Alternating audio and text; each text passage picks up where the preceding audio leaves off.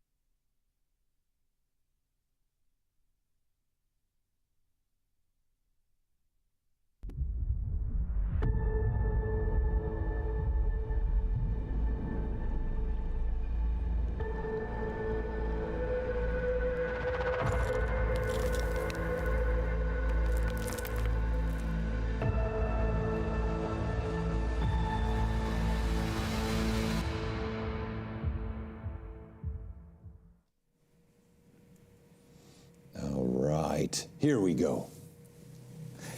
Hello again, people at home and around the world, live from the Moby and Green stage here in sunny Burbank, California. We're here for day one proper of the 2022 ZBrush Summit. I'm Louis Tucci, wild and ready to ride with my friend and compatriot Paul Gabery and fellow ZBrusher. A high five for the people at home. High fives. Monday. How are you? Wheels on these chairs. How are you? Thank God for wheels on the chairs. How was day one? AKA the sculpt off. Yeah. Oh, I thought it was full of entertainment. We had some really great participants show up. And you were entertaining, I will say that much. Oh, you thanks. were definitely entertaining. Oh, that's very sweet of you. Okay. Thank you. Thank you. As were you. Oh, well, thanks. See, there was a tear right there in my eye for a moment. We're reunited. It feels really good to be back here with you. I think that's the first thing. People are probably wondering, hey, look, they're back.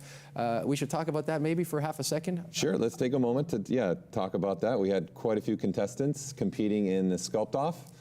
And again, those winners will be announced on the last day, which would be Wednesday. It would be one of the last things we do after the ZBrush presentation.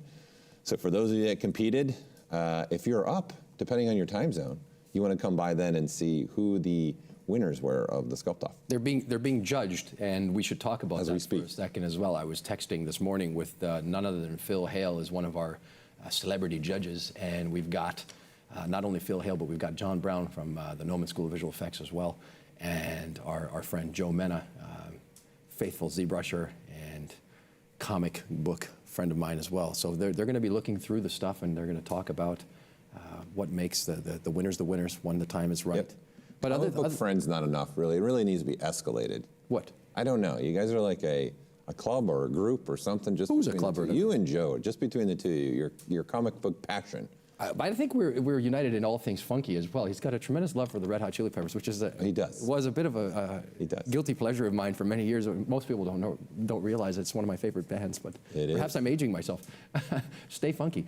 And for you, you know what I wanted to call out today? You'll notice that Paul and I are here alone without our associate and fellow ZBrush teammate Ian Robinson, who is not on set at the moment, but will definitely be joining us virtually for something very special. Stay tuned for that. Today is going to be a very special day, and it's going to be a very unique opportunity for people to go behind the scenes with, I'm not going to even say it yet. Just stay tuned. You want to keep I'm going to keep it today. You can let it go. That's fine. You can let the cat out of the bag. Are you go sure? Ahead. All right. Sure, go ahead. Fine. Well, Ian Robinson. Take that stress off your shoulders. Take that stress. Yeah, it was like a load. I was carrying it with me.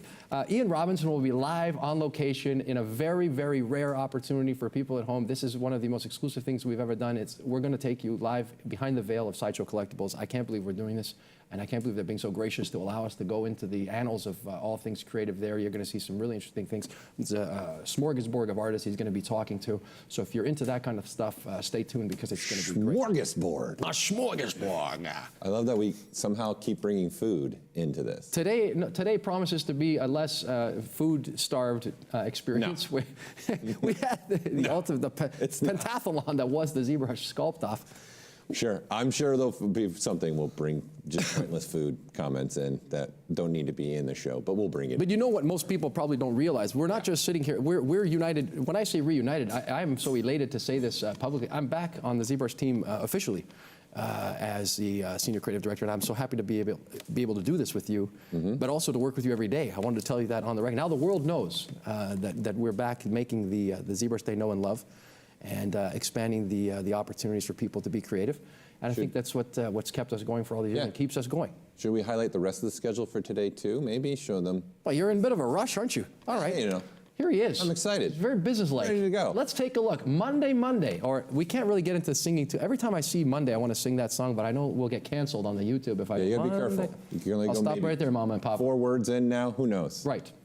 Paul Shivago, ZBrush and dentistry. One of the things that I've been waiting for as science and technology come to be fused together. I can't wait to talk to him about that. Dan Catcher, the always eccentric and eclectic Dan Catcher, will be joining us. He's never a dull moment with Dan, the Dragon Man, aka the Monster Man as well. Sideshow Collectibles, as we said, with our own very own Ian Robinson live on location in Thousand Oaks, California. It's going to be fantastic. They're going to meet the Master Sculpt team. Never before. For many of you watching at home and around the globe, are you going to have an opportunity to slip slide into the space there? you stop yourself. And Paul, behave. He's misbehaving off camera. We got Bungie later on at the 2 o'clock hour using ZBrush while developing Destiny 2, everyone's favorite game. Hard surface, lots of hard surface. A lot of hard surface, a lot of banging on the boards. Yeah. And we'll close out the day at 3:50 p.m. Pacific Standard Time on the West Coast. Damien Cander, Love, Death, and Robots, the Netflix hit series.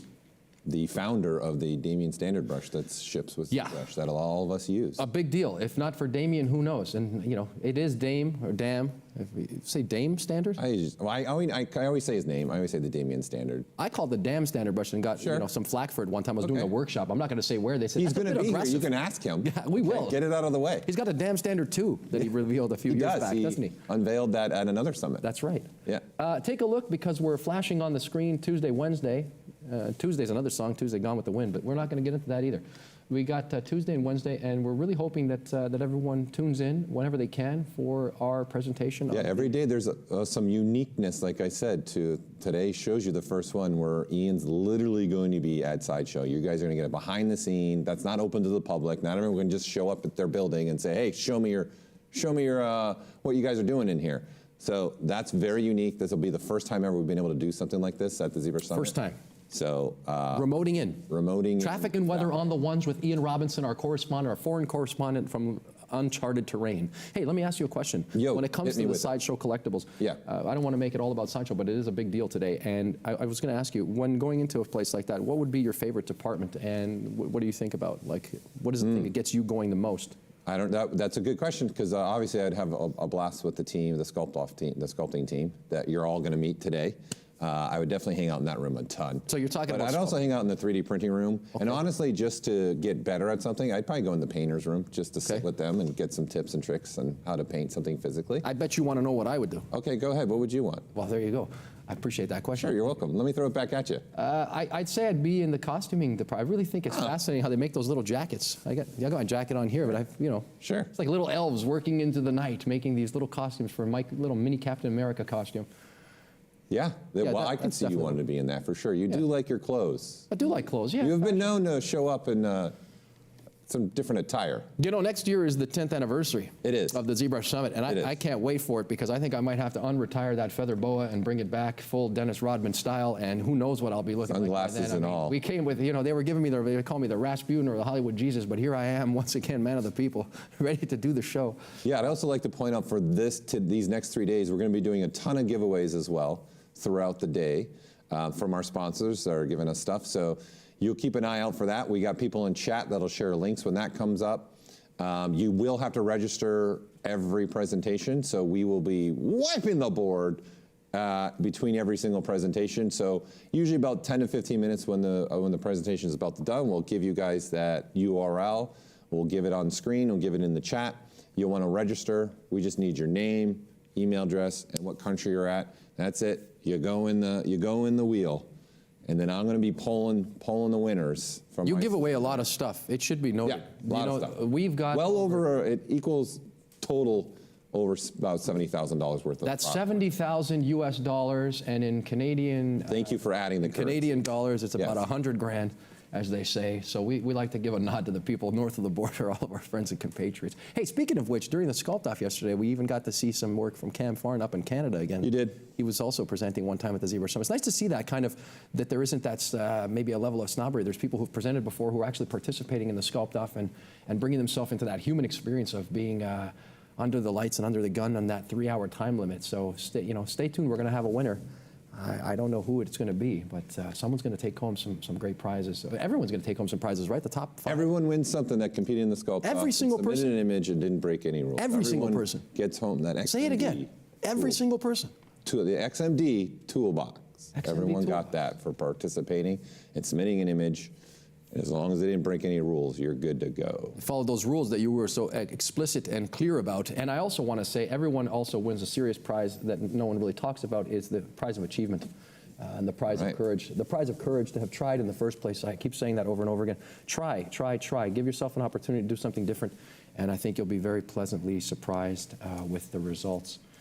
Let's do it. What do you think? You want to get going? I think that it is time. We are going to start off the day with none other than Dr. Paul Zhivago and his demonstration and discussion on prosthodontics. So we'll be back in a moment with Dr. Paul Zhivago, here live from the ZBrush Summit 2022. Louis Tucci, Paul Gaboury. Sit tight and stay tuned.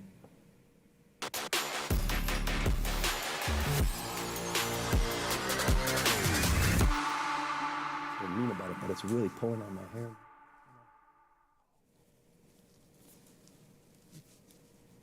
There he is. Ladies and gentlemen. Oh, welcome to the set. Welcome. Hey guys, Welcome thank to you. the set. Thank you for having me. Yeah, absolutely. What can I say? I mean, for me as a dentist, you know, to be here is really special. So thanks for having me. We're honored. We're honored to have you. I want to give kudos where kudos are deserved. He's nominated in 2017 for the Edison Award and voted 2017 as one of the top 40 dentists under 40. A high distinction. Really pleased to have you here in the United States. An innovator in the field of digital dentistry, along with opening up workflows in CAD/CAM and making it possible for the future of dentistry to be a burgeoning subject in the field. I can't say how much, how much we really. Thank you, Louis. This is like really, thank you for the great introduction. So as I am a dentist, I kind of have to tell a little bit my story because it's a little bit unusual. But it made a lot of sense for me to use ZBrush, and I want to show you guys a little bit how, and then we'll do a little demo and see how I do this.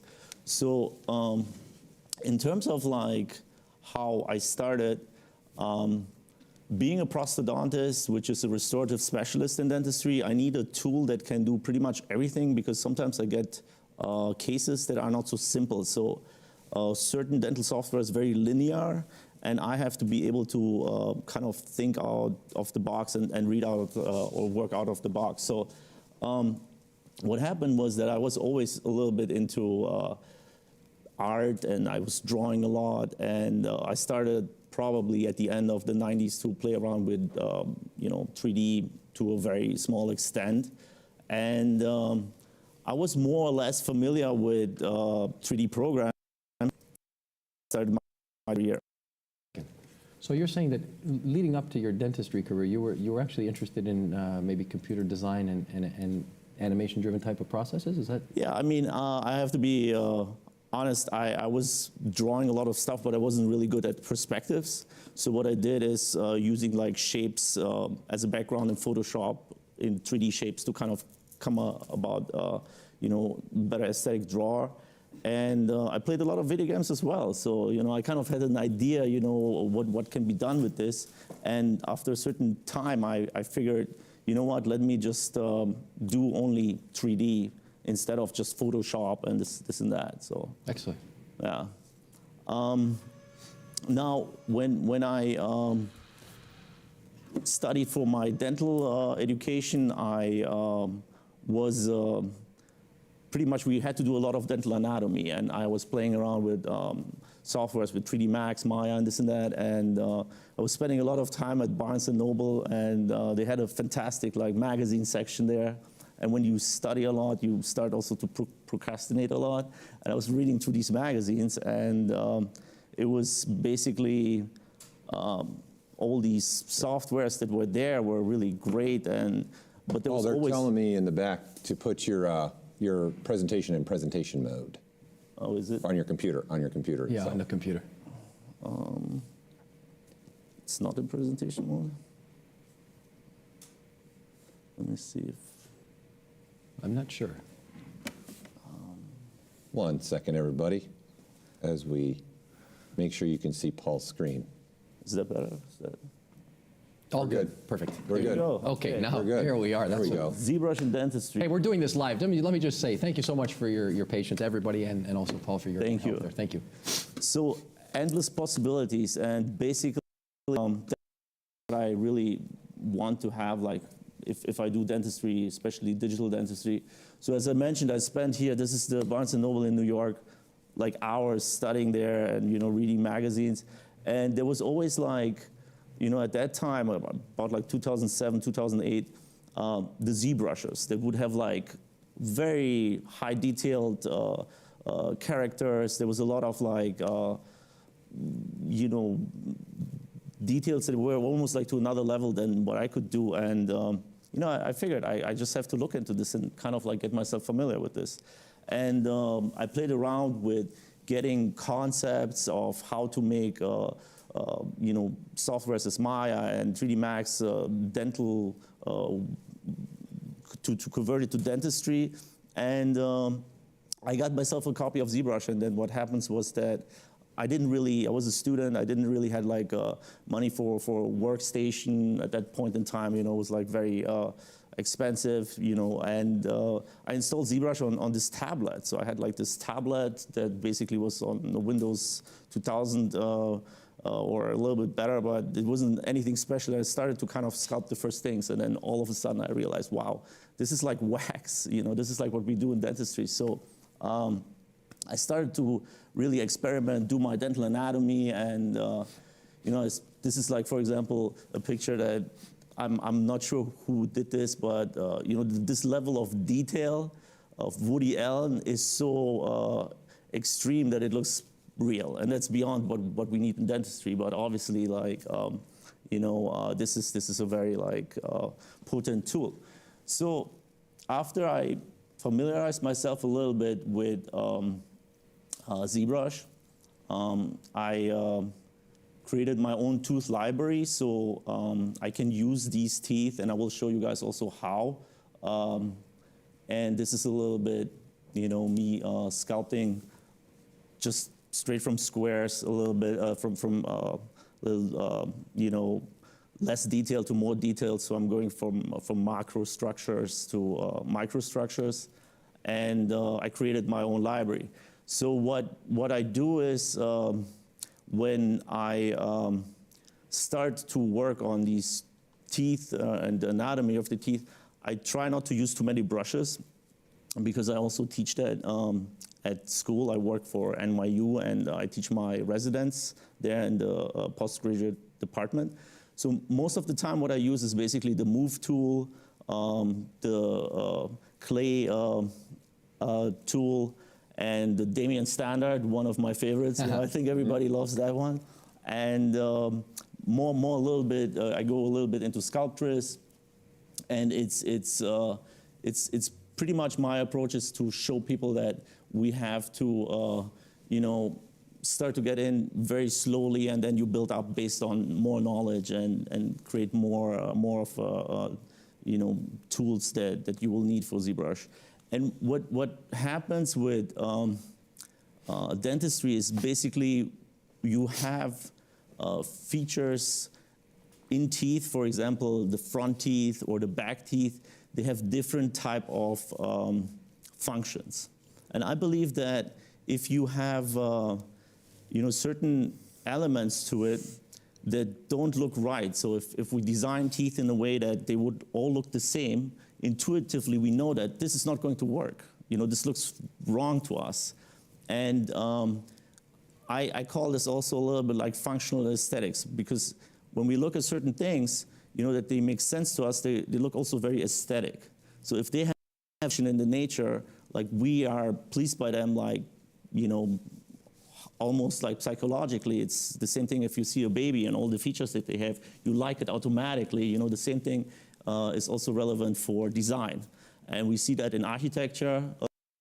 Certain buildings are built in a way, but they have to function. And when we see that, we have a guideline like how to build them. And also, in terms of when I design teeth for my patients, we basically have to scan them. So this is something that we use in dentistry, that we capture the teeth as a 3D model. But once I have that 3D model, I meet the person and I talk to that person, how that person wants to become, or how the person wants to be seen. And by this interaction, I put my input in my work in the tooth design, basically. And that is something that can be done in ZBrush, because you're sculpting it, you're the artist, and whatever inspires you at that moment, you will definitely put in. Every design is different, every design is really individually specific. And that's really like why I like the software, and I think it's really adding a lot to my industry.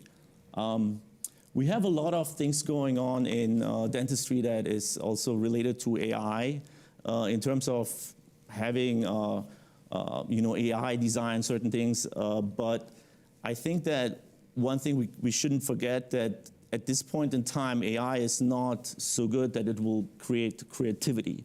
So like the master lab technicians or the people that do all the lab work, they work in wax, these are like individuals that have their own style, like an artist that, comes, to a level that, AI cannot do. And let's be honest, I mean, if we would use only the same tooth libraries for everybody, then it wouldn't be really like an art form. Well, you'd have one smile to rule them all. Right. That line will never go anywhere. You can use it anywhere. You can use it in so many places. It's one smile to rule them all. Can you imagine? So, but Paul, speaking of that, right, because each tooth obviously is going to be different. So how are you deciding, like, you're making molars, you're making canines, and incisors. Incisors. Thank you. Hey, now. Thank you, Louis, for the help there. So how are you deciding, okay, this person I'm going to do, is it just I'll do a different looking molar? Is there anything that comes into play for you, like when you're putting the teeth together for a patient that, oh, okay, these ones, are you basing it off other teeth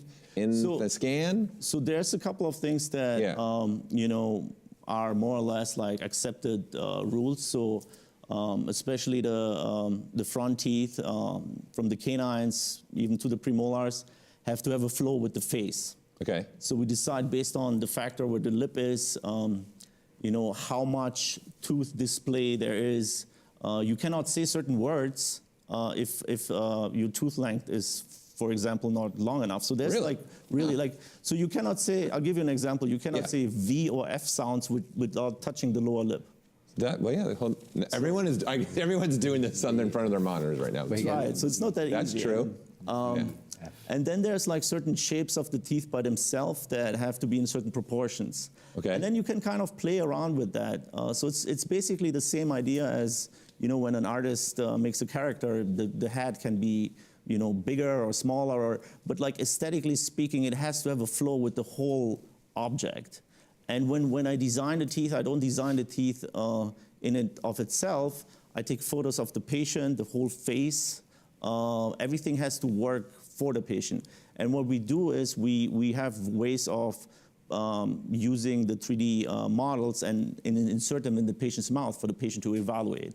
Now that's very important because if you think about it, when you do dentistry, I mean, nobody gets up in the morning and says, hey, today's my dental appointment, I'm so happy to go there. So there's like a certain anxiety to go there because that might be like painful, it might be very costly, and at the end of the day, you don't really know what you get. But at least that aspect with 3D design and designing it with the patient together is taking a little bit away of the apprehension because you are part of the process. Right. So, and in ZBrush, you can do these designs very quickly. I mean, it's a matter of seconds just to move. So on the screen right now, actually, what the viewers are seeing is two different samples. Is that so? This is like on the right side, we have basically like dental library. This is one of a very popular softwares that is used in dentistry. And I'm a big proponent of open architecture. So you basically can take all these softwares and combine them. And I just took that library and moved it into ZBrush. I was playing a little bit with Dynamesh, used a couple of alphas here, and made something a little bit more realistic. So we do have these micro cracks in the teeth, and if I can work to this level, then I'm more than happy. So that's basically why I use ZBrush a lot, because I can customize it a lot. So. And what happened was that I realized that there's a lot of potential for this in dentistry, and I basically contacted ZBrush and to ask them if you guys are interested in also the dental part of the industry. And it's like a story that I was working in an office. I wanted to buy that office in New York, and hold on a second. You were working as a dentist, right? I was already working as a dentist, and I was using ZBrush for my patients, and started to kind of figure out how I can use it. And my intention was to buy this office, and it didn't work out for whatever reason. And prior to that, I booked my flight to LA, my first ZBrush convention, and I was very upset because it didn't work out with the office, and basically I quit my job. So I was sitting in a plane, having a family, no job, going to LA randomly and kind of trying to pitch an idea, and you know, this is how it started. So I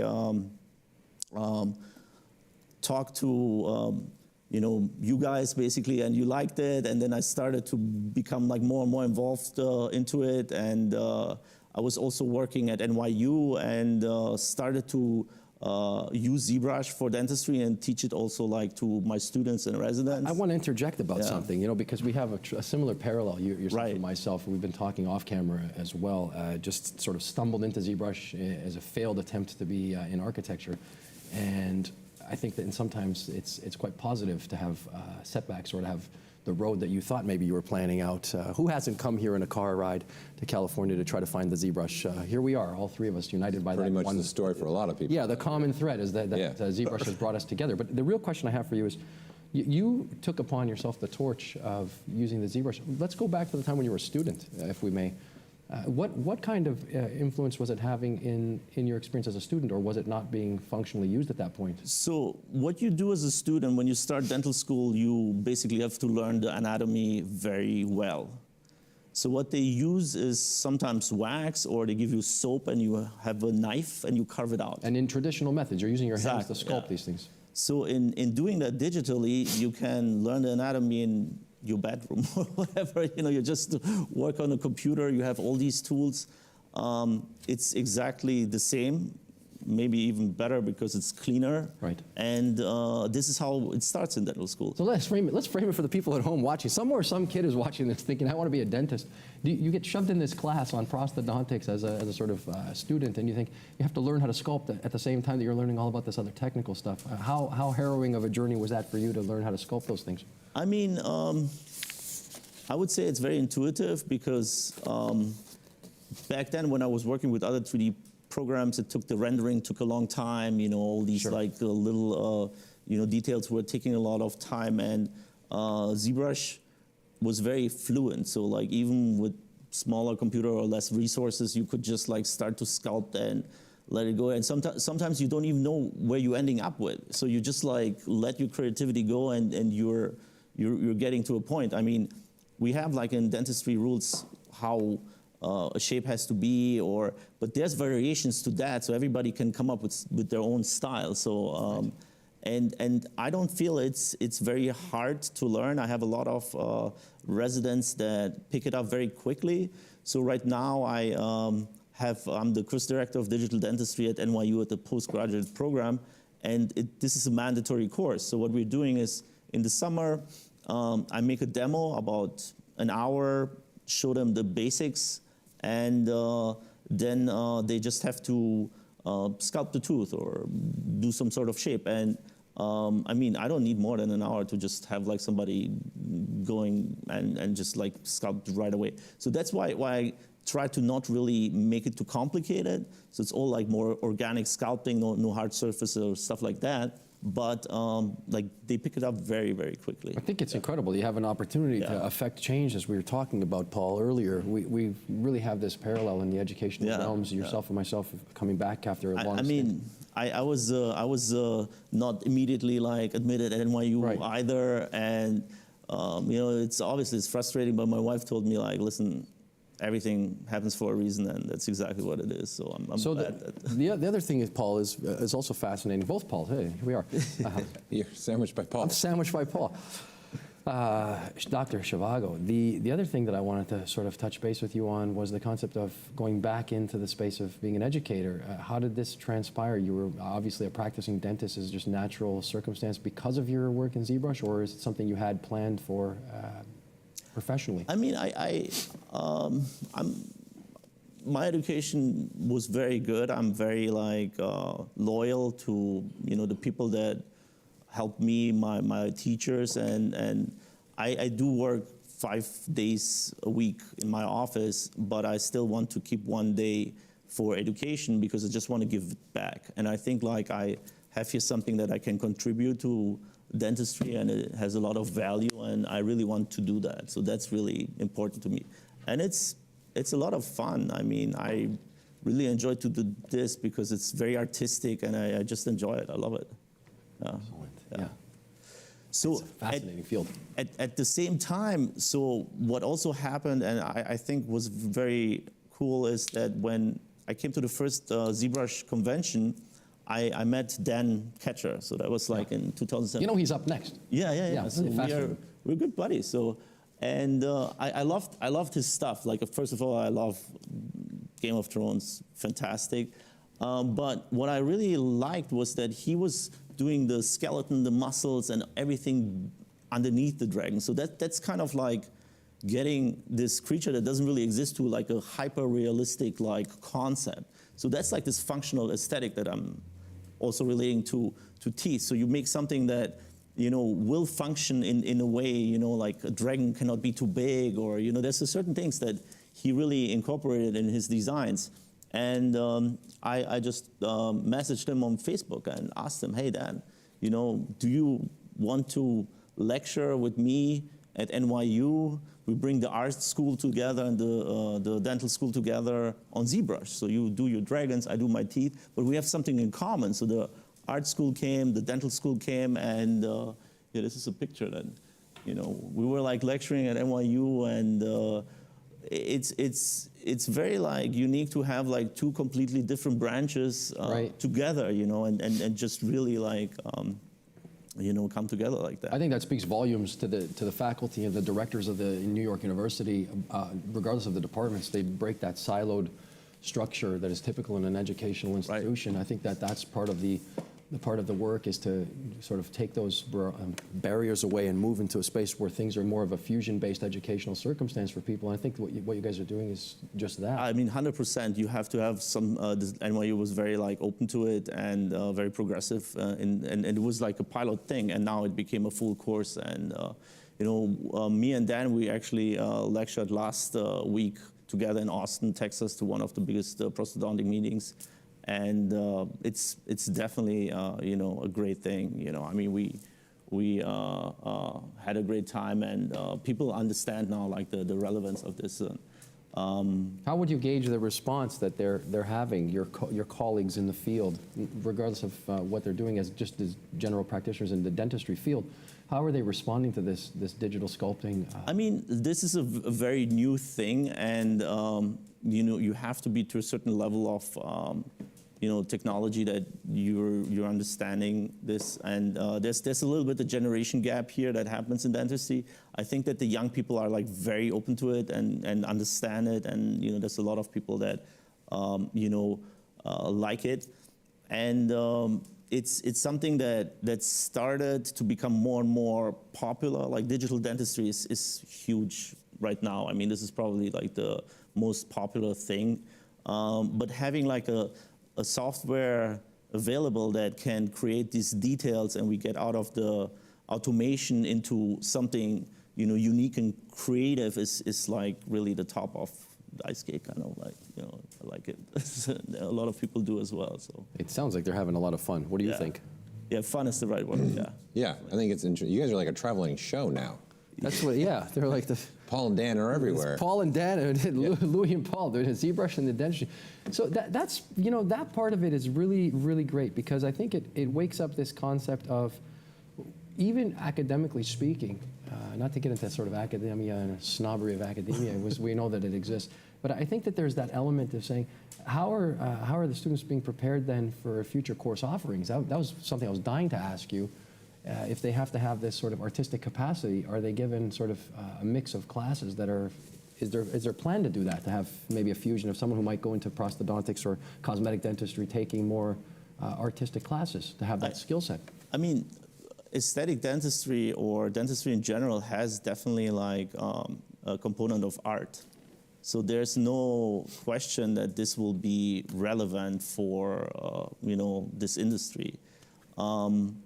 Now, most of the people that go in that field, especially in academia, I mean, as a student, they want to do something medically, but they also want to do something like with their hands artistic. So they're already like there in their mindset. So some people are more or less artistic, but you know, this has to be added, in my opinion, to dentistry.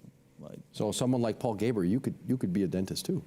Probably not, but I can make some teeth. I don't know if they'd be accurate. Yeah, you make some teeth. I made a lot of teeth, right?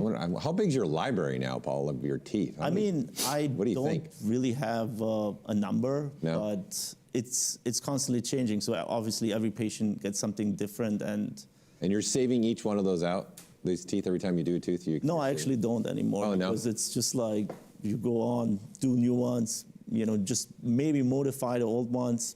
I mean, I will show you guys a little bit the process. So we'd love to see that. Yeah.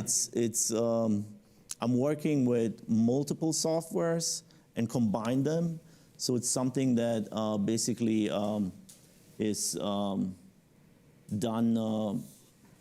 you know, with ZBrush and other softwares, because certain things are not necessarily like easy to do without some certain specific dental, you know, rules. Or I think I have to show this. So this was just like, you know, on my MacBook Pro, I think in 2019, Dan left his Dragon, and I kind of like moved it around, and it was just like fascinated, you know, by the level of, you know, detail. So I think we have here like about like 83 million points, which I don't even think that there's any dental software that comes even close to this level of detail. So yeah, we showcased this at NYU, and what happened was after I did the program or started the program, we did also a lot of research. So there's actually a lot of like dental research that has ZBrush incorporated into it from design aspects, also like from I guess aspects of you know, verifying how the fit is and all this. So like we had even won the first place with the ZBrush type of design on a dental patient that you know, it's definitely like something that we use all the time. So do you get any strange requests? Because at this point it's possible to have any kind of teeth you want, perhaps. Well, you know what happens is if you can tell somebody that you can have whatever you want, you know, then there's no limit. So like sometimes like, you know, the designs change from A to Z like extremely much. But at the end of the day, you can provide something very unique that the patient can make these requests as well. And you have to be prepared for that. So if one design doesn't work out so well, you know, you just have to change it up. And you know what's coming next. What are some of the drawbacks to having the man with a platinum smile? I don't know. Is there any drawbacks? So, I mean, it's... just brush them as is. That's right. Wow. Wow. Yeah. You can see the hamster turning in my head as we speak. Well, I'm seriously going to make the sign. It's going to happen. You need this. What sign are you talking about? Some people. And that's a moment with That's Louis. a Tucci right there. That's what we're going to be doing. Yeah, Paul's got some more stuff he definitely wants to show too. So, I mean, I can basically show you guys. So this is like a dental scan. So this is how it starts when you start the process. Was that on? Or so this is a scanner. So the scanner is basically going over the teeth. It creates a 3D model. And this 3D model, this is now a temporary. These are not real teeth, but that's basically also what happens in the mouth. And this is how we digitize things. So it becomes like an STL file, a PLY file, or an OBJ file. And clinically What's the scanner you're using? Oh, Sprint. This is the process. So I start up with a software that is a 2D software, where I show the patient more or less in a 2D way how they might look. Then we digitize the existing teeth. And then we can download libraries from this software or create your own design by overlaying it in ZBrush and create a 3D print. Now, when the 3D print is done, then we will make a mold out of that and insert it in the patient's mouth. Now, there's a little bit more complex cases where we need also to consider the back teeth. So the back teeth have in dentistry multiple functions. And there's also a hinge axis, so I will explain how we go a little bit about that. But this is like a little bit of video how this 2D to 3D process works. So basically, SmileCloud is a software that we have to take some nice photography, and there's some reference planes, like the mouth, the eyes, and the teeth are generated to certain references that I give or I input. And then what happens is that you can download the files, the teeth files. So here I have the teeth files, and I will go over that a little bit slower in the demo. And you can use the pictures before and after in the background and kind of overlay it and put the teeth in the right position. So here I had to reduce the teeth because that's what you have to do sometimes in dentistry, like shave them a little bit. And you just basically put the teeth in. I work a lot with, groups, auto groups, and this and that. And once it's done, you just export them as a 3D object. You print them out, and this is a typical case. So like somebody's coming in, is not happy. We're having the initial part on the left upper side, and this is the first design on the upper right side. And then we will bring it into ZBrush, the scan and the teeth that were designed. And we create the 3D print. So the 3D print is basically, the gray tooth mold that you have there.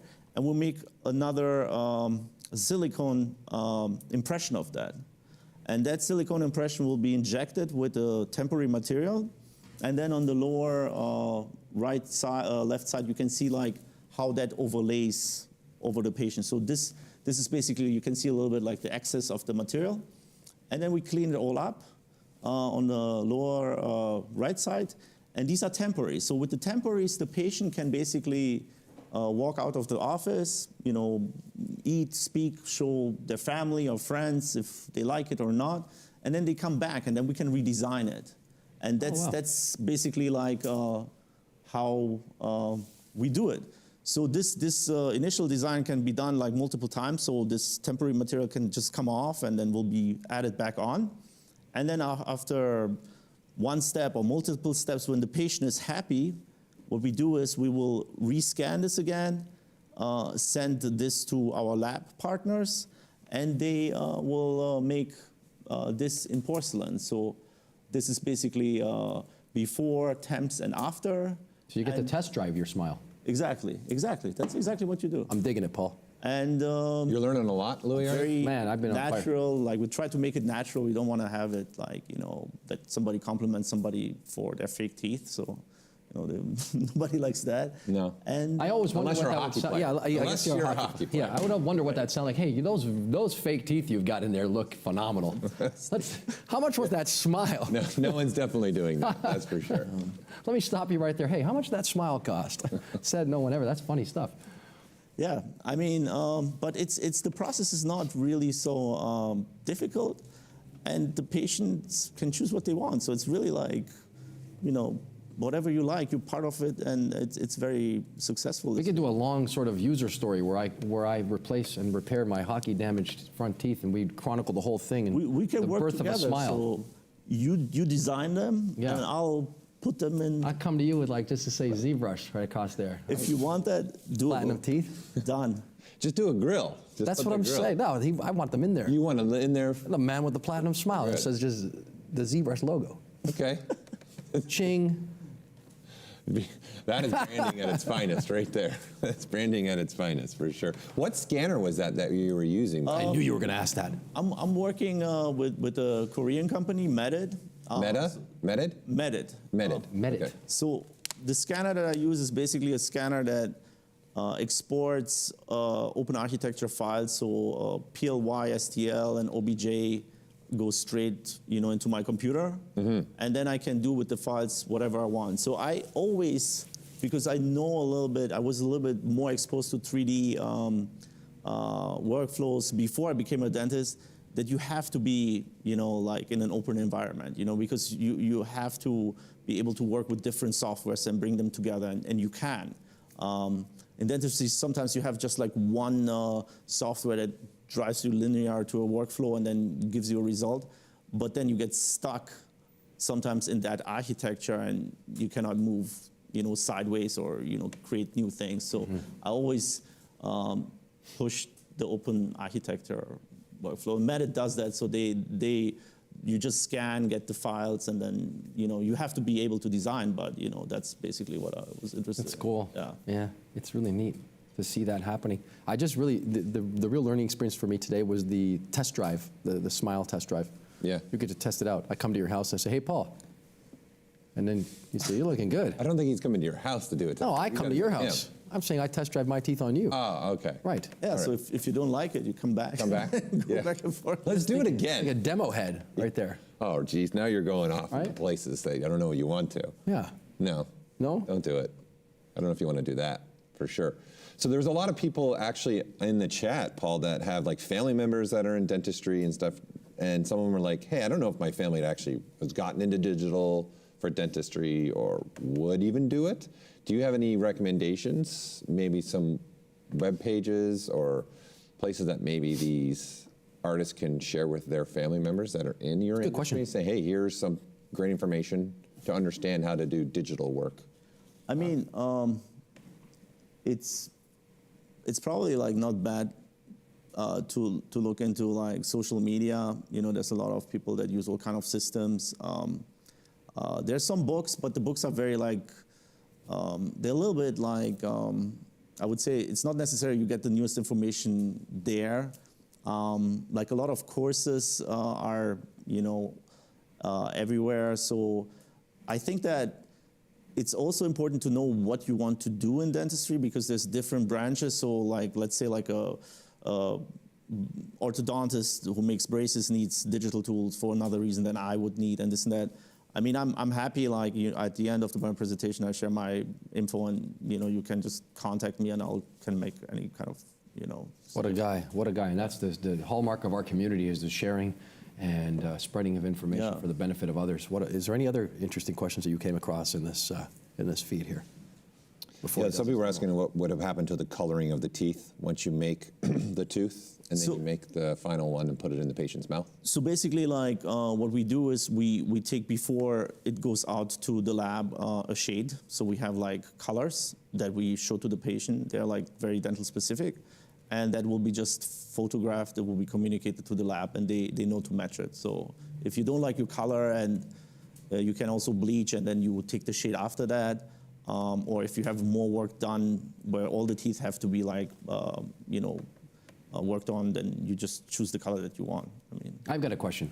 In the case of, no, this is a serious question. Okay. In the case of an existing prosthetic, what would happen then? You would just grind it down? And there's nothing like the smell and the sound of a grinding down of a tooth. Right. So unfortunately, if you have an existing prosthetic that has to come off, and they're designed in a way that they shouldn't come off, so yes, we grind them down. Wow. You burn them off?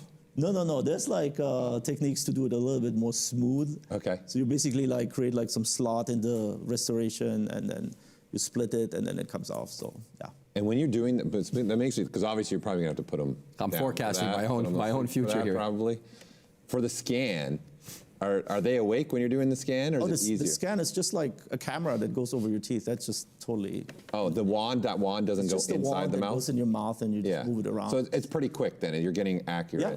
I mean, you can, like, we had a contest with a bunch of dentists, and, I think I scanned my whole mouth in under 37 seconds. So you guys did a timed contest? Yeah. It was like a bunch of people. The social life. It was like, Everyone's doing competition. Friday night at Dr. Zhivago's house, they've got a scanning contest happening. That's actually would be pretty fun. Okay, where do you guys do that? go. Do you guys just do it like at a convention center or something? No. It was like a bunch of people that kind of are like me, doing a lot of digital dentistry, and then they made a challenge: who's the fastest?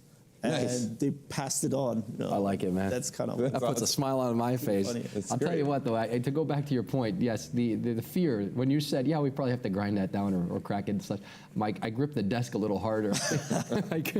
There's no pain like that pain of having. Look, this is why you're supposed to brush your teeth every day, multiple times. I did. Hey, I've got some nice teeth. I'm just talking about a hockey injury. In dentistry nowadays, this is like modern dentistry should have not pain. Like really, like that's. Yeah, it's not 1899, man. I mean, and I have really clean teeth. I mean, look at that. Couldn't imagine doing that. Yeah. Well, I know you've got more stuff too you want Let's to share, get to Paul. it. Yeah, I mean, this is like another thing. So when we work on the back teeth, the way the jaw moves is very important. So it's not just the design of the aesthetic, it's also the function. And we have a bunch of like terms, you know, where the teeth are in the rest positions, how much space you have. So the way I approach that, because it's a little bit more complex, I start up the same way. I go into ZBrush and I start to design again the smile. And I use for the back teeth my libraries because they're a little bit more complex and it's just easier for me like to put them in. And when I'm done with this design, then what happens is basically that you have like the teeth in the correct way, but only in a static position. So that's not really how we function because you move your lower jaw around and there are certain things that, you know, you don't want the teeth to hit in the wrong way, you know, that it can cause like other problems as wear and this and that. And this is kind of how I work about that. So I basically design the teeth one more time. By the way, ZBrush has this fantastic tool where you can use the other model as a reference to create occlusion. So that's what I'm doing right now. So I'm shaving the teeth based on the other model. And then once I'm done with this static, you know, position of the teeth, what I do is I import them in another software because it's all open and that's how it should be, which is called Exocad. So you can see here that you have basically the lower and upper jaw in this blue thing, which is called an articulator that simulates the movement of the jaw. And what Exocad is doing is it runs through the movements. So when it does that, you create some sort of, you can see like these yellow teeth that have little dots. Yeah. And these are the movements that may hinder your jaw, you know, to move healthy. Those are points of impact. Right. And Exocad is removing these automatically. So my 3D file becomes also accurate in a dynamic way. Wow. And then basically the same thing. So we're creating shells which can be put on teeth that will be prepared, or these mock-ups. And yeah, we also have like protocols for digital dentures in ZBrush. Then we do also you know, have implant restoration where you get, the implant is basically something that goes into the bone and the tooth will be anchored if you don't have a tooth there. And all these things can be done in ZBrush and basically, you know, again, like dentistry without any limits. So that's, Can I ask you a question about that? Yeah. This is, you're going to know I did my homework on this one. Go ahead. How does that effectively work to, or how do you work to minimize recession in the gum when you have this prosthetic process? Yeah, I mean, recession, there's a lot of stuff. So maybe like from the design aspect, if you create the teeth in a way that they, like the teeth and the gums, they have a certain flow, right? And if you make them too big, then, you know, food might get stuck there, or, you know, that could be like a problem that would cause recession. Recession is a little bit also related to age. You know, unfortunately, everybody gets a little bit of recession. Toothbrushing, like wrong toothbrushing, wrong technique, too much force. You know, by the way, if I can leave like a dental advice, always use a soft toothbrush. It's perfect. You don't need more. You know? No hard toothbrushes. So soft toothbrush. Did everyone get that? I got that from the dentist too. They told me don't use any hard toothbrush bristles ever. You're fine. Like soft is perfect. You just, so then why do they make them, right? I don't know. Like it's another way marketing probably, I guess. I got my own recession because of a hard toothbrush, so it's definitely not. Yeah. I used to feverishly brush my teeth as like in my early 20s and my late teens. I'd be brushing my teeth all the time, you know? Right. And I think you should, but like not too. Yeah, I mean, I've been over brushing them. Right? Yeah, I was like trying to get the whitest, brightest smile possible. Bam, I'm blind the guy. You know what I mean? Okay, I gotcha. So we're going to move into the demonstration part, I think. Is that? Yeah. Is that I mean, this is like maybe if anybody's interested on more of this. So I have. He's got a couple more slides. Oh yeah, don't rush on our behalf. Are you kidding? I thought that was up. You can find me on Instagram, and we have a couple of courses, and yeah, where put up his screen there for us. Get into You know, this is like my handles on social media and the QR code for courses, how to use it. Yeah, we'll leave that up there for a minute so they can leave it up there, especially for those people that have family members. Yeah. This is the guy, obviously, they should reach out to. And it sounds like Paul's traveling, doing presentations. The Traveling Tooth Show with Paul Shivago. Paul and Dan are everywhere. Yes. And Dan Catcher, where are you guys next is what I want to know. Where's the next? It's like, well, really, guys need like a T-shirt. But like, it's great. You know, we have even some international things going on. So. That's awesome. That's really cool. And he's a good artist in his own right, so it's a nice fusion. I'm really happy to see the fusion of science and technology and art happening that way. Really good stuff. Yeah, so before you head over to the other computer, you got a video too that we want to share with everybody that you also put together. So we'll play that video, because you're heading over to the other computer now, correct, Paul? Yeah. So this is a video from you. So this is just like straight up sculpting of, I use a little bit masks here, nothing, you know, too crazy. You can adjust that if you want. There you go. Yeah, I don't know, that's... So this is you working on a particular patient's mouth this and is fixing. The patient that, you know, so before and after. Before and after, right? So this is just without necessarily like having like a background photo, or this is like a little bit more an easier process. So you just design the teeth. I want to show you guys a little bit like how I do this whole overlay thing. That let's move this here a little bit around. Do a little okay, so here we go. So here we are in the ZBrush interface. So Lightbox off. Let's create a new document. I just like to have it wide open. So the first thing that you basically do is like you import basically the intraoral scan. So here we have a bunch of scans. So let's start with the upper. PLY is like a good file in terms of like color and not too data heavy. So we'll just pull this out, edit. This is a great, the skin shade is fantastic. So it's pretty much exactly how, you know, you have. So this is the raw scan data. This is the raw scan of a patient, which is my wife. I have the permission to use this. What a time to be alive. Hey, we're gonna use your teeth. Sit still a minute. I'm getting like. You know. So hold on, while you're showing that, I want to ask something. I've noticed something in the last couple of scans that you've demonstrated. Is it a fair assertion to make that there is disequilibrium in the construction of the actual jawbones in people, that there is some slight variation, or is that based on tooth length and growth? I mean. Or is it like skeletal construction? So basically, the growth process is giving the bone and the teeth the direction and the shape.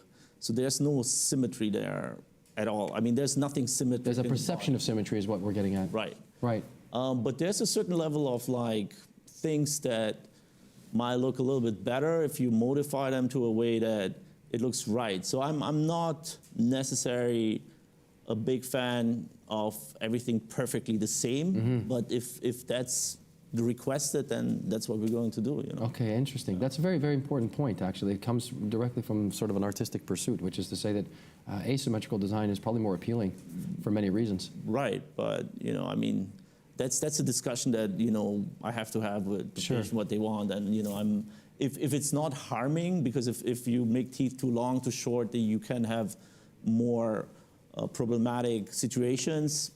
I'm all about it. So you know, yeah. And what happens is if you scan, so what the scan does is it captures the upper lower jaw, and then you create a scan where the upper lower jaws together, and then it fuses these jaws, which we call the bite.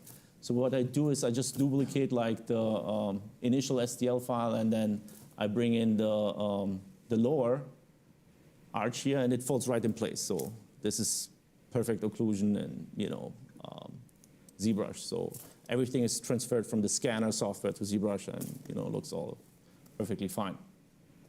Now the next step is, you know, we kind of have to take some really good photography.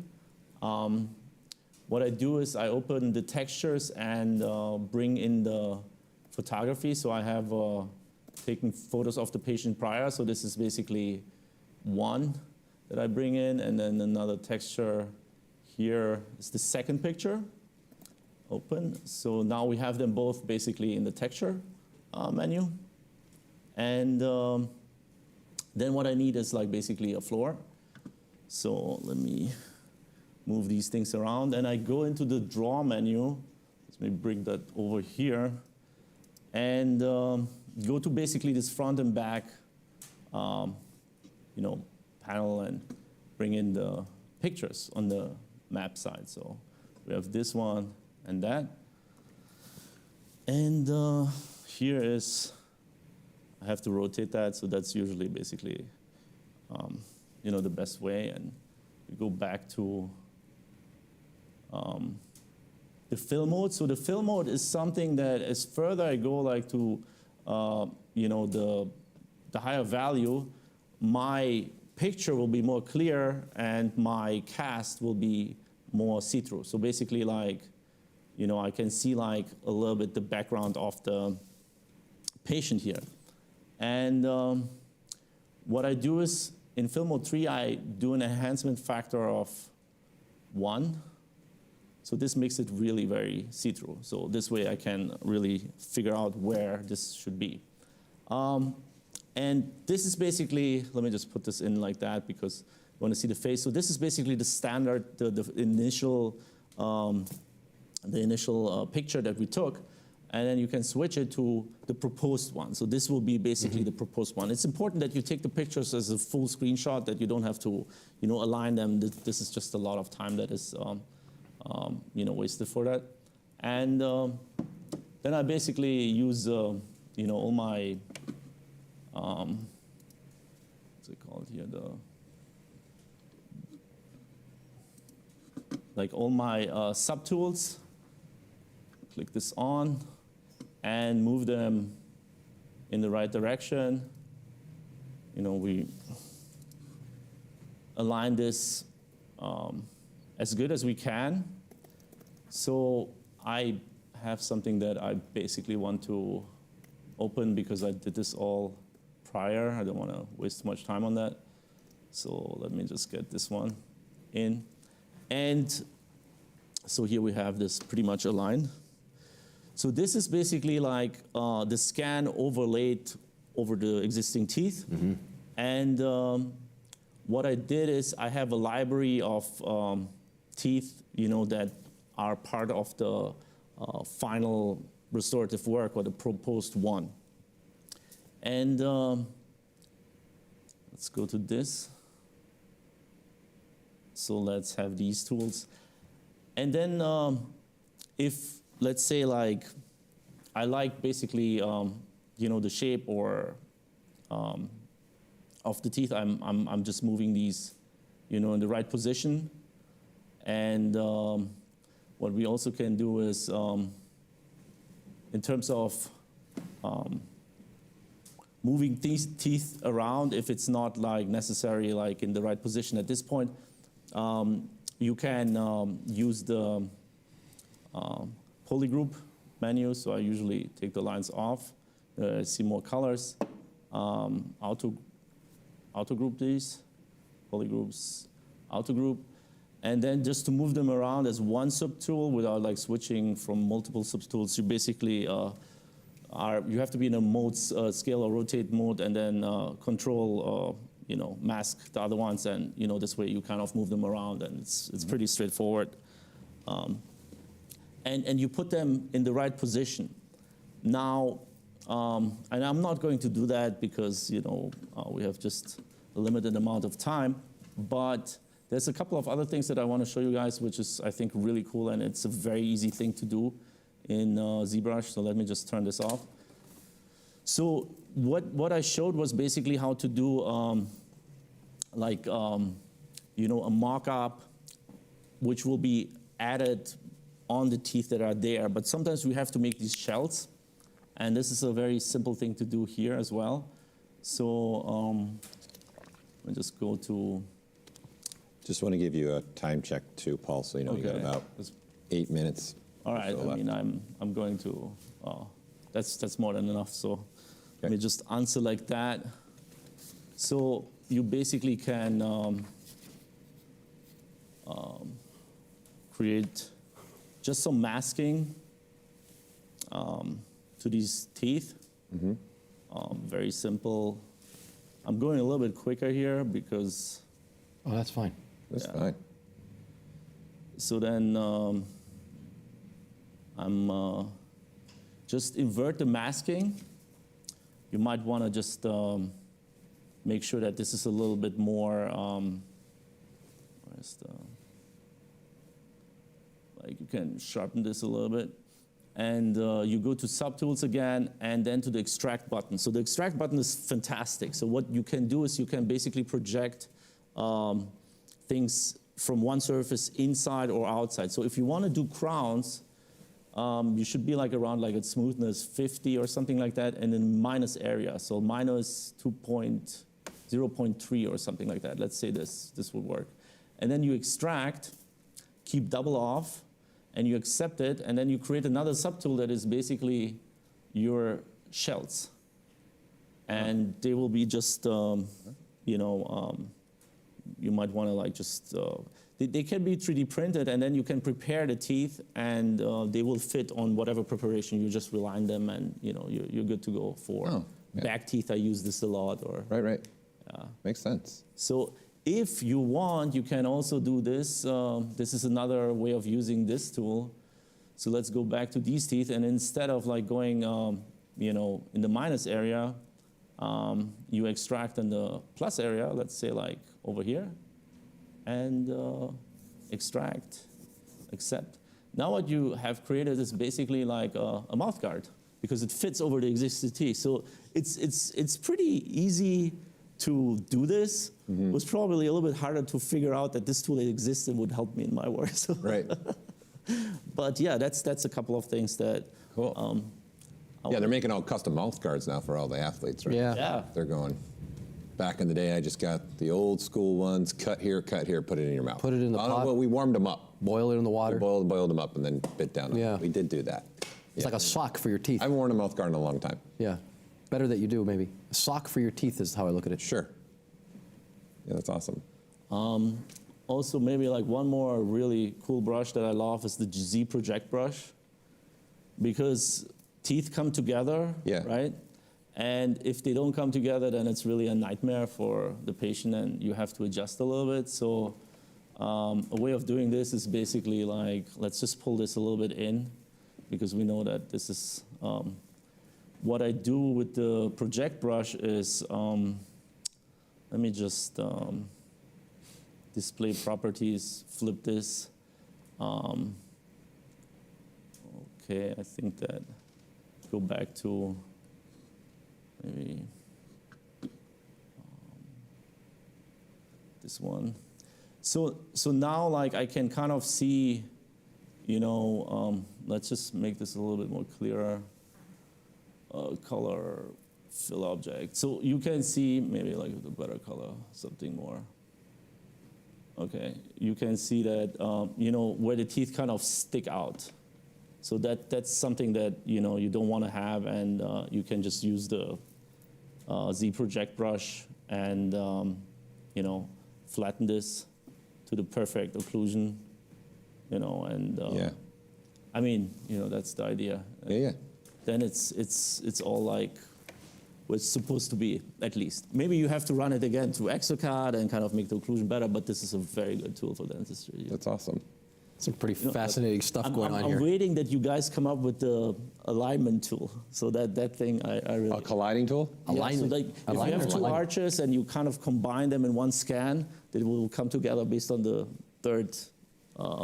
There is an alignment tool now that we can show you. Please tell me. Yeah, we'll show you. Please there is alignment. We just released it in a couple versions ago. Careful what you ask for. We'll definitely have to sit. Zhivago. We'll have to sit this week. We'll see if it works for you. Careful what you ask for with the ZBrush team. Yes. Always one step ahead. Here we go. I mean, that's in large pretty much, I use Boolean tools as well to work on implants, but this is pretty much the basics, so yeah. I figured I was going to ask you that, and then I'm glad to hear you say I love that stuff, so this is really good. Okay, cool. What do you got? Any questions on there online, or? No, I think we got to wrap it up and get on to Dan, actually. Okay, well, listen, we've taken a bite out of day one here, the formal sort of ZBrush Summit. Dr. Zhivago, thank you very much. Paul Zhivago is an NYU fellow as well. Really great presentation. and very thoughtful. Thanks for having me, guys. Really honored to be here. Yeah, very informative. Well, sit tight. Louis Tucci here live with Paul Gabry. We're going to do some prize giveaways. We're going to do some prize giveaways. I knew that. We're doing some prize giveaways. Paul Gabry is going to take it away with some prize giveaways. Yeah, Paul, again, was a great demonstration. And changing the world one smile at a time is the line for the day. Thank you, Paul, for joining us. It was great. Thank you. Thank you.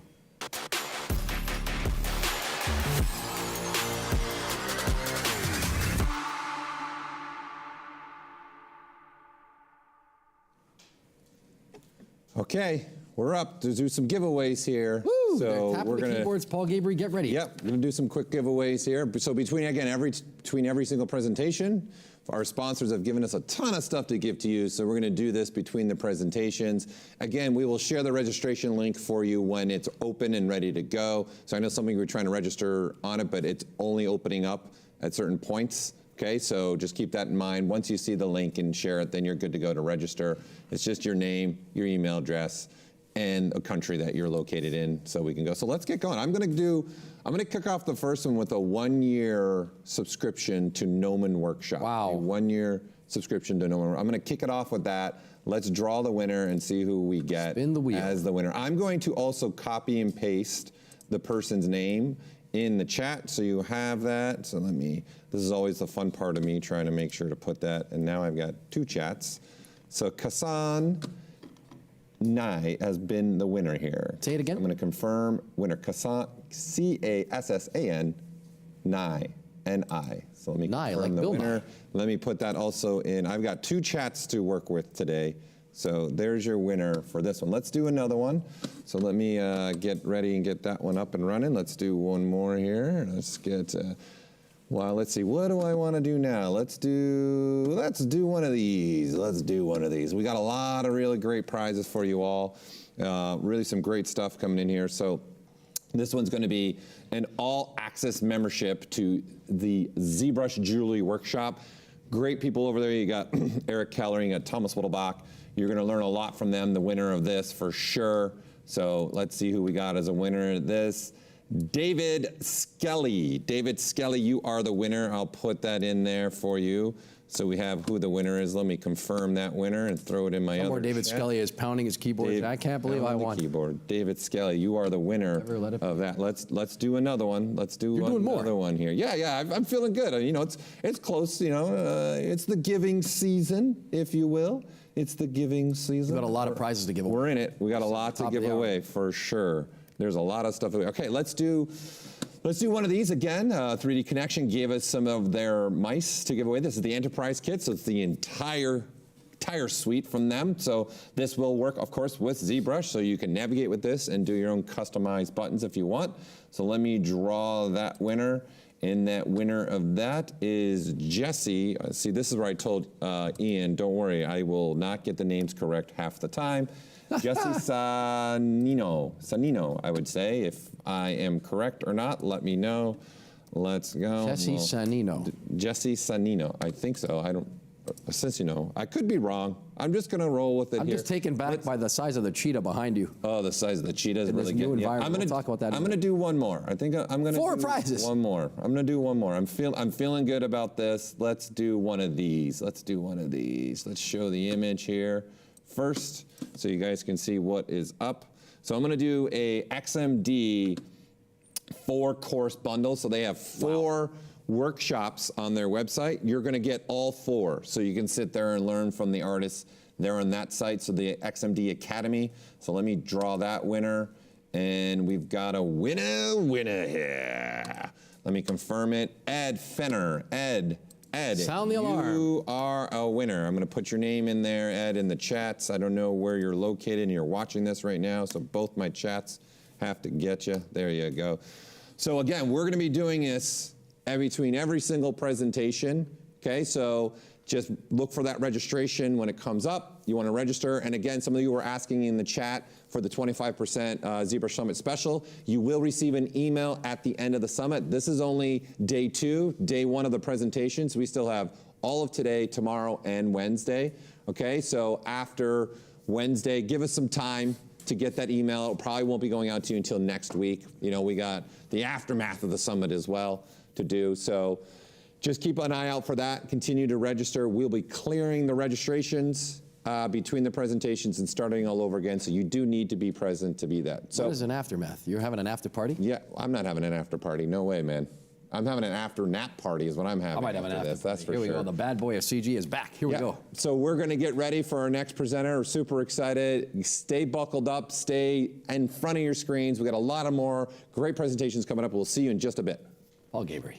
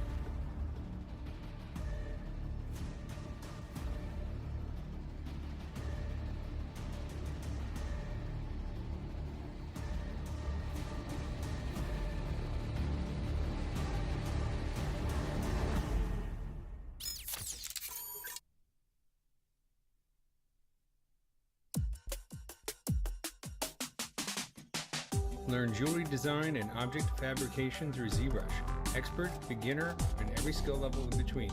ZBrush Jewelry Workshops can help you bring your digital dreams into reality. Taught by leading industry professionals. Use the offer code SUMMIT to get a $100 discount on membership.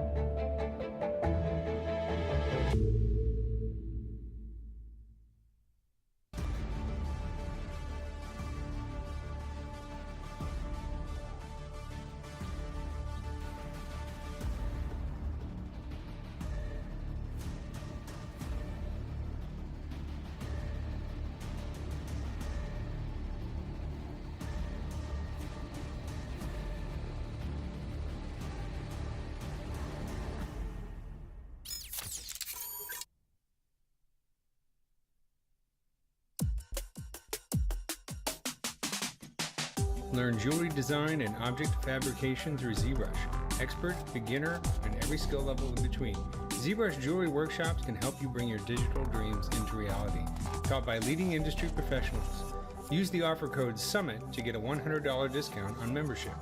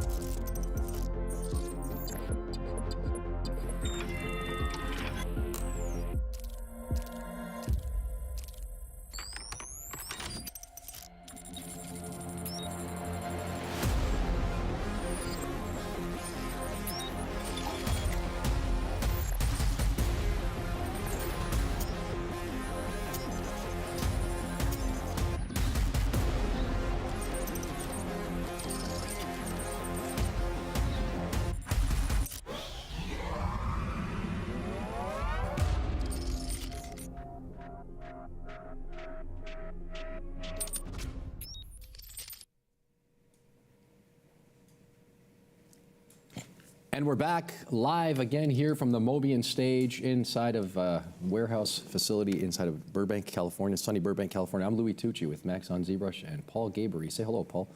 Hey, everybody. Welcome back. Okay. Excited for our next presenter. It's going to be a really fun one. Are you ready for it? Seeing. Yeah, go ahead. Haven't seen him in a little while. We're going to bring onto the stage live here Dan Catcher, the man himself. Here he comes, Dan the Man Catcher. Father of dragons. Hey. Master of monsters. All right. How's everybody doing? Oh, they're not there yet. Oh, they're okay. Oh, they're doing a little. Like he popped up into the virtual environment, Dan Catcher, looking larger than life. Wow, I'm huge. A virtual Dan. Not really, though. He's here. Wow. Yeah. I really look a lot more gray, I think, since last time you guys saw me, huh? I mean, it's just... Your skin complexion is just the same as it always has been. What are you talking about? Yeah, I mean, you know, I stay out in the sun, but yeah, it's definitely, it's been, what, 2 years since I've seen everybody? Yeah. At a minimum. Yeah. I think so. I've been in like a hole. It's nice to be back. It's nice to see you guys. Yeah, it's nice to see all of you. There you go. Look at this. I love it. What's happening? I love it. And we will I know, I'm so continue used to like a monitoring real audience, which is sad. Maybe They are real. They're real. Virtually real. Okay. Yeah. Yeah. It's good to see I know what you mean. Having the audience to talk to and mingle with is a different feeling. Yeah, yeah. So I miss that part, but I'm glad that we all get to at least see each other this way, which is fun. Well, thank you for taking time out of your day to come. My down. pleasure. Or actually, My pleasure. You came up, not down. You came up to us here in Burbank. Oh yeah, right. I'm coming from Culver City, and coming up to meet my good buddy Paul, Dr. Paul Zhivago, who just came on before, and we've been touring around. We just got back from Austin, did a tour at the prosthodontic. God, can't even pronounce these things correctly. That's how bad I am. Prosthodontics. Prosthodontics. Very toothy endeavor between the two of you, though. Traveling tooth show. You guys need a traveling T-shirt. Yeah, right? I swear, like the destinations that you guys are going to, in the back T-shirt, like one of those old school shirts. Yeah, you guys are everywhere. I was doing a very similar thing before the pandemic with Wacom. Yeah. Doing tours around Latin America, and I got to go to Ireland. Wow. Doing this whole thing. Where have you been? Tell us about it. So I've been so far with Wacom. I went to Argentina. I went to Mexico. I went to Brazil. I went to Colombia. Wow, that's awesome. And I went to the Dingle Peninsula in Ireland with a different company. So yeah, I got to travel a lot because of the Game of Thrones with the dragons, and people love that stuff. So and you've survived the pandemic. You're here live. I did. I'm a little sorry. If I seem a little sniffly, it's just simply because I got a little cold But I'm not going to get anybody sick. Don't worry. No. Tested I'm for not, everything. You guys. I'm not worried about that at all. Good, and you guys, of course, are safe where you are. They're safe. It's great to have. They're not within spitting distance. Yeah, there's no. It's good to have the like to father say. of dragons, the master of monsters, back on the stage with us here. We met, some years ago, you sat in the hot seat, but today it's a little different. There's not that fervor of the audience. They're tapping their keyboards and following along. How do you feel to be back doing another ZBrush Summit with us after all these years? It's fantastic. It's absolutely fantastic. I was just like, I'm just so glad to be out of my hole and out in the world again. But things have changed for you in some ways, very positively and drastically, and in others as well. Like I mean, like, so I'm kind of not doing the VFX so much anymore. I'm working in actually a lot of stop motion animation. Oh, wow. And puppetry animation at AMGI Studios at the moment. And before then, I was working at this place called Encore Visual Effects, where you'll be seeing some of my work coming out. Dead Boy Detectives, Doom Patrol, did a lot of work for those two shows. So that'll still be coming out. Really excited about the Dead Boy Detective stuff, and I can't show any of it yet because I don't think a single thing is premiered. But at least I got some B-roll stuff of concepts and stuff that won't be used. So you're going from digital in this case to physical puppetry. No. Well, yes and no. Because my plan is that we're actually, I'm still working in ZBrush in the computer, but we're going to print it out, and then instead of doing everything through rendering, we're thinking of actually doing like replacement head photograph. Oh, cool. We're going to see. We're still in the sort of beginning stages with our animations, but it's always a mix of both. There's always some practical or some digital elements, scanning. We use a lot of that technology, so we'll scan real models, bring them in, and I'll resculpt them in ZBrush as well. I like your energy today. He's standing. He's ready to motor. He's oh yeah, I'm like standing. I can't even move it. It's Dan. Well, yeah, it's Dan. morning. Obviously, it's been a while. You don't remember. This is Dan. This is how Dan operates. He's right on our level. Yeah. You right? Like, Yeah, I'm ready like, to go. I'm ready to rock. You know, like You're the rock. We're the roll. That's what we're doing right now. all right. So I mean, like, yeah, a lot of people, of course. Dragons. I would think that they would have maybe gone down in popularity after a while, but no, people are still obsessed with them, and people still want to make them. And every other day, I'm getting somebody that is asking me, how to make them, or what are your tricks, what are your secrets, what are your reference, where do you get your ideas from, and that has not died down. It still seems to be very popular. There's a lot of people want to know, and I think it inspires people to want to, make art. Is to make cool stuff. Everybody wants to make cool stuff. Nobody wants to make boring stuff, I guess, right? Did you think that when you started making the first one that you'd be all this way down the rabbit hole of dragondom? No. In fact, no. I honestly, for me, dragons. I love dragons, but for me, the whole reason I'm doing what I'm doing was to try to resurrect dinosaurs. I mean, honestly, when I was a kid, I became obsessed. I went to the Museum of Natural History. I lived in New York City for my entire youth. And I spent every weekend at the Museum of Natural History in New York studying dinosaurs, looking at them, being like, God, what does that thing look like if it were alive, Mm-hmm. And so I really have devoted my life to understanding anatomy, physiology, comparative anatomy, paleontology, so that, at least to me, that I could bring these things back to life as much as I can. And that was my goal. So I was working on Terra Nova years ago, which was a show Steven Spielberg was producing, which, I thought was going to be like, the greatest thing in the world. And I've told the story before, but essentially, Game of Thrones guys came at me and said, hey, Dan, would you want to redesign the dragon for our show? Because, we wanted something different than what we had. And I said, yeah, sure. And I really didn't think twice about it. It was like a dragon compared to a dinosaur, who cares? Dinosaurs are real. Dragons aren't. They're silly things. But I watched the show after I actually worked on the second season, and I was like, excuse me, I have to drink this water. I was like, holy cow, this show's amazing. This is, effing great. Okay, yeah, let's go with it. So Terra Nova got canceled. Game of Thrones stuck. Dragons, people loved them. I wasn't that surprised. I mean, I had already had, pretty good successes with McFarlane Toys years before that, making dragons. I noticed that even they're back on dragons now. Go figure. Yeah, I like that. There's a popularity of the dragon over the wolves. I like the wolves in the first season there myself, but I mean, yeah, to each their own. Yeah, I mean, so So they're still popular, and people want to know the secrets of them. So I guess I can, I'll share with you guys some secrets. Oh, secrets. Here we go. I like his face when he does that. Can you do that again? Can you look Somebody at was the asking camera? in chat, are you guys going to have look at tips and tricks? I'm like, the whole summit's tips whole and summit. tricks. Yeah. Here come the dragon secrets. Sit tight, buckle up. In the words of Paul Gabriel, we're about to take a wild ride into the ZBrush. I like the little graphic I saw on your ankle there. You got a little mushroom on your sock. Oh, yeah. Do you see my mushroom socks? You guys see that? Oh, my mic's falling off here. Uh-oh. As long as we can still hear you. You can still hear me, right? Oh, yes. All right. I can hear you. We won't fall out the world backside hear here. Yeah, but mushroom socks, Amanita mascara. That's all I'm going to say. That's it. We're taking Mushroom another socks. level here on the stage. You gotta love mushroom socks, you know? Yeah. So this is, I'm just going to... Are you microdosing or macrodosing? I mean, this is a big question to ask people these days. Just kidding. What's happening here? Uh-oh. Uh-oh. Hold on. Okay. Yeah, or I'll let this play. So essentially what I'm going to be showing you guys here, and I'm going to talk while it's playing, is some of my philosophy about how I'm working in ZBrush and why I know there's a lot of everybody's like, well, why should I learn ZBrush? Why should I sculpt when you have all these AI programs that are going to do all the art for me by just simply typing in a few words, right?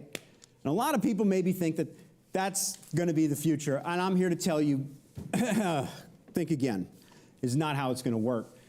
Unless you're satisfied with all of your characters having like 9 fingers on a hand and some goofy looking eyes and some really weird looking stuff, there's a reason why I do what I do. And a reason why when I make something, it kind of looks cool, or I hope it looks cool. And that reason is because it's all about form and function. Now the computer is really good at sort of looking at, like images and sticking them together and taking stuff that's been done and making something new out of it. But when I look at one of those images, I can always tell that it's made by an AI. I can see an AI image in a second. When I'm making something, I'm not just thinking about a 2-dimensional image. I am really thinking about what's happening inside of the body. Before I even put on a slab of muscle, I'm thinking about the skeleton. And now it's very convenient that Paul and I work together, Dr. Paul Zhivago, the dentist, because one of the first things that I'm thinking about with any time I'm designing either a character or a human, doesn't even matter, believe it or not, are the teeth. Teeth are so integral to what your character is going to be doing for a living. So in this case, I am really, when you're looking at what I'm doing on my screen here, I am just literally taking my dragon's teeth and setting them in the skull so that they function. Number one goal of anything looking good is functioning, right? When something functions well, it will look good. I promise you. Why? Well, an example would be if you think about what let's think about it like a Nissan Cube. No offense to the designers of the Nissan Cube. I don't know if you've ever seen a Nissan Cube. I prefer not to. Most people would prefer not to. I find it to be absolutely one of the most hideous things I've ever seen. Why? No offense to you guys, I'm sorry, but your car doesn't really function well. It doesn't look aerodynamic. You might as well stick freaking square wheels on the thing as far as I'm concerned, and the asymmetry of it offends me. I like functionality. So I saw you were using the gizmo duplicate. I am using the gizmo you had one duplicate. tube, and you're just duplicating with your gizmo. Just duplicating. And you'll also see, like, as I'm working now, I have kind of like a new process. Thankfully, you guys got incredibly smart and made it so that I can go switch between, what's that called again? Dynamesh and Sculptress mode. So right now, I'm working pretty much, I'll go from a Dynamesh, and where I need more detail, I'll switch back to Sculptress. And where I need to fuse things back together again, I'll go back to Dynamesh. So I'm constantly switching between Sculptress and Dynamesh. I do that How long are you staying in that, where you're in that Dynamesh Sculptress mode? A long time. You're staying in that for a long time. I'm going to be in there right up until the point where I need to put scales on a dragon. Okay? So for now, what you're watching is, again, I am just going to go in here, and I'll fast forward a little bit through this stuff. But essentially, you're watching me sculpt like bones. And of course, I'm going to set eyes into the skull right away. Again, functionality. And once things start to function well, also too, you'll notice like there's holes in my skull here, right? Why are there holes in the skull of a dragon? So you guys that are making dragons at home, right? Why do dinosaurs have holes in their face? Anybody know? You've seen a dinosaur skull here. Let's just stop this for a sec. All right. And let's just look at my little Spinosaurus model here. Oh, okay. Hold on. Okay. So you look here at a Spinosaurus, and you see there's these big holes in his face. Why? Same reason you put holes in big metal sheets so they don't get too heavy. When something this as big as a Spinosaurus, right, that skull is really heavy. If you've ever, I once had the fortune of Breathtaking. Lifting an elephant skull when I went to the zoo, and I was amazed at how much that weighed and how big it was. You can't lift an elephant skull. No. No, no way. No way. That's breathtaking. That's an amazing piece. Where is that one? This one is, I don't know. I just found it. Okay. I just found it online. I was like, oh yeah, because and again, like when I talk about functionality, you know, I'm always looking for something that's functioning well.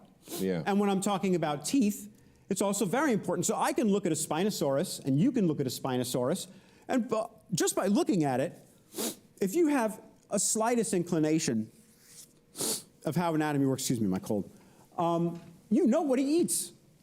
You can tell what this thing eats just by its mouth. I know what he eats. He eats fish. Why do I know that? Because look at the curve of the jaw, right? His teeth aren't straight. Dan, take this. Oh, thanks. Thanks, Stanley. Oh, yeah. Thank you, guys. Oh, allergies, colds. Oh, it's killing me. Don't ask me why I had a box of Kleenex under there. Any case, so again, when I'm designing a dragon, I'm thinking about what it's eating. In this case, dragons, what do they eat? I guess children. Don't go into the forest. People, cows, you know, fun stuff like that. Or sometimes I make a dragon and it's like more Asian style, and I'm just, you know, having some fun.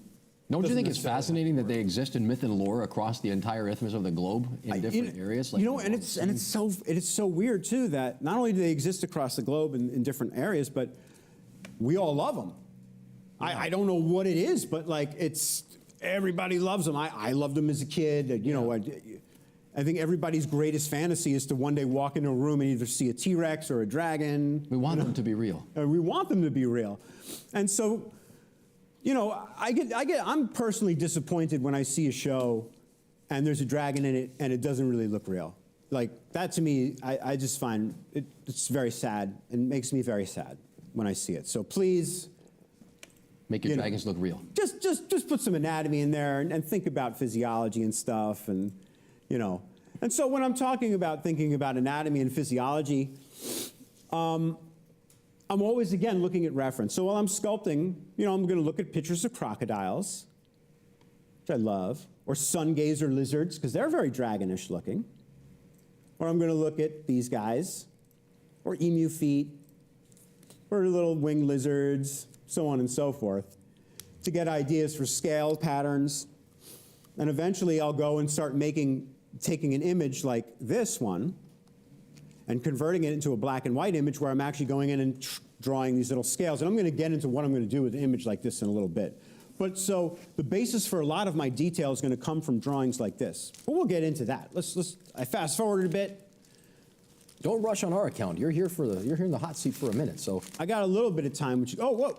No, we're not going in there yet. I was still on the video. Ha, ha, ha. All right, well, let's skip this video. And let's go to the next video. So we can get a little bit more idea. So eventually, after I get done, try using VLC. Right-click and do VLC. Yeah, that's a good idea. Okay, here we go. Oh yeah, so this one's going to move a little faster. Before you go faster, I just want to tell you, I really appreciate that there's not an inconsistency to your level of energy across the years. You are still the same zany fellow that you've always been. You deserve the accolades. I'm so glad that you're here to be with us. On behalf of myself, Louis Tucci and Paul Gabriel, live on the ZBrush Summit floor. I can't believe you're back with us, but the same exuberant energy and boyish charm. Carry on. All right, boyish. Yeah, God, I look like an old man. And I got to go see Dr. Z about my teeth, but that's a whole other thing. Me too. That's two of us. You should. The guy's amazing. Oh, my God. What's happening here now on your screen? We're moving at the speed of the flash. Wow. This is actually real time, me sculpting. No, I'm kidding. Maybe I should slow this down a little bit and kind of show you what I'm doing and how I'm doing it. So one of my big tricks here, this is a new technique where, oh man, forget this stupid video. Let me just show you live. Let's go live. Let's do it live. Do it live. Do it live. We're doing it live. Can't hear you, Kandari. So later on, I'll show a more completed version of this guy. But essentially, when we're making a dragon, let's you know, I'm going to take it down a little bit just to kind of show you guys.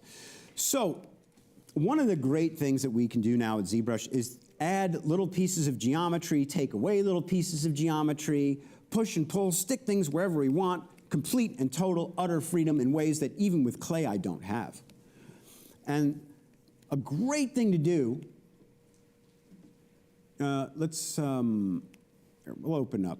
I like your pace, Dan. I really do.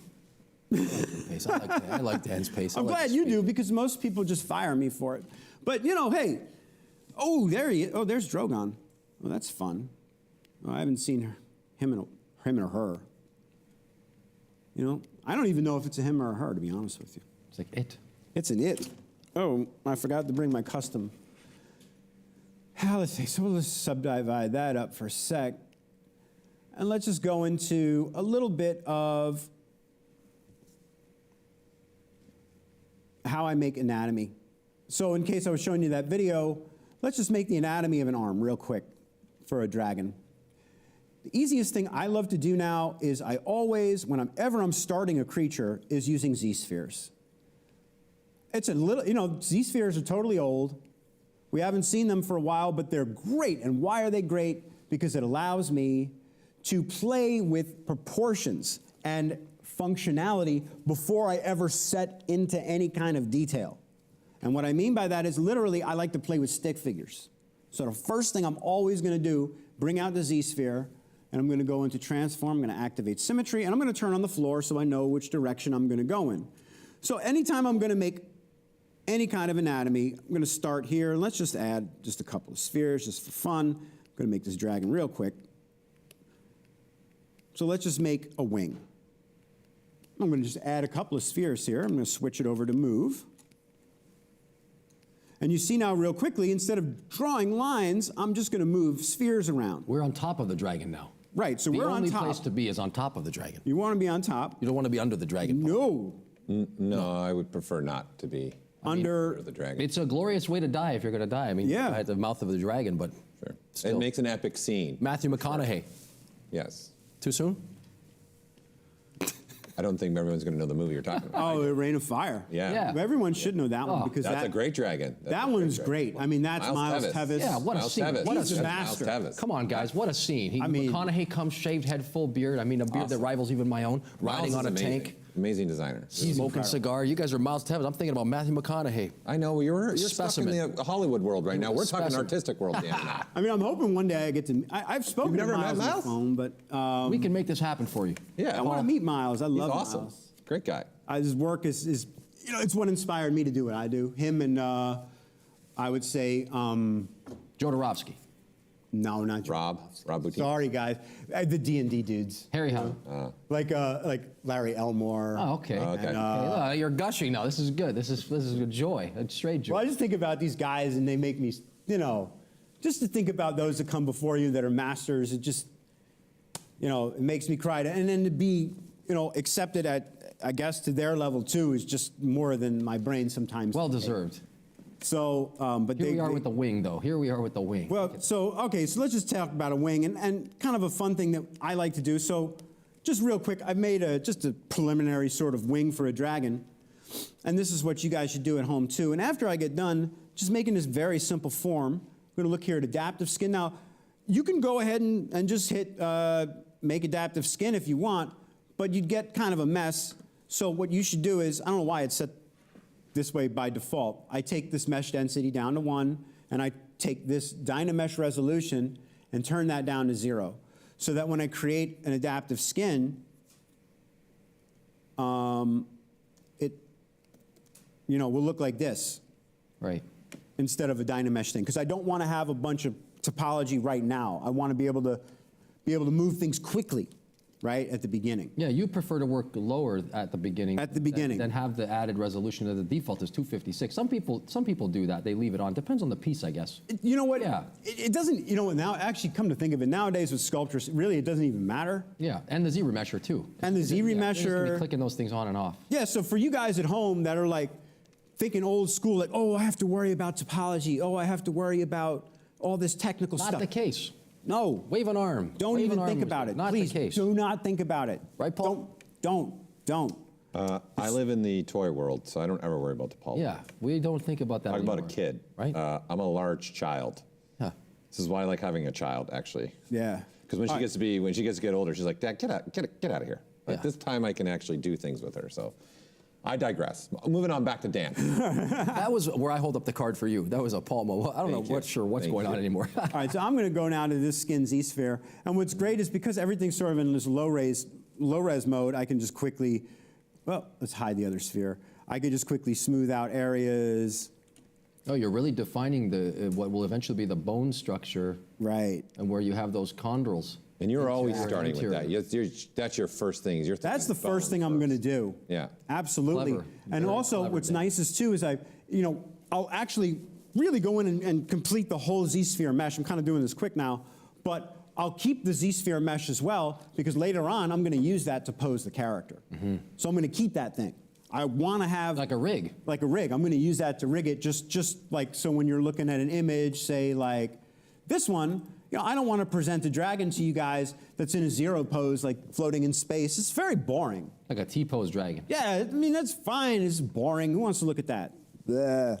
So when I present something to a client, I want to at least make it look a little exciting, not something boring, and I'm going to put it in a pose, and I'm going to use the Z-spheres to do that. But more, if I had another hour, I'd show you guys how to do that. I like the sound you made when you presented the ape. Did you catch what he did there? That was good. I did that again. I rewind that tape there. It happened so fast like it never happened at all. Yeah, you did it again. I do the blah. All right, so in any case. We got the audio bit here. What we have now, too, are some really great new tools. What I love to do is use balloons instead of just muscles. Look at this guy, balloons even. Look, yeah, so I'll go in now and I'll say, all right, so where's this is a wing, this is the forearm, it'll say this is the, whatever, the arm. We got you. We get it. No, we're with you. And all you have to do now, so you say, well, I need a muscle to sit on this bone. Okay, so I've got, instead of mask pen now, I've got mesh balloon, and I'll just, I draw a little balloon here. Jumping jillikers. It's as easy as clicking and dragging, and you've got yourself a muscle. How long have we been waiting to use that one? Jumping, excuse me, do that one again? Jumping jillikers. It's as easy as clicking and dragging a shape onto the canvas. I can't believe it. Do it again, Dan. Oh, yeah, here, okay. I know. Watch this. Oh, wait, my hotkeys. Oh, wait. You know what? I should have set up my hotkeys. Oh, that's but okay. BM, move elastic. That'll work. Oh, yeah. Look at this. Wow. Well, what happened there? Doing some funky stuff. In any case, what we do want, though, however, is we do not want the muscles and the bones right now to be on the same object. So first thing I'm going to do, even though I've created one muscle, is I'm going to separate this muscle, and I'm going to say split hidden. Hey, that's because they have polygroups. Well, they have polygroups, but there's another reason. There's another reason why. And that's because form has to sit on top of form. And we want to be able to pull muscles around bones so that we actually get intersection points. So the only way we can do that is by using this little tool called snake hook brush. Wow. So I'm going to go ahead now, open up my snake hook brush. Where is this snake hook? Wait, B-S. See, I have all this hotkey, B-S-A. No, it'd just be S. Oh, just B-S. And then you'd get the S brushes. Snake hook. There you go. Where? Oh my God. Oh, I can't find it. Right there. Stop. To the right. Oh, there it is. Snake hook. There you go. And it's going to give me this warning. It works best with Sculptris Pro activated. And you can go ahead and activate Sculptris Pro or not for this part. Doesn't matter. But what's nice about this snake hook brush is that if I hold it down in the negative while I'm drawing, it will pull my form over the surface and allow me to wrap around. Wait, say that again? Okay. When you hold it down in the negative. when you hold do it you mean by down, so instead of, so see it's on minus? Right. Right? So if it's on minus and I pull, it'll follow the surface. Yeah, he's using the Alt key. And and now if I mix that with Sculptress, it'll follow the surface, holding down the Alt key, and I can pull it out almost infinitely to make a muscle, and I could smooth it out too. So at this point now, yeah, we're going to switch to Sculptress mode. Right? Somewhere there's a kid watching you do this. You want to make sure they get their hotkeys. So that's an Alt right there. You hold the Alt and Hold the stay on Alt. phone. Wow. And you're doing the mask again. And we'll do another little Get that. Isn't that sweet? a little thing, and then I'll use my snake hook brush. And again, one of the other tricks too, and this I learned from sculpting. Traditionally, in New York City, I went to the, it was called the, excuse me. It was called, Central Park? no, not Central Park. Talk about his- The Art Students League of New York City. Ah, okay. I'm messing with you. I knew that. studied figurative sculpture at the Art Students League of New York City, which I think is still there. Oh, yes.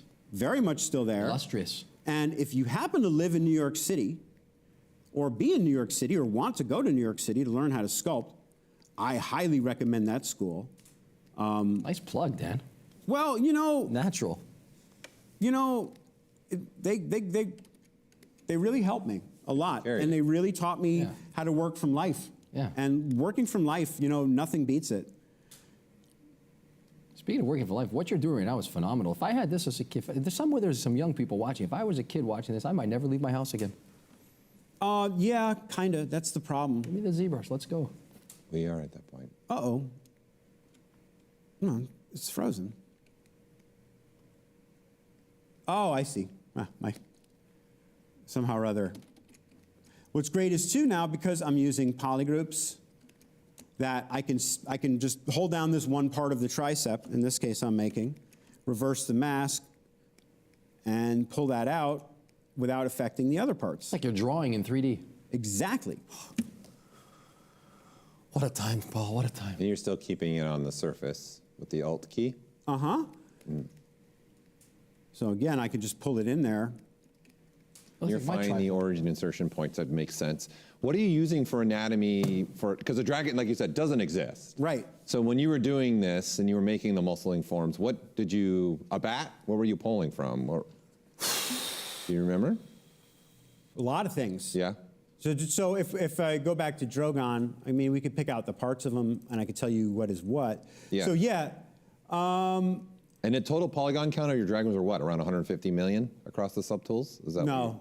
For Drogon, the Yeah. completed Drogon was about 200-something million. 200-something million? So really, what it came down to was, like, for this version I have, let's just hide the Z-sphere.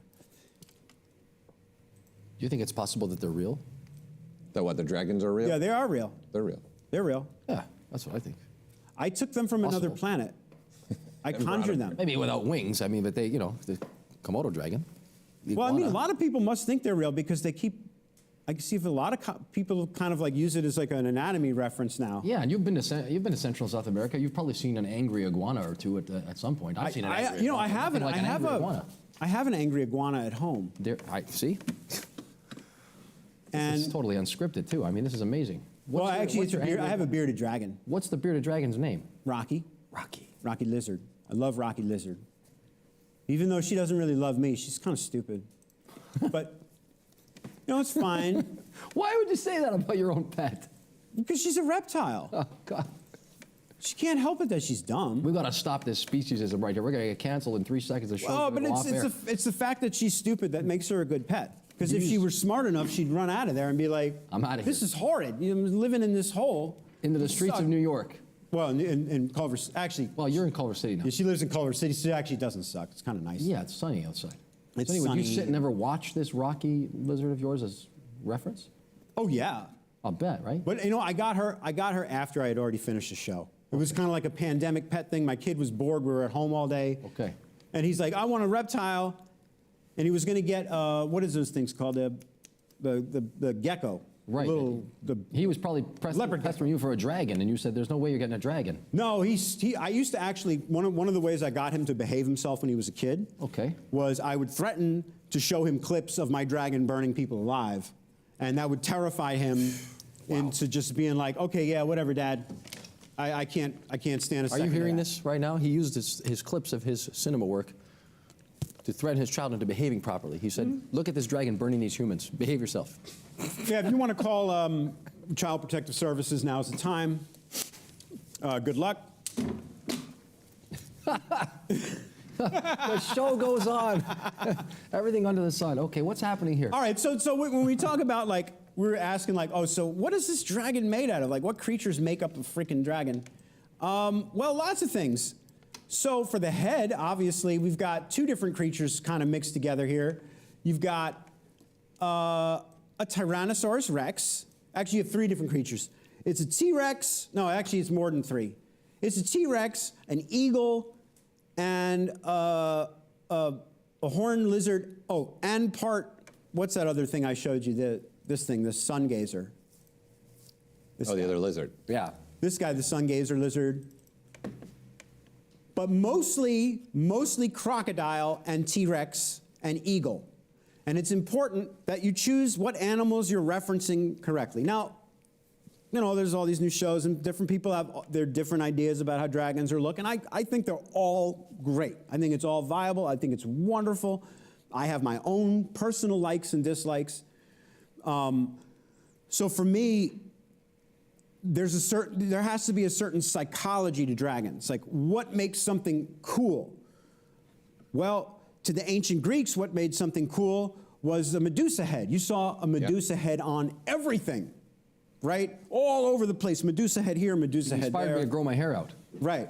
Or a hydra you'd see a lot of in their Greek culture. So why? Headhunters would put the big scary skulls, right, to decorate their homes. The Aztecs obviously had some very scary art. But the one thing that all these guys have in common is that they found the most dangerous animals, those things which make us afraid, and they took those and made those into deities, right? So when we're talking about dragons, we want to find those creatures that we fear instinctively, right? What is it that makes a crocodile so scary? Probably the fact, well, this is actually an alligator. But what is it about an alligator or, say, a crocodile that makes them both cool and scary looking? Well, they've got all the scales and all that great detail and stuff, right? But it's that weird smile that they have, right? If you notice this, no matter what you do, my dragon has the same thing. When he closes his mouth, he smiles. Why does a dragon smile? And why does a crocodile smile? Are they happy? No. It's just simply because that's how their jaw functions. It just happens to function well to have that curve on that upper part to pull the masseters in. So, it's partially psychology, but also mostly functionality. And the two have to work together in order to get what I consider to be a successful design. It's a good little observation, good little tip. The small things sometimes pushes the realism. Yeah, and it's going to be a collection of functionalities too. Yeah. You know, like, you don't think about it, but we are predisposed to find things that aren't functioning well.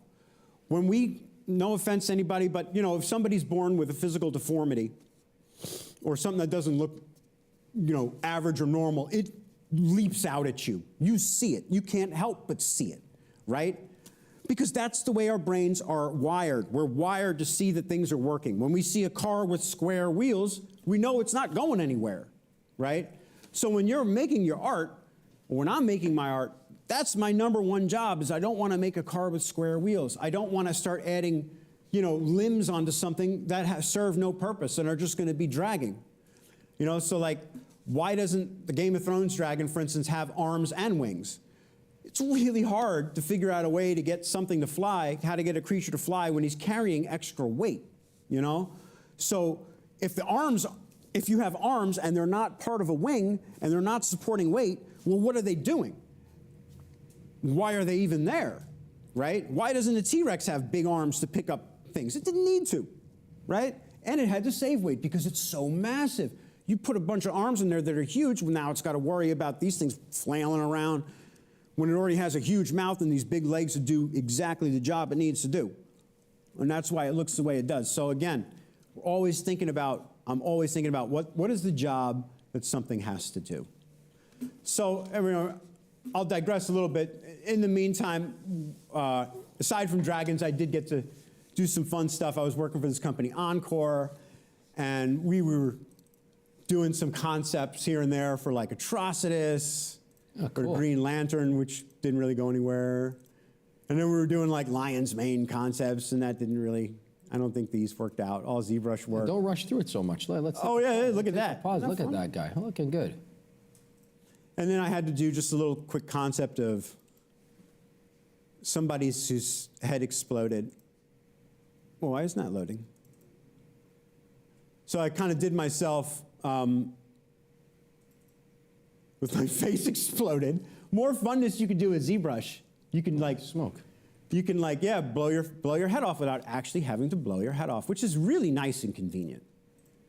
Or sometimes it's something simple like there was this guy, Isamat Cole, another just little portrait from Green Lantern. Fun, because he has reptile scales. That's really neat. Yeah, that was neat. Leave That's that a up there fun a little second. guy. Look at that. Really fit in that Green Lantern costume. I like it. Yeah.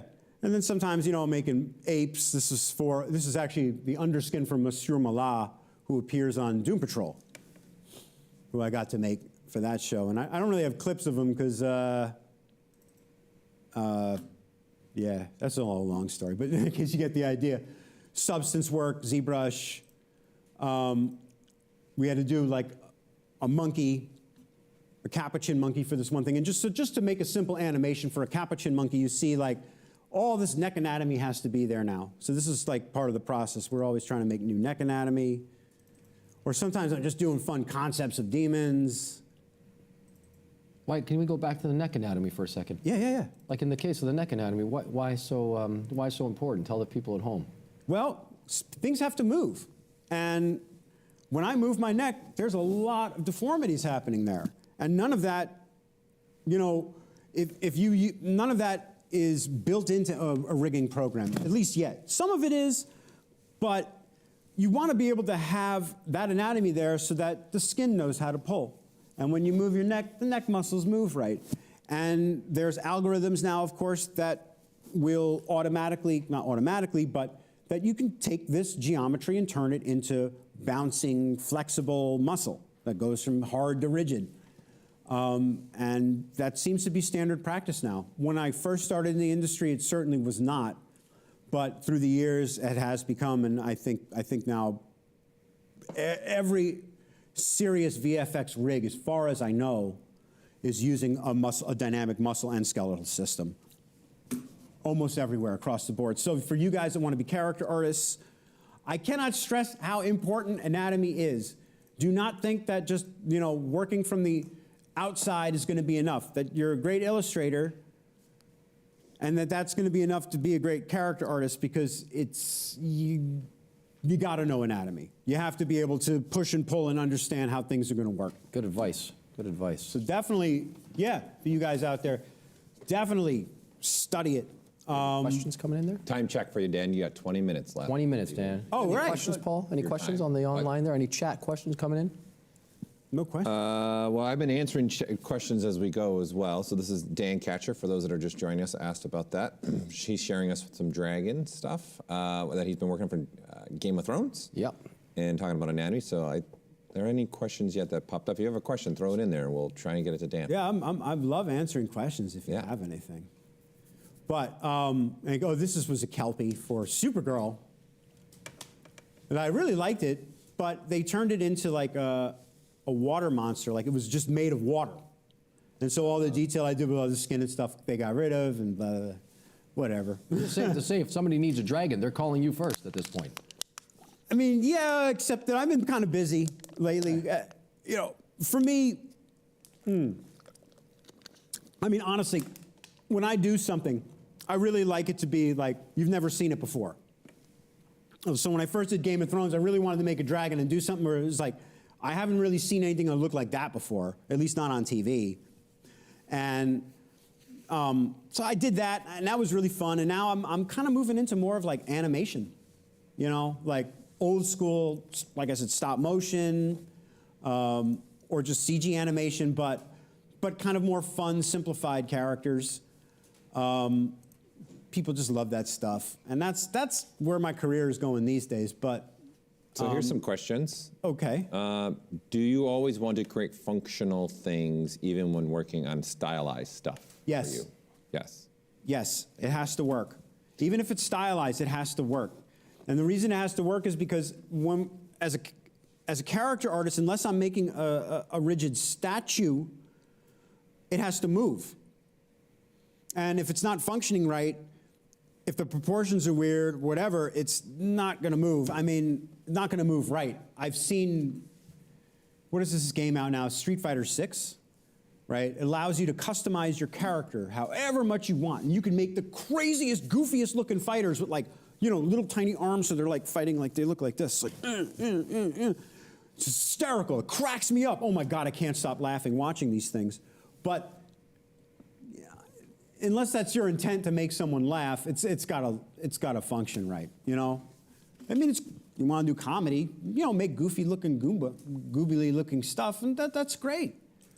But if you want it to actually look good, it's got to work. So even like something like as simple as, let's say, we'll look at the Grim Reaper here I was making, this little concept. For me to even like move, there has to be some flesh on the bones to animate those bones, or it's just animating by magic. So just covering up, like if you're going to do a Grim Reaper, just covering it up with some flesh to at least give the illusion that he's moving and not just some magical creature, I think makes it a bit more scarier, you know? Functionality, it works. You know, when you think about a tiger, tigers are gorgeous creatures. I love tigers. They're my favorite creatures on Earth. Real creatures, that is, or still living creatures. So here's another question that may be also asking that. Let me see if I can. Someone was asking why you had some skin along the mouth of your dragons. Let me see. It was by Moshe. Why the skin on the edge of the mouth for your dragons?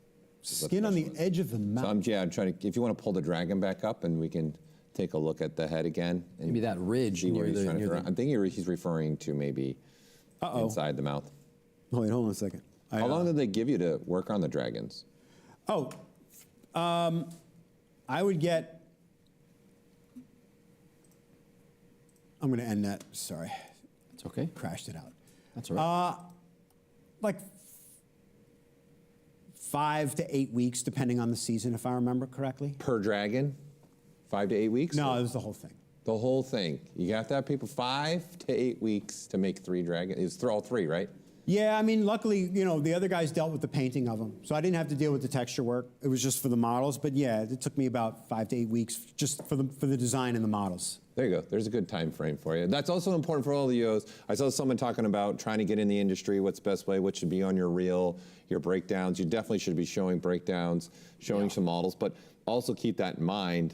Any studio isn't just about only the artwork, it's about how much time, too, it takes. So this is a prime example. He got 5 to 8 weeks to do 3 full dragons for Game of Thrones. Production-ready dragons. Production-ready for the world's most so that's Emmy-winning program program that you should practice with and speeding up your sculpting process as well. Yeah, so part of that is also, so I have a little bit of time, I can kind of talk about how to make things faster. Aside from just making the bones and drawing all that stuff and welding it together, I should go with a little bit of how to make all the detail, because a lot of people are really obsessed with that part. Or you can make a Baphomet here. Here's the devil. The image work. You mean talk about your image? Yeah.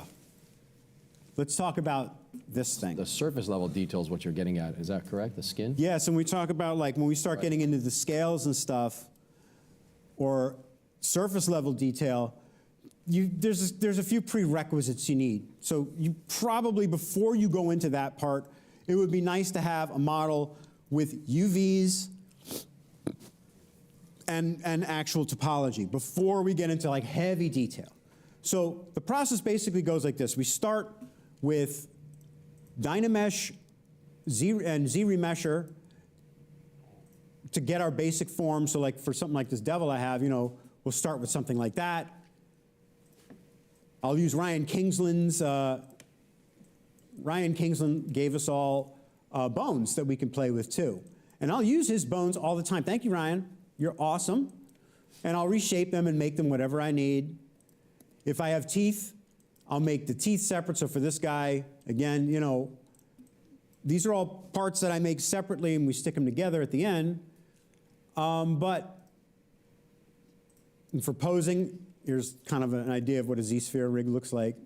So I'm making a rig that looks like that so I can pose a character so we get that pose. But detail, I do want to talk about that.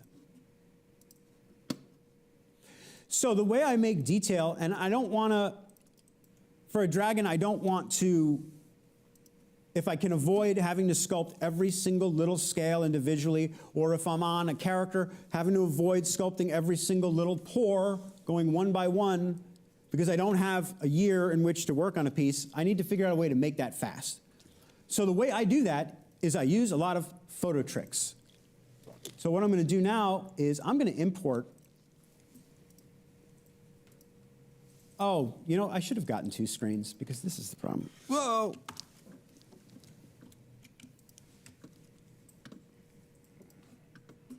Oh, maybe I could just do it this way. Aha!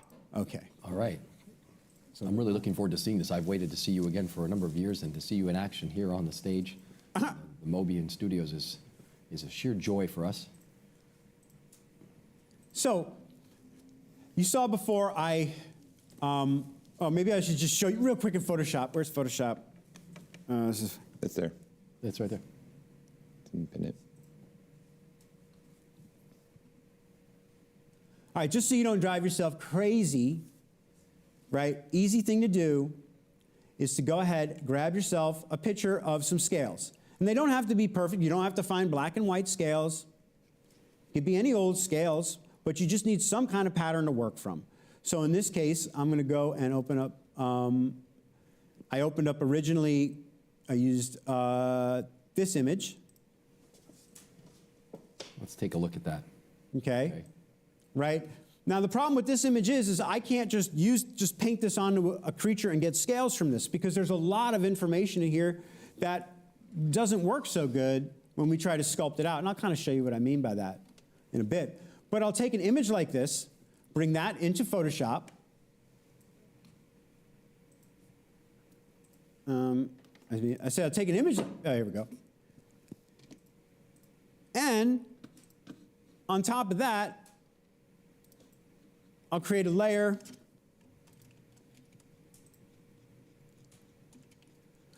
so that I'm basically going to trace out the patterns of those scales. There's a little offset here, but you get the idea that I'm going to go in with black and white and trace out the patterns of that scale to make an image that looks like this. This is an image that now I can use to start actually sculpting my scales into, because I need to be able to separate each scale out. And I need to, in order to use certain kinds of masking, I need to have basically a clean graphic black and white image to start with. So I'm going to take that image now, and I've made it, in this case, to make my life easy, I've made it on the texture itself is on a square 20 by 48 by 20 by 48 image, or it could be a full 4K image depending on how much scale or how big it's going to be. And I can just simply go in here and say texture, and bam. So now, excuse me, I've got the texture right here on my piece. And what's great is there's a little thing here called... And you're just bringing it in through the texture tab there? Yeah, that's it. Bump Viewer Material. So what Bump Viewer Material is going to allow me to do is to get a three-dimensional kind of preview of what I'm going to see when I start displacing out that black and white information. So from here, I'm going to go ahead now since the polyplane is only 1,000 polygons, that's not really enough to sculpt on.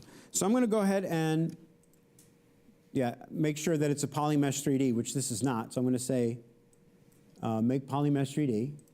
Oh, it got rid of my texture map. That's all right. We'll put it back on there. Just turn it back on. And now I can go ahead and subdivide up this polyplane.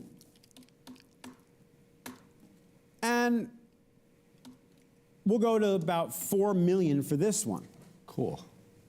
And also what you're going to want to do is go into your material and go open up your modifiers real quick, and you'll notice that there's this little thing when you're using Bump Viewer Material called Color Bump, and it's set by default to -5, and let's just set that to -1.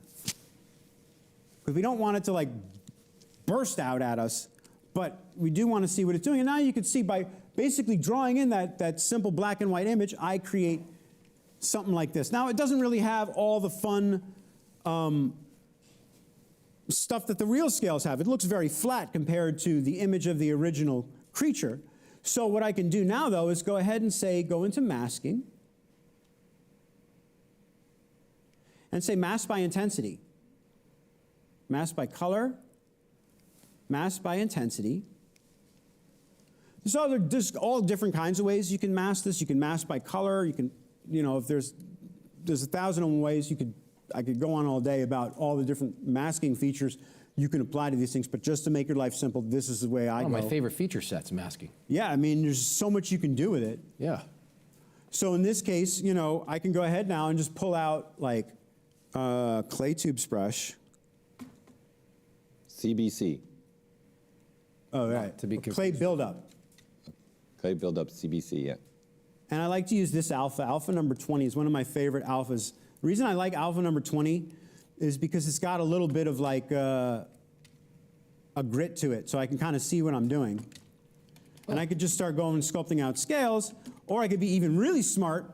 And now since you guys got so awesome, you made this thing called thick skin, now we really get into it. So it's important to have a thick skin when you're a dragon. yeah, thick skin basically allows everything to just be at a certain level.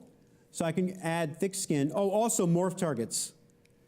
So before I start sculpting anything, first thing I want to do is I'm going to store a morph target. Reason for that I'll get into in one sec.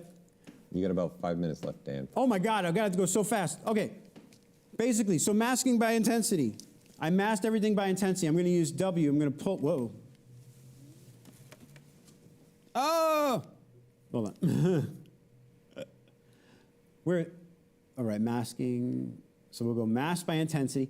You have to forgive me. I have everything like usually so like hotkeyed that I would go so fast you wouldn't even see what I was doing. No apologies necessary. All right. So mask by intensity. Mm-hmm. You can't see the mask because it's a bump viewer material, but just know that it's there. Because now if I just use my manipulator brush, now look at that. I could pull it up and I get scales. And if I don't like certain parts, right, I could go and pull out my morph brush and go morph back.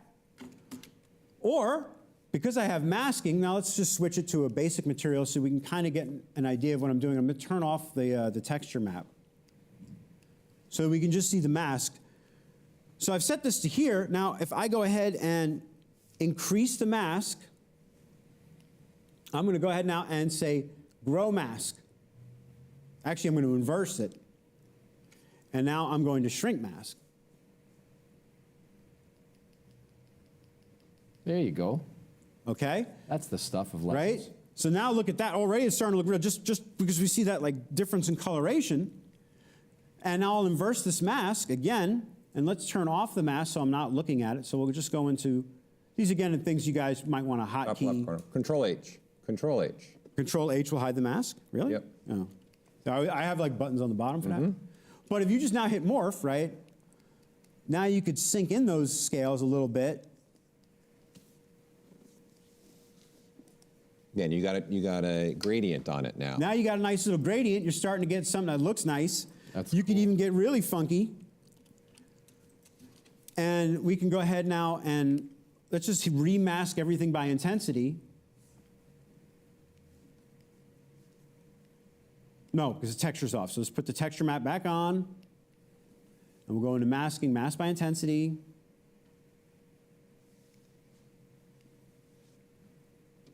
And I'm going to turn the texture off again real quick so we can see what we're doing. And I'm just going to go ahead now and inflate a little bit. A little smooth, but okay. So now we very quickly here got some really cool scales that are not on a dragon, that are instead on a flat plane. So what the hell is that going to do me? Well, what good is that going to do me is now I'll just take this image and I'm going to align it here real quick, and now I'm going to convert this into a three-dimensional alpha by just simply going grab dot. There's other ways. There's fancy ways too. I can get into like making overlapping scales using vector displacement maps and so on and so forth, but because I only have 5 minutes, this is kind of a great way just to start laying out surface detail, and I recommend this technique on any kind of thing you have. So in this case, I'm going to go to this devil creature here I started making. And right now he's got kind of all human skin and pores, but let's give him some reptile scales instead. And so the way I can do that is I'm going to turn off the color. Now I'm just going to smooth this out real quick, just so we can start putting reptile scales on them. And I'm going to take this black and white image, and I'm going to say make texture. I'm going to take that texture now, and I'm going to add that to my spotlight. I'm going to flip it. Oh, no, I don't have to flip it. But most importantly, it's wherever is black is now, you know, kind of see-through. So I'm just going to turn the intensity up a little bit, just so it's not completely, you know, doing the crazy stuff. And shrink this a little. And I'm also going to turn on opacity so I can kind of see through it a bit. And now what I can do is I can take my devil guy. Actually, let's flip this around the other way.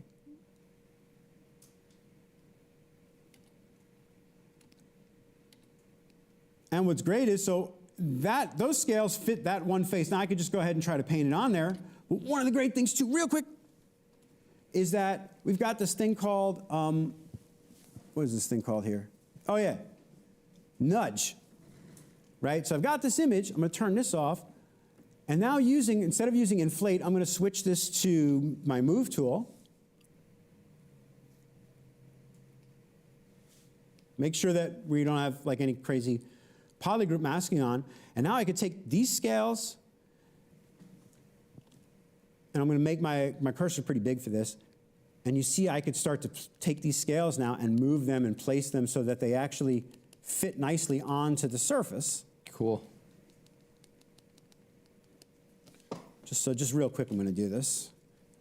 And what's great is too, unlike Photoshop, you can like smooth this out just by hitting smooth, and instead of it like a relax feature where it returns back to where it was, instead this will just kind of relax it, but without having it go all the way back to its original points. And I can give them like scaly lips or whatever.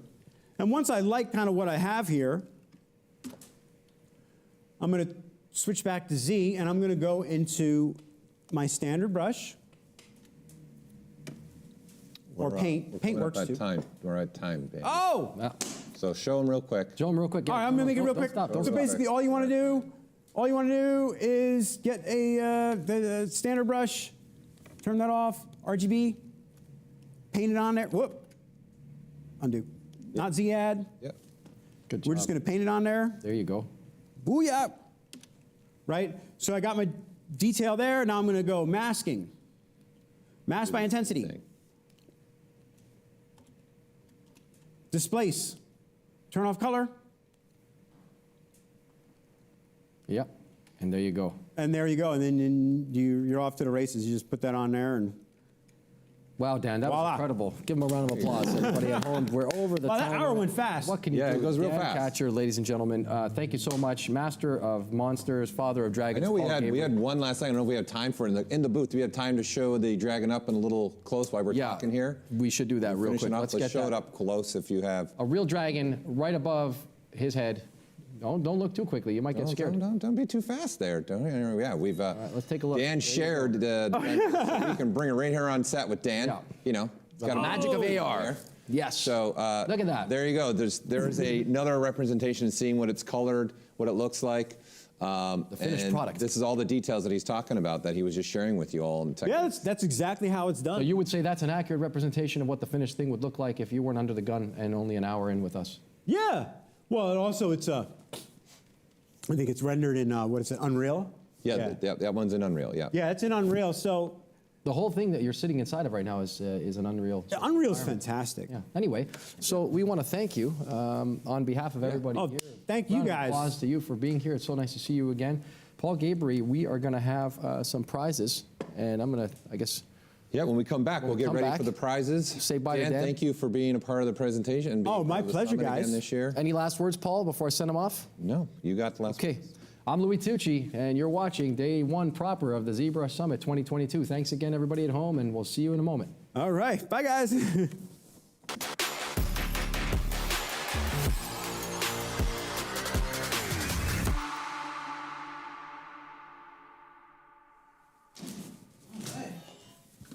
All right. back to do some giveaways. As always, I'm sure you guys have seen it on the screen and in the chat, the link that you need to go to do the giveaways. So I'm going to start with a 10-week online course for Gnomon. That's the Gnomon School. The beauty about this is it is an online course, so wherever you are in the world, you'll be able to take this course with the instructor online. So let's go ahead and draw that winner, and let's see what we've got. And then again, as always, please excuse my pronunciation. Bruce Krodnik. Bruce Krodnik.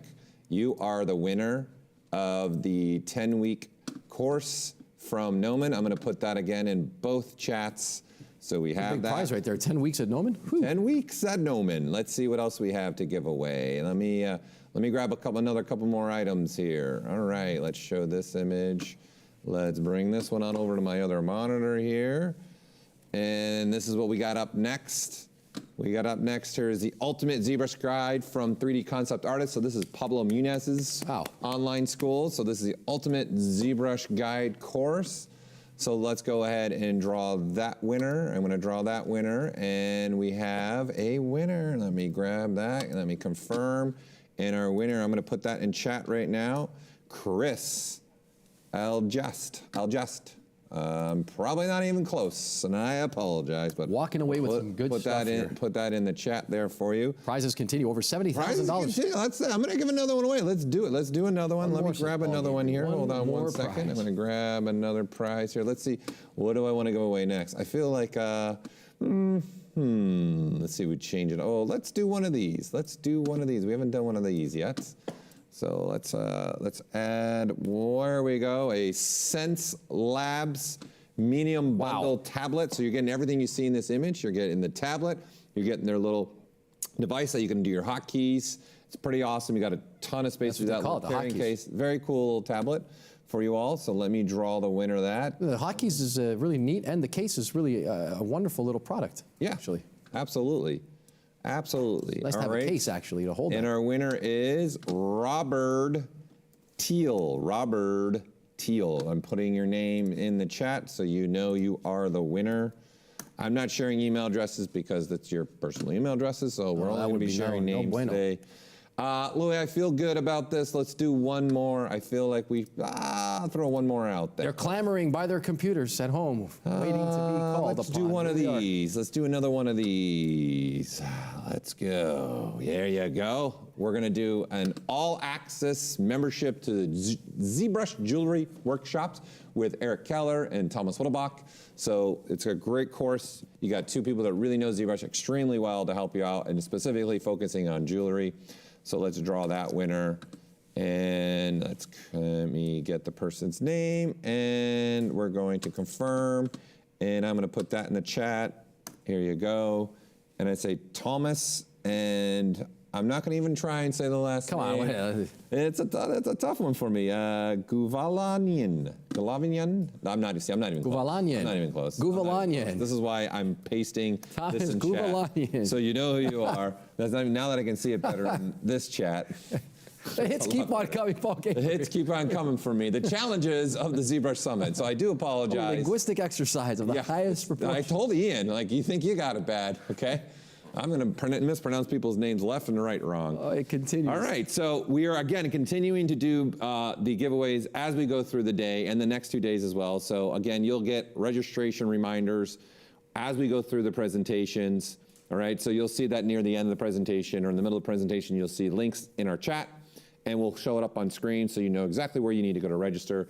Some of you are asking about the 25%. That is going to be towards the subscriptions of either ZBrush 1 year or a Maxon 1, 25%. You will receive that at the end of the summit.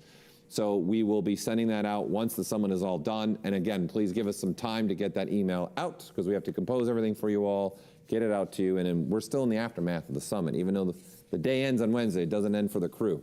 So we'll be right back. We got a really exciting presentation. This is one of these unique ones, never before been done. Never. Really excited about this one. This is going to be great. So we'll see you in a little bit for Sideshow. Sit tight. And then we'll also like to say special thanks to our platinum sponsors, NVIDIA and Dell Technologies. For being a part of our ZBrush Summit. Again, I'd like to also take special thanks to Dell Technologies and NVIDIA for being our platinum sponsors. And now we're going to send it to our reel, and we'll see you just in a bit for Sideshow.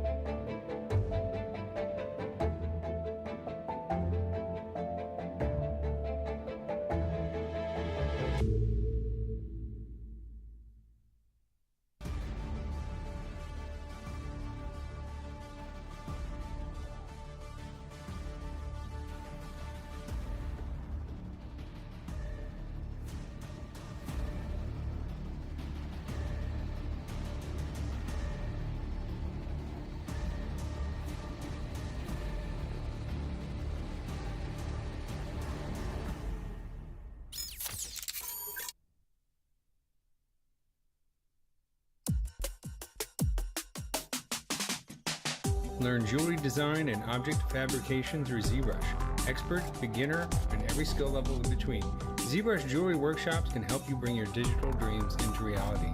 Taught by leading industry professionals. Use the offer code SUMMIT to get a $100 discount on membership.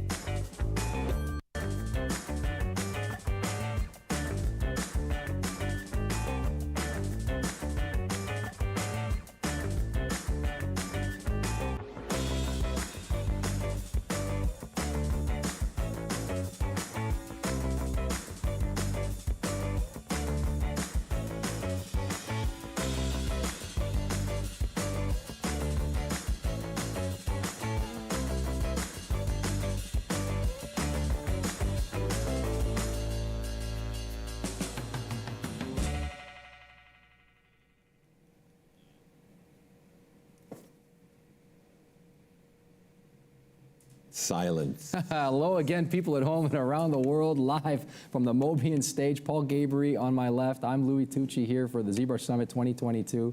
We've had a cavalcade of a morning. We got to the tooth of the matter. Both Dr. Zhivago and Dan Katcher bringing us, what?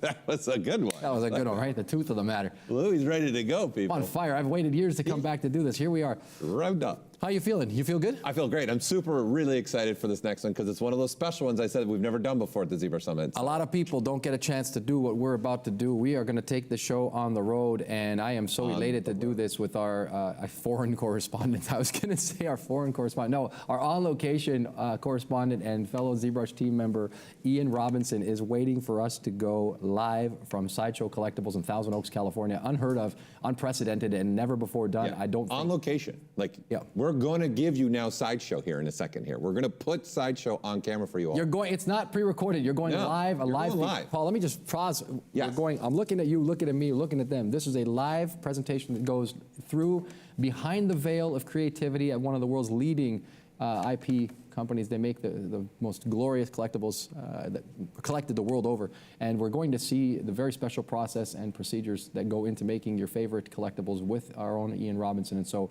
without further ado, I guess I'm going to hand it over to Ian Robinson on location on behalf of myself, Louis Tucci, and Paul Gabriel here in the Mobian studio. Let's take it over to Ian.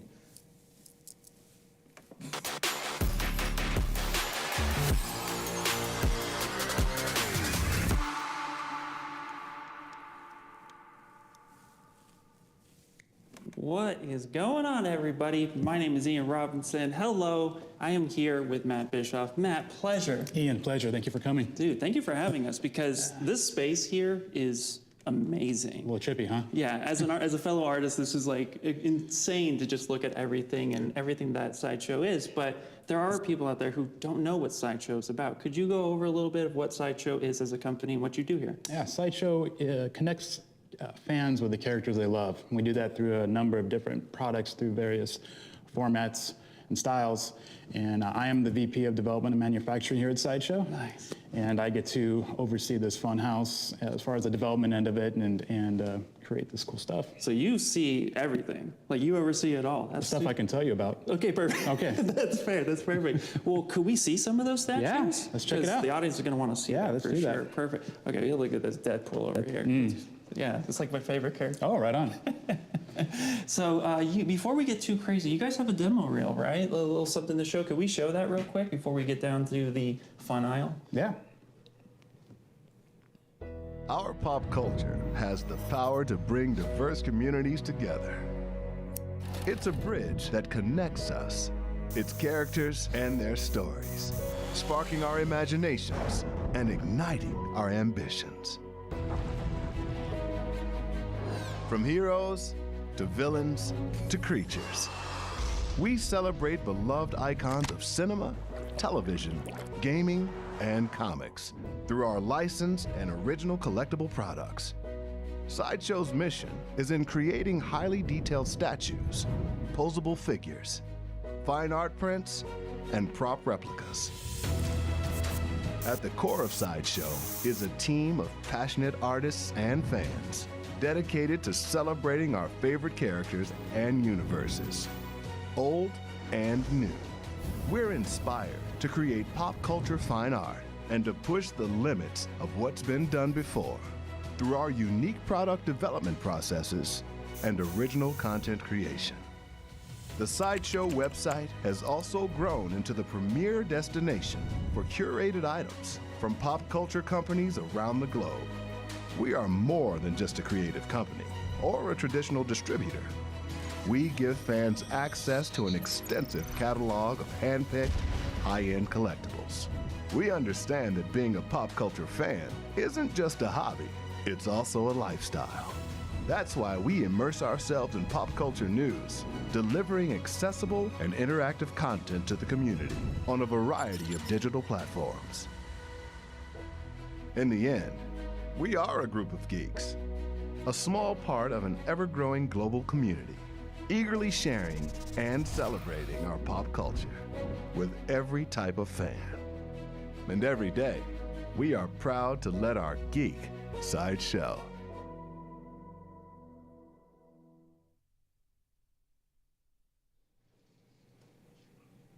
All right. So as you can see, just that reel on its own is super amazing. And so, I mean, Matt, dude, This is such an Something else, honor. right? So yeah, something else. So let's take a look at a few of those let's do it. pieces. Yeah, let's go through here. Honestly, the one that sticks out the most right out the gate has to be that Joker. Oh, Can you Joker. tell me about that Joker a little Yeah. bit? Because it's one of my favorite DC villains. Yeah. You know, I think it's a lot of people's favorite DC villains. Yeah, pretty badass. So look at this detail. I mean, so tell us a little bit about this. Who did this piece? Martin Canali. Oh, Martin, awesome. got down. We're gonna be talking to him in a little bit. cool. Yeah, Right on. yeah.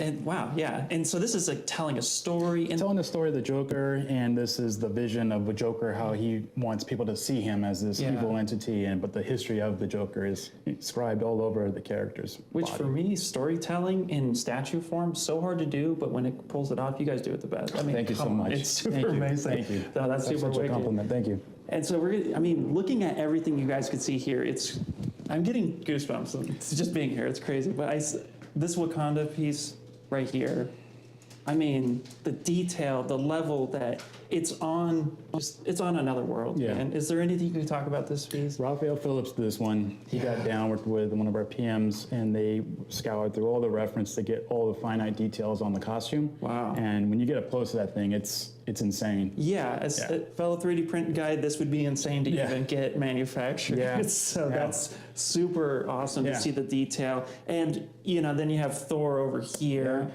That's Danny Bell, correct? Danny Bell, And, top starter. I mean, wow. How heavy is that? Is it? Give it a shot. It's yeah.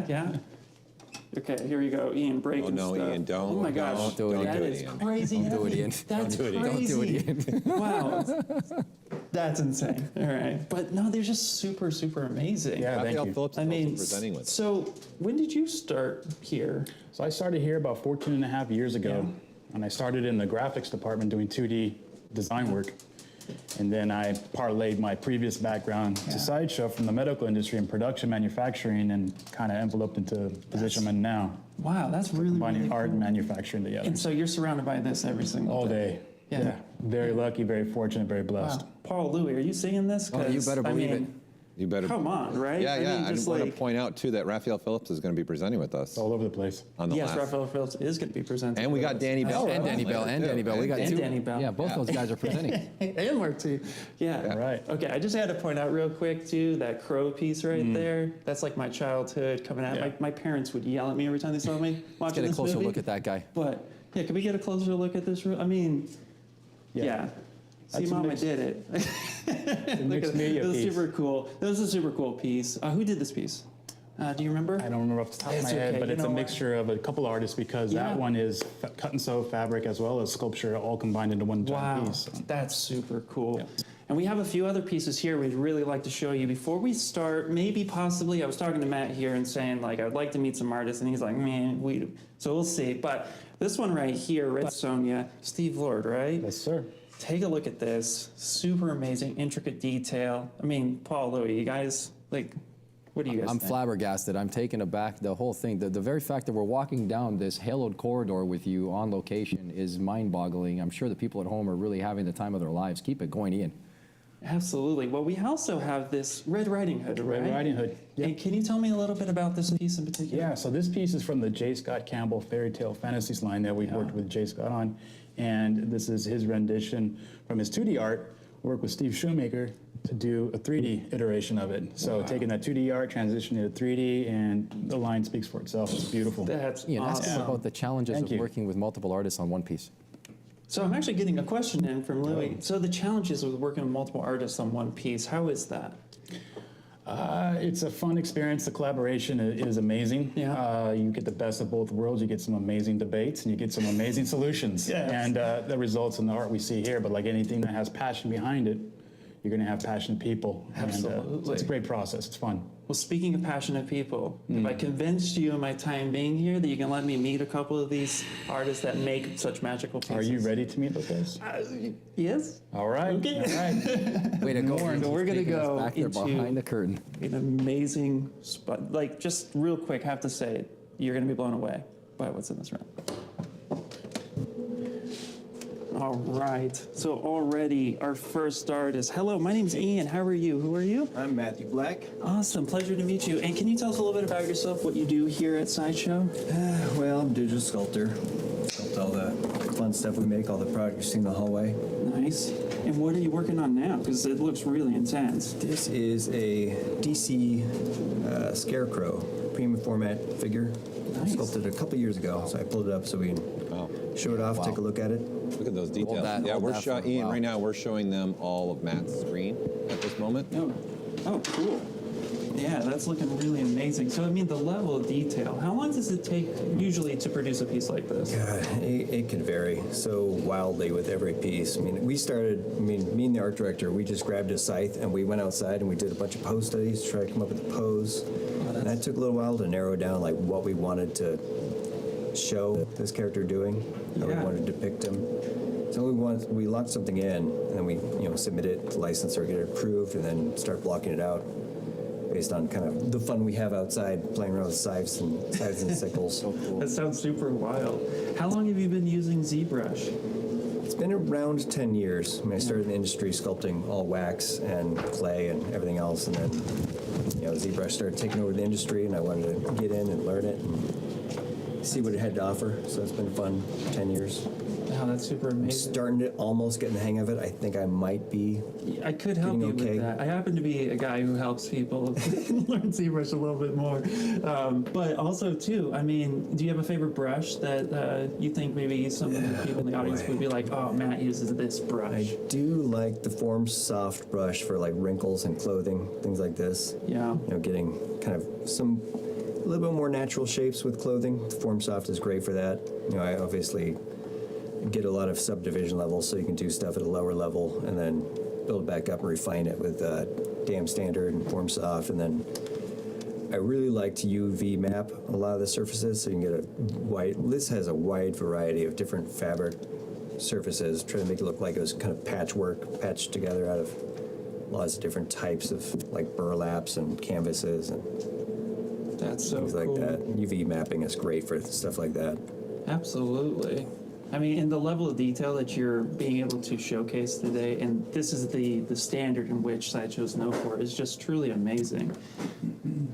Yeah, really Thanks. cool desk area you got there, by the way. Try to get every little nook and cranny as detailed as possible, going into the skin and getting skin textures and fabric textures, hair textures. So do you like to go outside and play with dangerous toys so that you can pose and make sure it's right? I think it's helpful every single time we're exploring a composition to actually feel what it's going to feel like. So you want to try to, like, even during the process, I'll get up and try to, like, mimic the pose just to feel what your muscles are doing. Yeah. Especially with a weird, complex pose like this where somebody's, like, really rearing back with a weapon. You got to feel the weight of it. Yeah. So it's always helpful, no matter what the project is, just to get into the pose or see somebody in the pose and then photograph them and then have that as reference while you're sculpting it. That's so amazing. And what would you say maybe has been one of your favorite or more fun projects you've worked on since you've been with Sideshow? That's a tough question. I mean, I think one of the earliest projects I worked on was a Jack Sparrow premium format figure a long time ago. And I think that probably stands up still as being one of the most fun projects just because of the weight distribution and it has a lot of accessories I got to sculpt and lanterns. It's such a wide variety of stuff. That was fun. I mean, God, putting me on the spot. I think all of them have different unique challenges for every project. It's fun. Yeah, absolutely. It's fun just to make toys, make shapes. Absolutely. Now, you brought up UVs when using, going through making details and stuff. Is that something that you kind of developed along your way when implementing ZBrush in your workflow, or is it like just kind of something that you've really just decided, hey, you know what, I'm going to do this? It's something, I mean, working in-house amongst a bunch of talented artists, you see other people doing stuff, like, how did you do that? And then, you pick each other's brains, show each other techniques, different ways to use the program. You really kind of feed off each other's very hive mentality. That's so awesome. It's something that I liked incorporating that I've seen other people do and learn from others. Yeah, it's great working around when you get so many talented people. Oh, we have a question coming in. Go ahead, Paul. Yeah, so they were wondering, how does he start his models off? Is he just using low poly sub D, or is he going right into Dynamesh?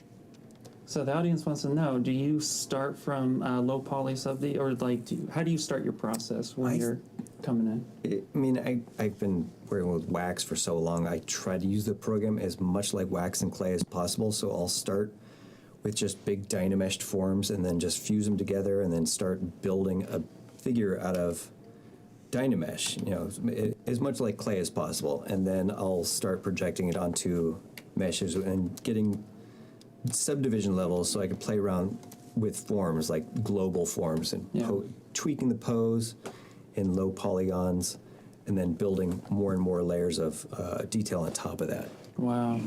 Now, I see you have such an amazing environment that goes with the piece. Do you also do a lot of reference for your environment works? You can maybe go down to the graveyard and say, hey, how does a tombstone look? It doesn't hurt.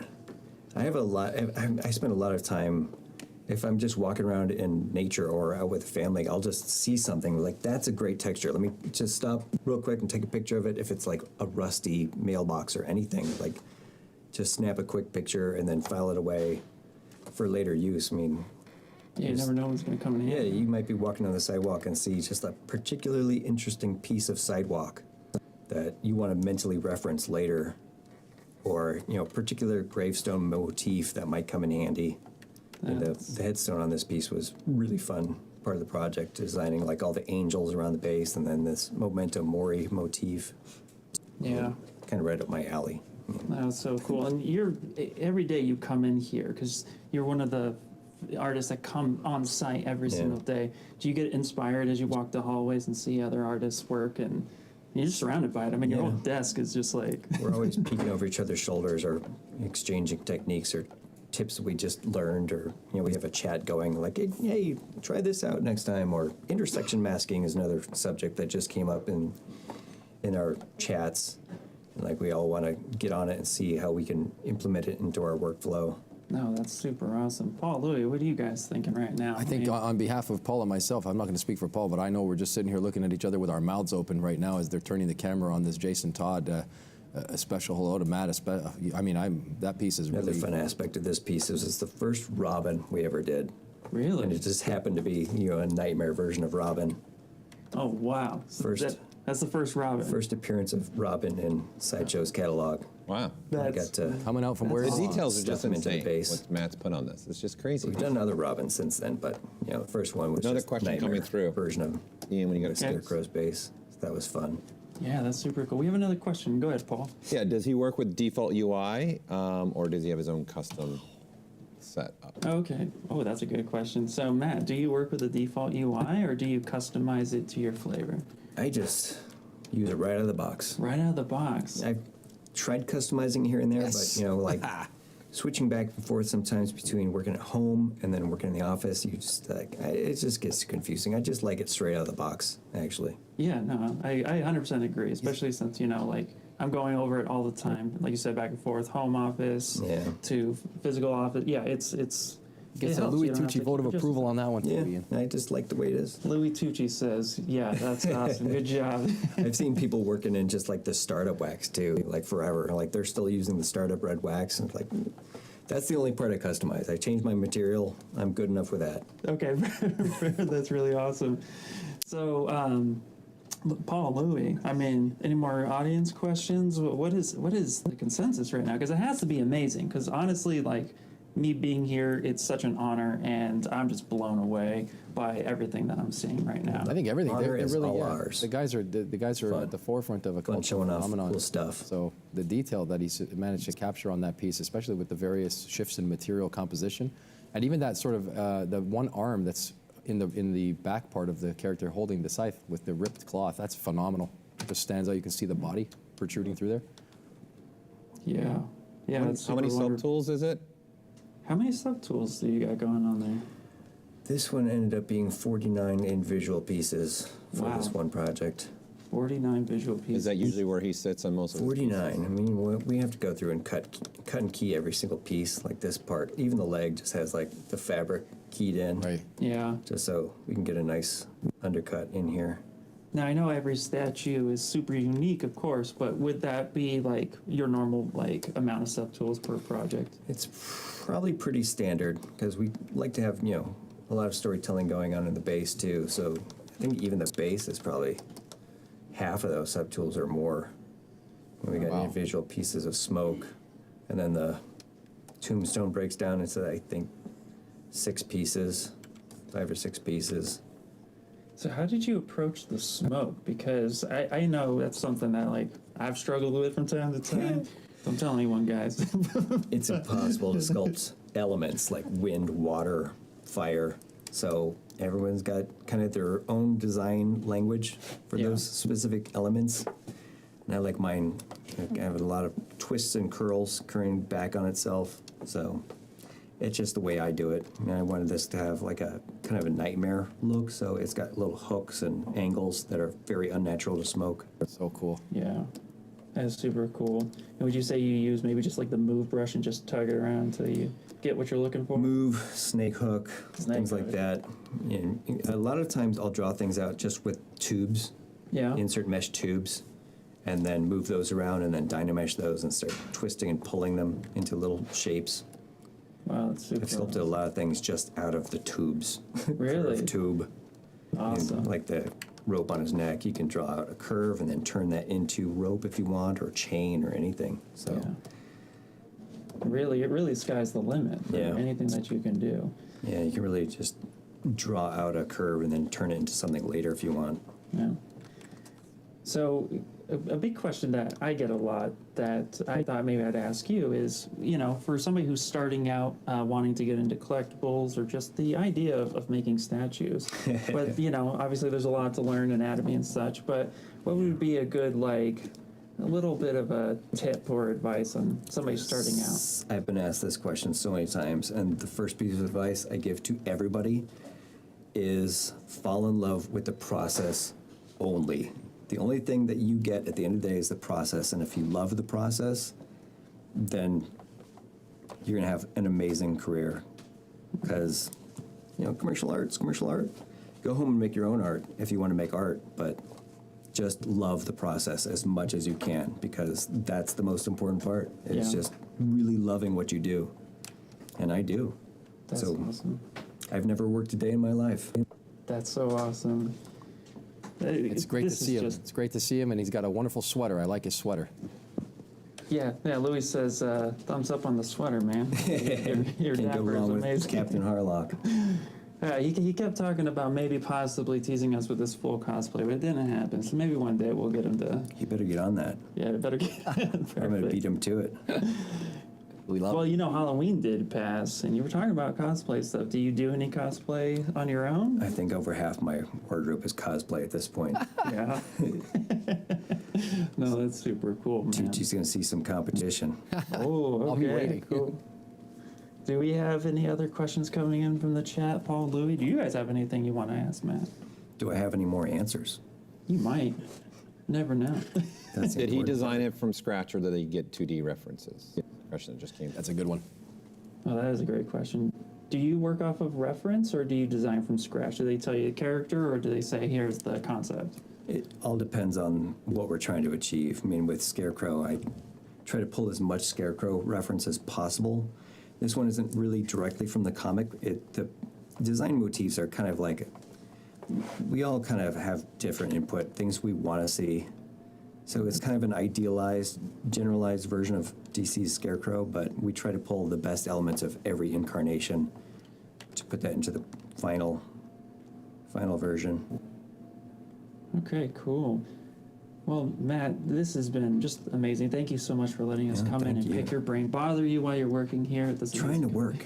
I know, man. But seriously, just want to come and Thank say you. thank you so much. It's such a pleasure. Thanks for coming by. Absolutely. So as you can see here already, just with that, there's so much that happens here at Sideshow, and the fact that they use ZBrush to create pretty much most of what they work on is just fantastic. Look at their We have another workspace. artist. Look at this workspace. Hold Yeah, on a look second. at this workspace. Holy Yeah. smoke. You see Can this? you imagine going to a place like that to work every morning, Paul? We need a Is that what that is? we need a makeover at our office. What's going on here? Where is he? Okay, we got lots of artists. Move on to the next artist. Yeah. So we do have another artist. You are? Hi, I'm Alfred Paredes, and I am a sculptor here at Sideshow, and also in charge of engineering and file checks in ZBrush. Wow. So how'd you get started working here? I actually started as a traditional sculptor here. Wait, hold on. Traditional sculpting? Clay and wax. Wow, something very much like what you have up Like here. those a little guys bit. there. Yeah, I actually still have wax in my cube for some reason that I haven't had to do in a long time, but it's still in here. And I was the last of the guys in the building to actually switch from traditional back to digital, or I should say over to digital. Yeah, so you're full digital now. Now I am, yeah, but I'm newer. These guys have been doing it for a decade plus, and I'm more like 4 years into my digital journey. So I had to like speed it up. So how did you get started in ZBrush then? Well, it was mainly, the industry was changing. I mean, when I started at Sideshow, I'd say we were like 80% traditional, maybe 20% digital. And within like 2 years, it was like 95% digital. Like, I mean, it was so fast. And so I had to sort of start switching gears and say, like, all right, well, what are we going to do? And like, what do I need to do to make sure that we still have work here? And learning ZBrush was a big part of that. But for me, it was difficult because I'm old school, 25 years of sculpting and clay and stuff, and having to switch to computers was a little more of a challenge for an old timer like me. And so, but I embraced it, dove in, and found out that really, if you just apply the same skills or the same rules of sculpting, they apply the same, right? Oh, okay. Like, so just like everyone says, right? It's just another tool or another material. It's digital clay versus regular clay or wax. Wow. And with some added benefits. Yeah. So that transition was pretty good then for on the artistic level. Yeah. From the artistic level, absolutely. Yeah. There was complexities of learning how to use the software from never having touched it, and then once I got past that, it was like, oh, okay, now I'm getting somewhere, Nice. And like, when I was sculpting traditionally, one of the things I hated doing the most was like hard surface sculpting, right? And I would get those every once in a while, and then once I got to ZBrush, and I was like, oh, box modeling and like Z Modeler, and I was like, oh my god, I was like, this is the best thing ever, And so I really got into hard surface modeling in ZBrush, which, like I said, I hated doing as a traditional artist. I absolutely despised it. Did it only reluctantly, when I had to. But once I got into here, it was so cool. And then they gave me some projects where I actually got to. they're dismantling my armor. Where I actually got to use it. And so getting into there and really it was all tutorials and all that sort of stuff, learning all that stuff. And then going through Z Modeler and seeing that it was more than just like, oh, well, here's a box and I can extrude some stuff. There was like so many functions. And I was like, my mind was blown, and I was like, oh, I can do so much with this. And immediately dove into it. And this is one of those projects. Well, I was going to say, you got hard surface right now, which I'll tell you, I hear this all the time. Oh, ZBrush hard surface, that doesn't happen. And we're like, what are you talking about? It happens all the time. I mean, Paul Gabry, oh man, he does hard surface. Spaceships galore and all the other stuff, coffee makers and whatnot. Yeah, so this is a piece by an artist named Sket1. So this is the Optimus Prime Sket 1, and it starts off with 2D art, like a lot of our stuff does, especially when we're working with other artists' concepts who come to us. So he's a graffiti artist, designed this one, but just like all 2D art, we have to translate it over. There's complexities in translating that sort of stuff. And this one, I mean, it was just straight lines and hard surface everywhere. So it was like, oh man, like how are we going to do this? And then bring it into here, and unlike sculpting something organic, where I would probably start with, like Dynamesh and things, and really treating it more like clay and wax, and then transitioning over. With the hard surface stuff, I immediately just go into boxes and start pulling shapes and doing stuff, and a lot of remeshing. But then one of my favorite things is working with dynamic subdivisions. Oh yeah. Like absolute game changer. This model here, which looks, I mean, this is what the finished model looks like. This is my working model, and it's only 1.5 million polys. That's it. 1.5? 1.5 million polys, and it's, there it is. Like the finished model, which you'll see doesn't really, like nothing really changes. And this one's all engineered, so now this one's been keyed and all that other stuff. And this one's 15 million polys. So it's like 10 times larger once I got into the thing. And I can still, move it around or whatever. But at this size, I mean, I can sit here and spin this thing. Like my computer does not lag at all. and I've got all the same definition in there.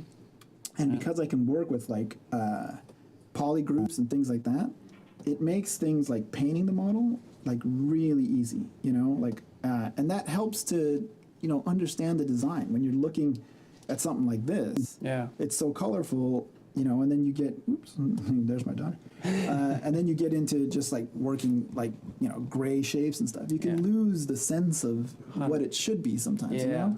And so being able to do that and, you know, having individual poly groups for every little corner and shape, I mean, makes it so easy. And that's what I love about this stuff. Like, Ian, is that a paint roller at the end of the pole there? Dynamic sub. It's by far, man. That's so amazing. Yeah, well, everybody's pointing out the fact that that looks like a paint roller. See Optimus Prime?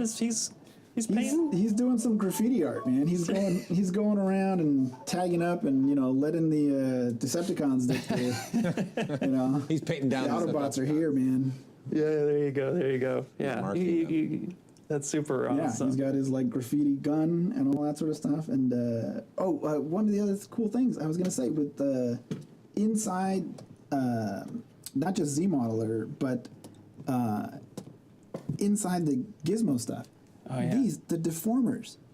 Like, love those. Oh my god, I was trying to figure out how to get like a really good sense of perspective in this thing. Yeah. And we talked about it, and you said, hey, can we do a forced perspective a little bit to really push it a little further? Yeah. And I was like, well, how do you do forced perspective on a sculpture? Like, how do I stretch it? And just started trying to understand it. And in those deformers, I was able to take the model and then just apply a little bit of stretch and a little enlarging, and immediately it's like, you know, I mean, if you look at it from the top, you can see where his front leg's a little bigger than his small leg. The gun really comes out forward, but the final look of it is really cool because it really comes forward. And that was all just deformers. Like, I didn't have to individually shrink each part. I could take the whole sculpture and just go, all right, let's stretch it a little bit. Yeah. And then done. And I think, I mean, maybe like T-pose or whatever, I had to take it into transpose master or something. But still, using the deformer to reshape the entire figure. Yeah, and you found amazing. You found a really good way to approach that and keep it super. You know, I don't want to say simplistic because that minimizes it, but it definitely helps the process in a more straightforward manner. And absolutely. That's so awesome. I'm super glad that ZBrush can help you get to that point. Oh, I would have been scratching my head, and if I had to do this traditionally with a forced perspective, I would have quit probably. Ian, so how long? Question come through about perspective. Oh, we have a. Yeah, we have a question coming in. Yeah, they see that he had perspective on. What does he put his perspective on for the purpose of, because he's going to be sending this to a 3D print? Oh, yeah. So the audience has noticed you have perspective turned on. What do you have it set to? Because since you work with 3D printing, how does that integrate? So I actually learned, when I first started learning ZBrush, I wanted to get a sense, because the perspective always threw me a little bit. Okay. And so I actually sculpted something, had it 3D printed just really quickly. Yeah. And I was sort of holding it at arm's length, comparing it to the screen, and kind of going, all right, where does the perspective line up to what I have? And so what I've learned is that if I just take perspective and dial it down to 30, it lines up to about arm's length or so. If I'm holding the sculpture. So like this is. Show it again. Show it again. I think the actual product's maybe about this size. Could you open up that menu one more time? The audience really wants to see this. So normally, right, you get like the camera view and all that's on, right? And so there it is at at its 50 standard stuff. I usually turn that off and then dial this down to 30. Okay. And for me, I mean, it's if I brought in the actual product and held it right here, I could line up the same perspective roughly at about that size. Oh, wow. Okay. And that's been really helpful because, working with this stuff, even with hard surface stuff, it's nice to sort of see a little perspective on it versus just always straight. You want to, especially, and this one's got that forced perspective on top of it, so you really want to get a sense of it. So turning it off and on while I worked was really important, but also not having it over-exaggerated or under, because of the, camera lens or something like that, makes it important. And so that's one I learned, and I learned that pretty early on. It was one of the earlier things, because I was having that transitional difficulty of, like, it doesn't look quite right to my eye, and then once I was like, oh, I can dial that in and like really get it to about that working distance, where traditionally, I mean, that's where I was working, about an arm's distance away. That makes total sense, And too. so I just set it up that way. Again, it's just taking traditional, applying it to digital. Same rules, same settings. Wow, that's Make it super work for cool. you. So you already talked about how ZModeler was awesome, and I can't stress that enough already. Love it. But is there another brush that you're like second favorite, super loving? Oh, for this, well, ZProject is absolutely like, for what I do here as a engineer here, I engineer, I don't know, half, maybe a little more of the projects that come through. Yeah.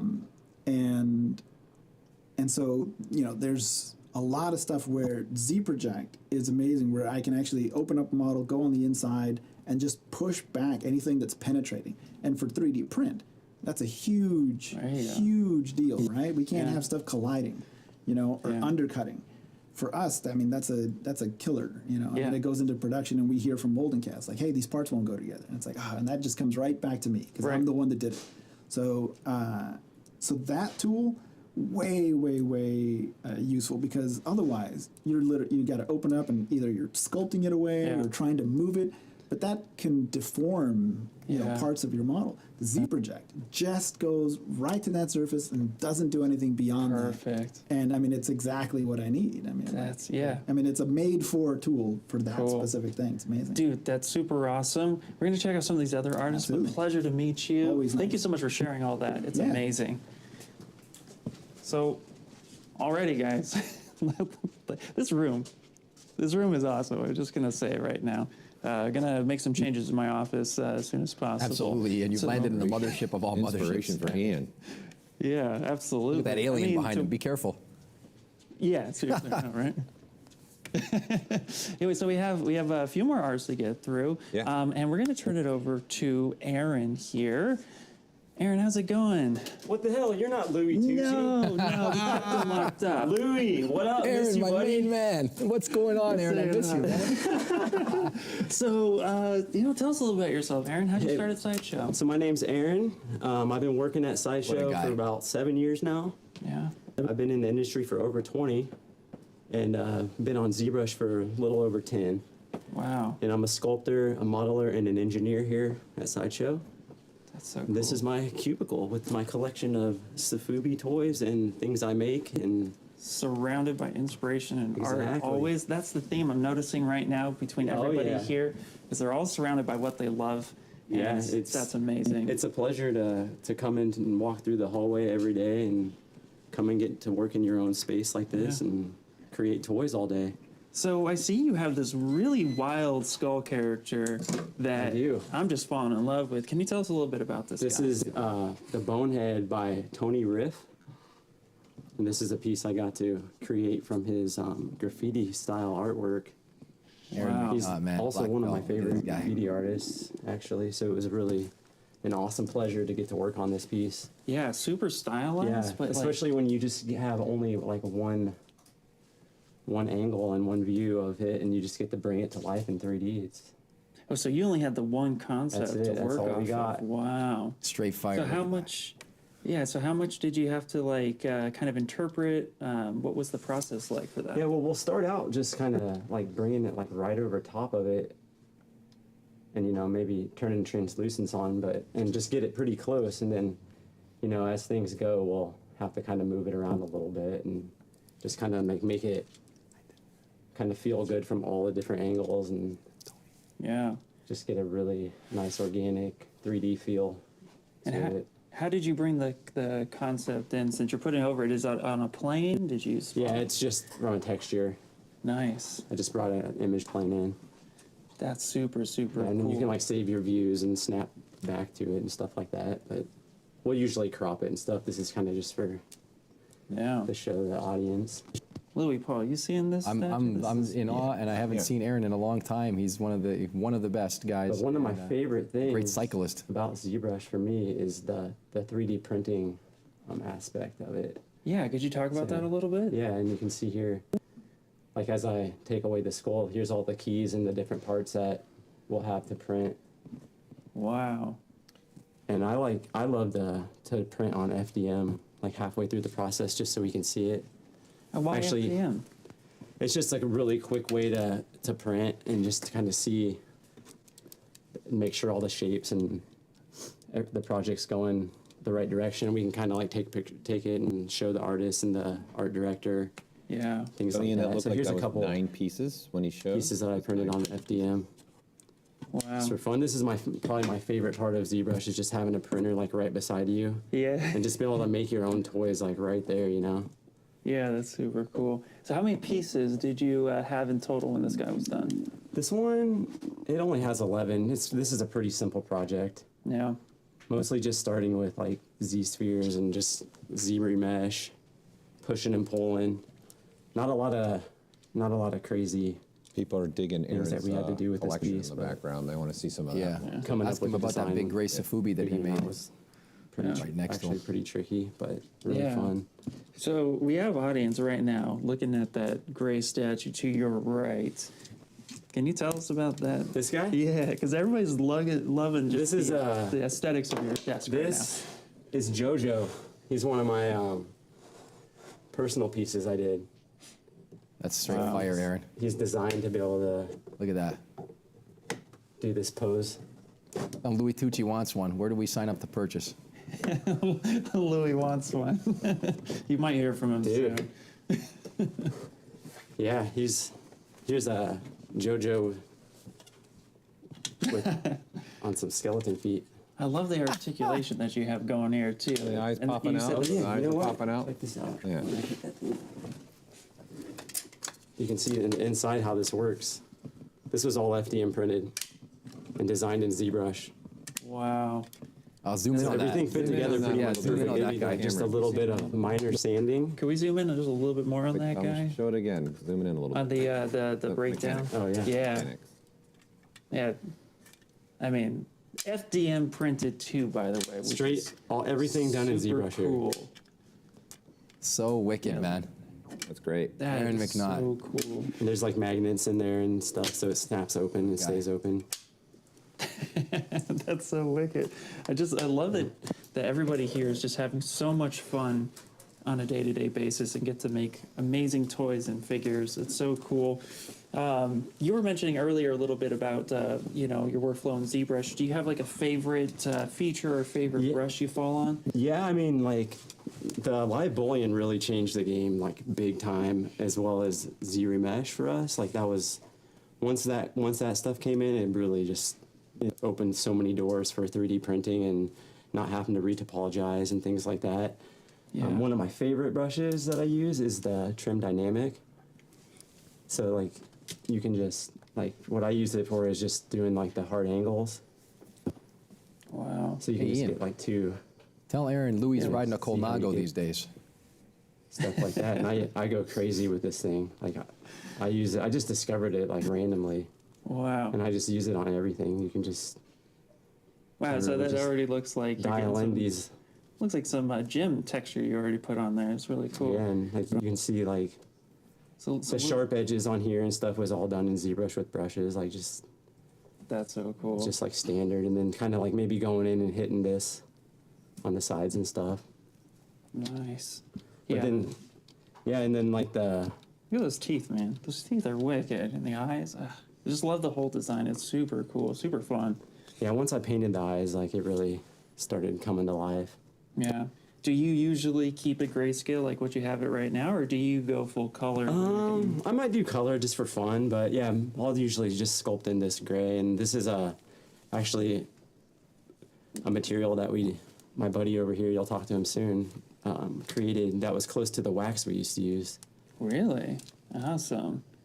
Damn, that's super cool. Paul, Louis, I mean, do we have any questions coming from the audience? Because my brain is just rattling with all sorts of fun stuff. It's amazing to see Yeah, this stuff come a couple things specifically. What actual FDM printer did he use, if he can remember? And then also one to let everyone know that he is going to be this weekend at DesignerCon. So go check out his table. Anything coming through? Yeah. So we got a couple questions. First one is, do you remember the exact FDM printer you're using? Yeah, I used the Up Mini by Tier Time. Okay. Nice. I've had a few of them, and they're pretty solid. That's super cool. And then DesignerCon, you're You showing up at the? I'm not gonna display at DesignerCon this year. Oh, okay. But I have had all this stuff at DesignerCon. Wow. I think I've done 4 different shows. That's amazing. And I'll just take this stuff and I'll sell this stuff right at my table, like straight off ZBrush onto a printer, right onto the table, and. Wow, so you're manufacturing right on the spot. You're just like, Oh, you want yeah. one? Wait a couple that's how I hours. We got you. started. Actually, this the cool story is this figure right here. So this got produced by Medicom. So I was selling these at DesignerCon, just the prints, and they ended up producing this. So this is an actual Safubi figure that came from ZBrush to the printer to production. Wow. In Japan. Yeah. It's awesome to see him come this far from all those years ago. He was pretty cool story. Very similar to what we do here. Yeah, with this stuff, you know. No, that is so cool. Louis was just saying how awesome it is to see how far you've come, and just the work you produce is just top notch. So I miss you, Louis. Yeah, dude, same. You're the best, dude. You're the best guy, man. Yeah, absolutely. Well, Aaron, it's such a pleasure to be able to chat with you and just kind of pick your brain a little bit. Man. It's Any pleasure. last words you want to tell the audience watching at the moment? No, and it was a pleasure to be on the live stream. And dude, I use ZBrush every day. I couldn't ask for a better program, dude. Like seriously, like I was skeptical to go digital when I used to be traditional, and it changed my life, man. It brought my art to a whole new level, and having the 3D printers now and being able to take everything from this program right to 3D is it's mind blowing. I really appreciate everything that you guys have created. Dude, it's awesome. It's amazing to see what artists like yourself can just bring to the table with the software. It really just also too showcases that you can really do anything in ZBrush. Totally. And so thank you so much for hanging out with us. Man. This is an honor, seriously, and great work. I mean, I'm inches away from this, and it's just so amazing, dude. So, dude, you guys are welcome anytime. All right, well, I might take you up on that offer. Cool. All right, Aaron. See ya. See you, Aaron. See ya. Oh, man. Dude, so as you guys can see already, we have a few more artists to highlight, but I mean, this room, if this room doesn't speak for itself with just how amazing and talented everyone here is, and the use that they use in ZBrush to create such amazing works of art is just, it's groundbreaking. I'm almost speechless already, guys. It's crazy.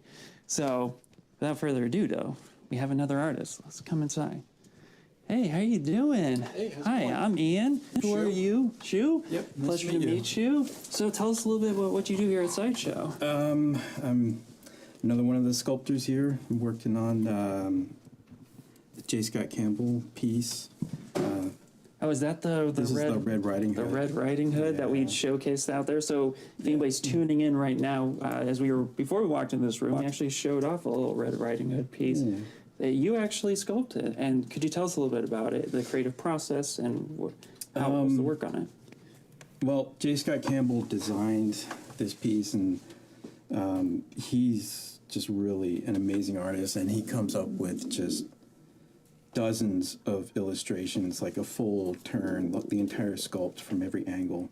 So you don't really have too many questions about what needs to be sculpted because he provides so much visual information. So you just start going at it and sending him updates, and he'll do little tweaks here and there, and if there's any additional art that needs to be made, like he'll do that artwork and send it in. And he's really nice, very positive, very enthusiastic, and an amazing artist. So that's so cool. And notice right now, I want to point out that you kind of customize your UI in ZBrush a little bit. A little bit. It's mostly the stock UI, only I added a bunch of brushes I used to the top menu, changed some of the colors, changed the background color just because it's easier on my eyes. But for the most part, it's not all that unique. It's pretty much stock. Well, I have to say, I love the purple and green. I have a very similar UI where I have green with a little bit of purple on my custom one at home. But yeah, no, it looks good. I see you have Move Infinite up there at the top. I do, yeah. I love that brush. So do I. That's fantastic. How did you discover that brush? By wanting it for a long time, and then it suddenly happened. Perfect. So, yeah, that's great for things like hard surface, whether you're working with like Dynamesh or actual topology. You know, you want to make sure that you're grabbing both sides and moving everything around at the same time. So yeah, that's fantastic. I use that for a lot of stuff. That and the Z modeler brush and Damn Standard. And those are like a lot of my go-to. And Snake Hook, I use Snake Hook instead of Move. Yeah. Just gives me more control that I like. Well, that's really cool. And I'm probably slow to this, but I just noticed that the tree is like a hand reaching up and over. Like the level of storytelling here is phenomenal. Yeah. That is super, super cool. Do you usually work in just grayscale, or do you apply color as well? I usually keep it grayscale. Depending on what it is, I might add some color. Like I sculpted a She-Hulk one time, and so I had to start painting the face and the body green just to really get into it and feel like I was capturing some of her character. Wow. So for things like that, I'll add some color, but for the most part, just matte cap gray, or sometimes I use blend in order to check the smoothness of the surfaces. But for the most part, just matte cap gray. Wow, that's super, super cool. I notice, like every artist here, you also have, I'm looking at this comic over here. Yes, I don't know if we can get a thank shot you. of That is my comic that just came out this Halloween. Wow. And that's available on orangephantasm.com. It's $4.99. All right, so thank you. Okay, I'm gonna have to get one then. Okay, it's your copy then whenever you're ready. Oh man, but no, this is super, super cool. Oh, I also see you have an accroche here. So, you know, when you're going through sculpting, how often do you reference anatomy? Anatomy is a constant reference, I think. Yeah.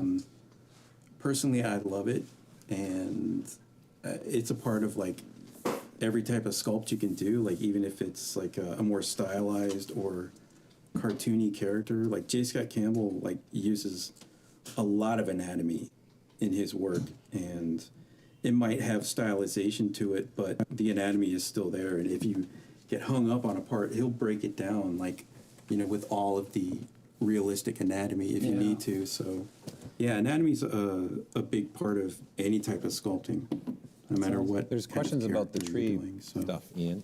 I always reference anatomy, and cool. Reference is king, as a lot of people say, so tons and tons of visual reference. Absolutely. So we have some questions coming in. Go ahead, Paul. What's your question? So how what we got? did he sculpt the tree bark? By hand, or did he use alphas? Is the first one. Okay, so first question is it is about the tree. Okay. Did you sculpt that by hand completely? Did you use alphas? What was your process through that? This one is actually a bit more extreme, the way you're seeing it right now. That's not the one we went with. But that was, I sculpted it by hand, and then I masked all the recesses, and then inverted the mask, and then shrunk all of that in a bit to get this texture.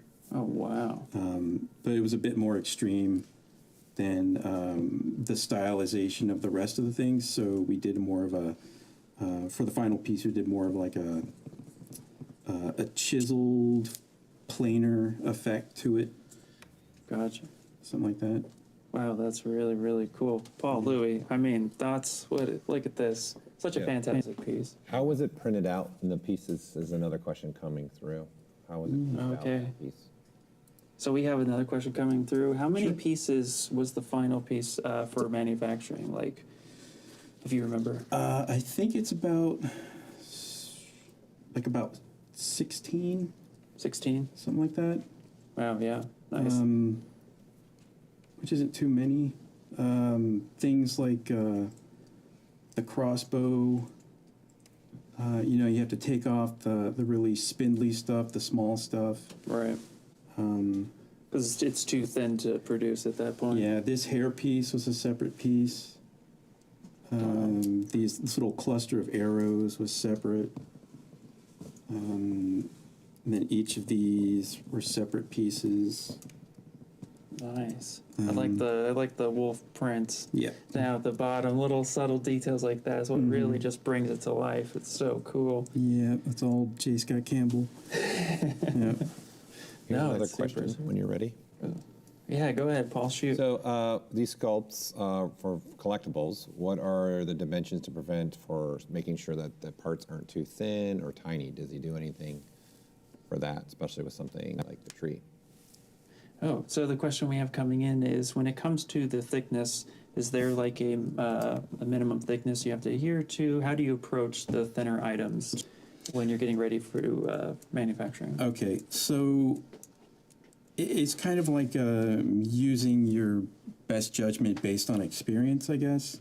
Like with these arrows, a lot of them are clustered together, so they aren't really individual arrows, you know, and they're close enough that they're forming one object, but you do have to over-exaggerate with some things. Yeah. I was surprised, actually, that this trigger guard, or this trigger on the crossbow, I thought for sure that I was going to be asked to make that thicker, but it was printed, and then I believe it was probably produced in like a hard plastic because it would be very fragile if it was polystone. Gotcha. But UI yeah, you do have to exaggerate a little bit for the sake of durability. Otherwise, everything's going to get broken. Right, exactly. Yeah. Yeah. Go ahead, Paul. You got another question? Love the questions, by the way. Someone was asking about his custom UI, specifically, obviously, the background, why he's decided to go with the purple as a background. Was there a reason for that? Oh, so the question is actually, I think you kind of touched on it a little bit with the custom UI, but the purple gradient, was there a specific reason for that, or just? Just me looking around, like scrolling around for a color that felt comfortable, that was easier on the eyes. Yeah. And it's just one of those things where at the moment I was like, okay, that feels pretty good. And then after I had used it, I just kept it there. And before I knew it, I was like, it was pretty much the only color I felt comfortable using.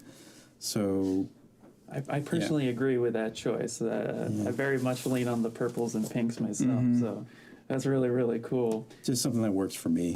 Yeah, absolutely. See, everybody, you guys can customize the UI so that it works for you. That's perfect. Yeah. And then another question coming in, Ian. Oh, go right ahead, Paul. How did he do the basket? Oh, great question. How did you do the basket? Great question, Paul. He's like, I don't remember. The basket. Look at that. I started out with a sphere, and then I used Initialize to break it down into wider polygons of, I can't remember how many, but big blocky polygons to start. And then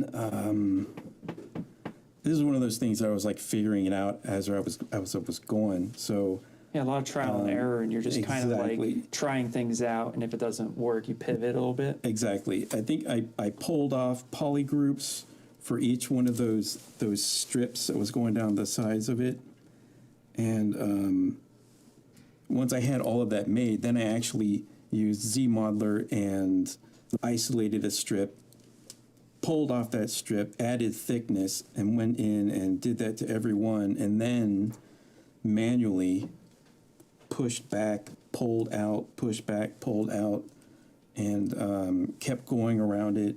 And J. Scott Campbell wanted a lot of variation, and so I just would go around and like by hand just push and pull stuff until it started to feel like a basket.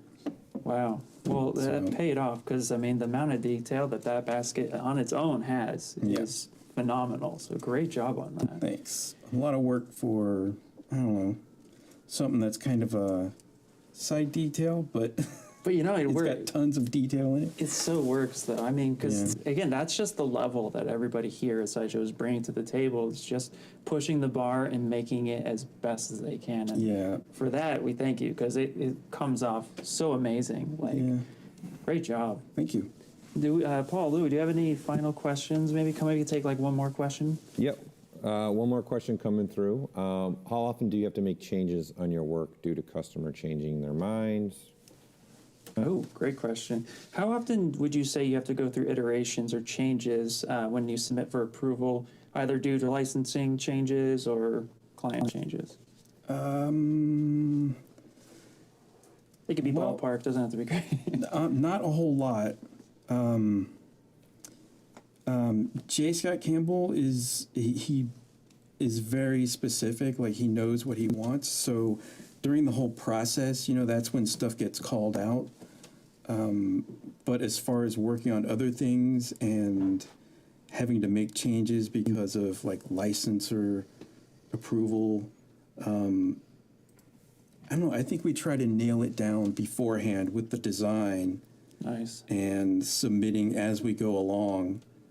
That there isn't a whole lot of pushback, like once something is done and then someone says, oh, you can't do this, you better change that, or we don't like this, you better change that. Gotcha. Usually work all that out ahead of time. That's super awesome. But that comes from experience.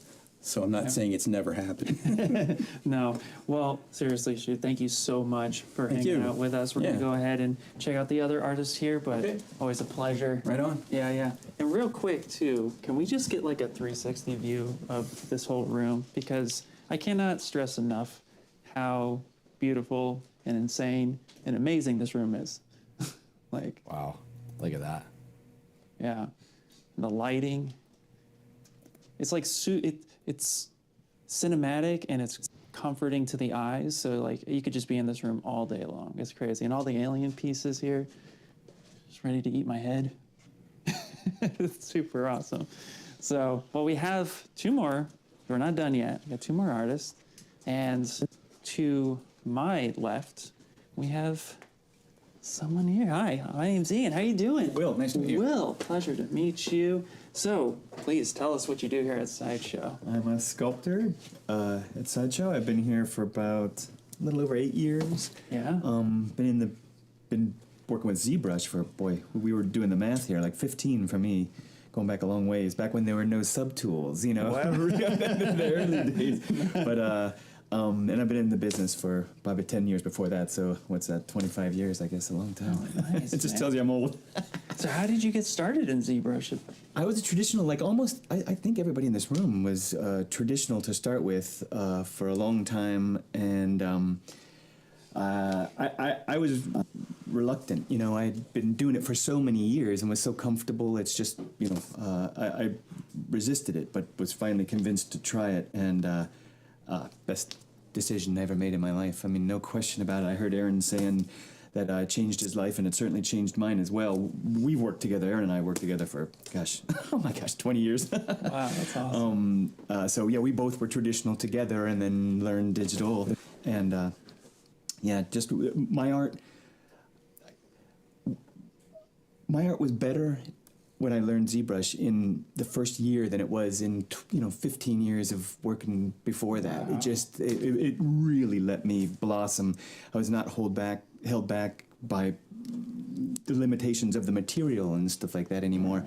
I always joke around that, you know, when you're a traditional sculptor, there's nothing better than sculpting the Hulk's fist. I mean, it's just that you just get into that and you're like having so much fun and like, it's the Hulk, you know? Yeah. And then, but there's nothing worse than sculpting his other fist. You know what I mean? Like, that sucks. You gotta like, get the other one. I'm gonna match it, and like, you know, you're in the wax, and like, but ZBrush allows you to put more and more and more effort into the parts that are creative and fun. Right. You know what I mean? So you got, you know, all these things you can use, the, you know, mirroring and all that kind of stuff, really lets you put more energy into the parts that turn you on, you know? So anyway, it's been so liberating to me. I've loved it. Oh, and hey, Paul, where are you? Hey, Will. Give him my best. Hey, he says hi. Okay, good. He says hi. Yeah, we've known each other. We've gone back for a million years, yeah, too. So, back a long time, Will and I. I just wanted to say thank you to the whole team there.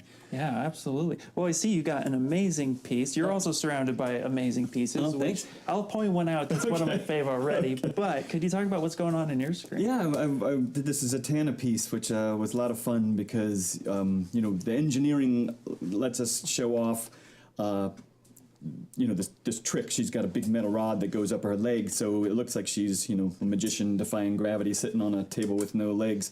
Yeah. But yeah, so she was a lot of fun to do. Wow. Yeah.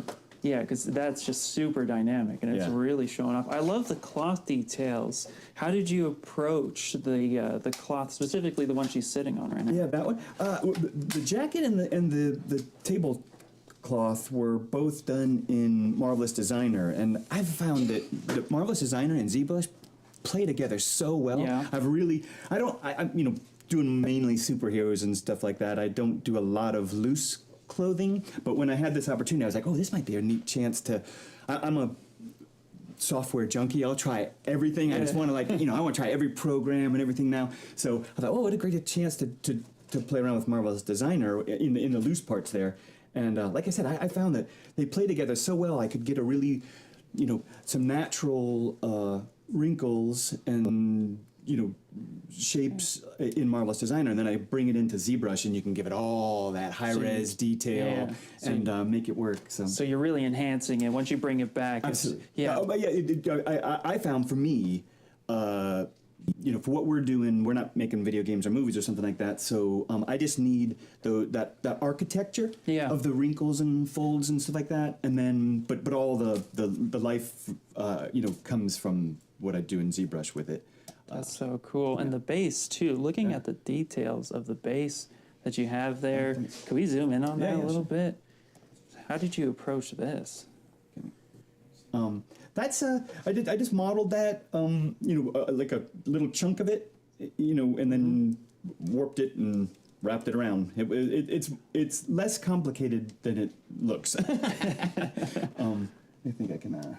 I love subdivisions. I just, you know, for me, mirroring is one of the most beautiful things in ZBrush, right? Absolutely. But one of the other ones is subdivisions. I just love the way to work that way with, when you're a traditional sculptor, it's one direction. Okay. You start off with soft material, like clay or something like that, and you get the basic forms in, and then, you know, one of the ways you can work is you make a mold of that and cast it in wax, and then you put in the hard detail stuff. Yeah.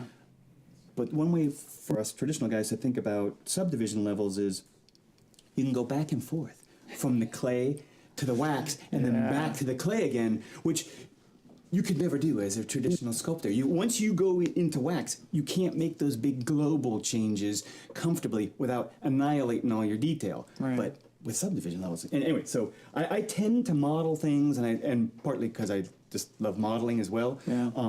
So I tend to overuse subdivision levels probably, but it's just because that's, you know, the way I've worked, and I've always felt comfortable doing it. So. No, that's super awesome. And so was this from a 2D concept design? Was this direction of piece? Yeah, this piece. You know, I'll just bring it up. Oops, you won't be able to see that on this screen. Well, we'll have to show it on this screen. This is what we're given, is a piece like this. That was the concept art.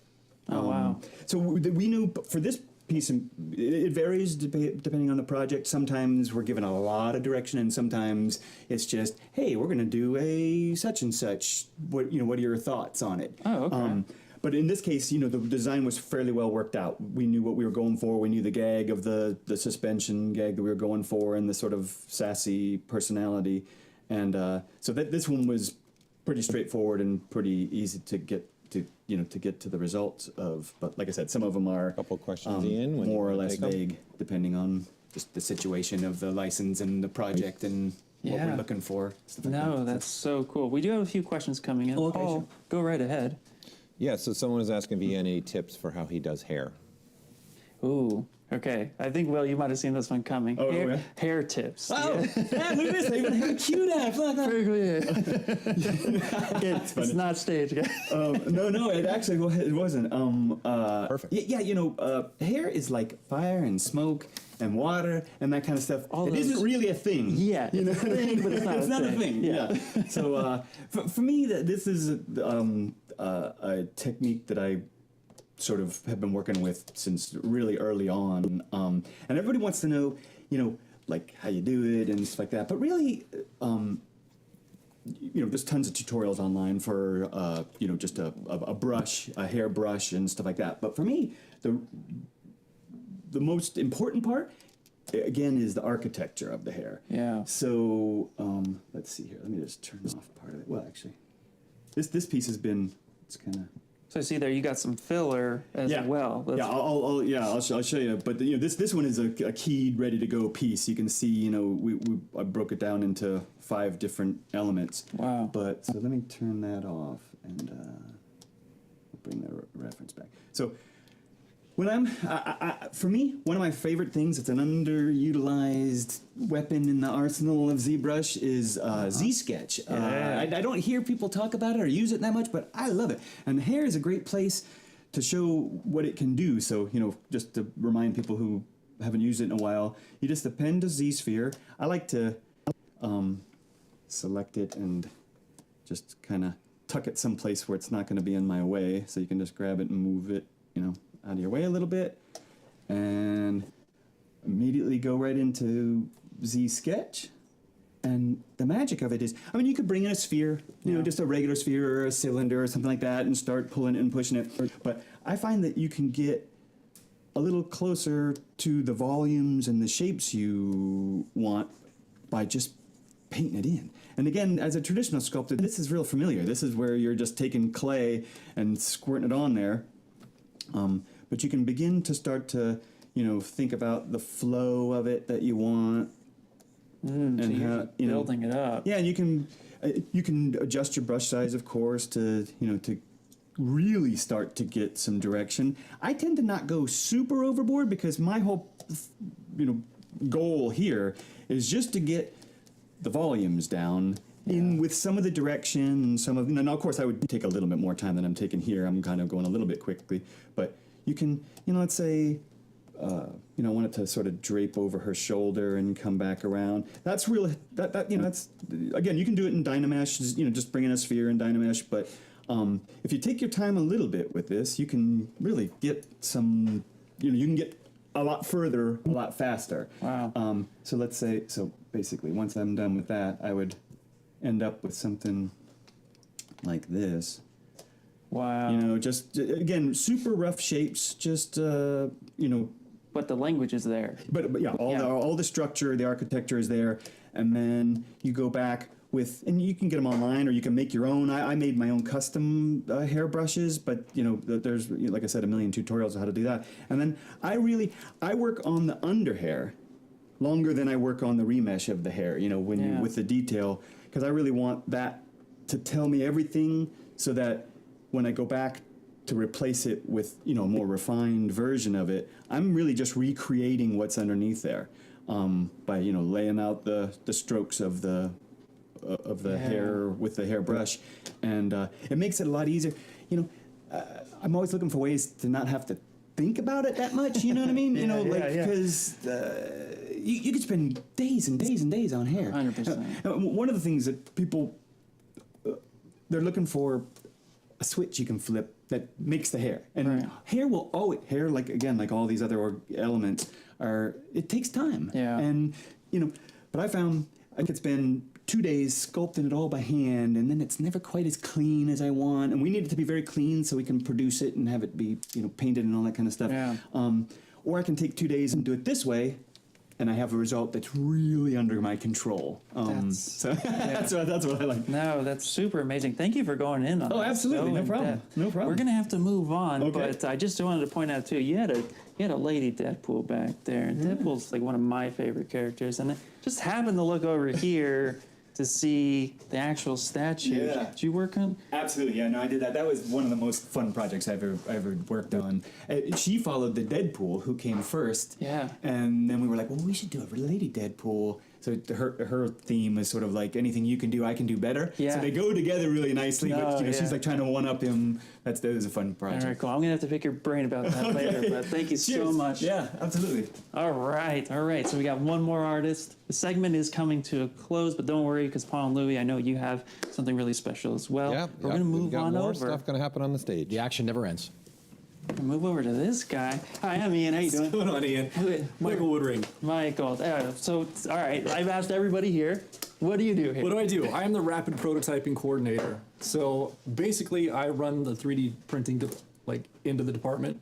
So you're the final step. I'm the final stage. So they all sculpt and then throw it over their computers. Throw it over to me, "Here." and I fix all their problems. Perfect. So I take the stuff that Alfred and Aaron, they'll give it a pass through and make sure that they get all the egregious issues. Yeah. And then that comes over to me, and I will take it into ZBrush, and well, it's already in ZBrush.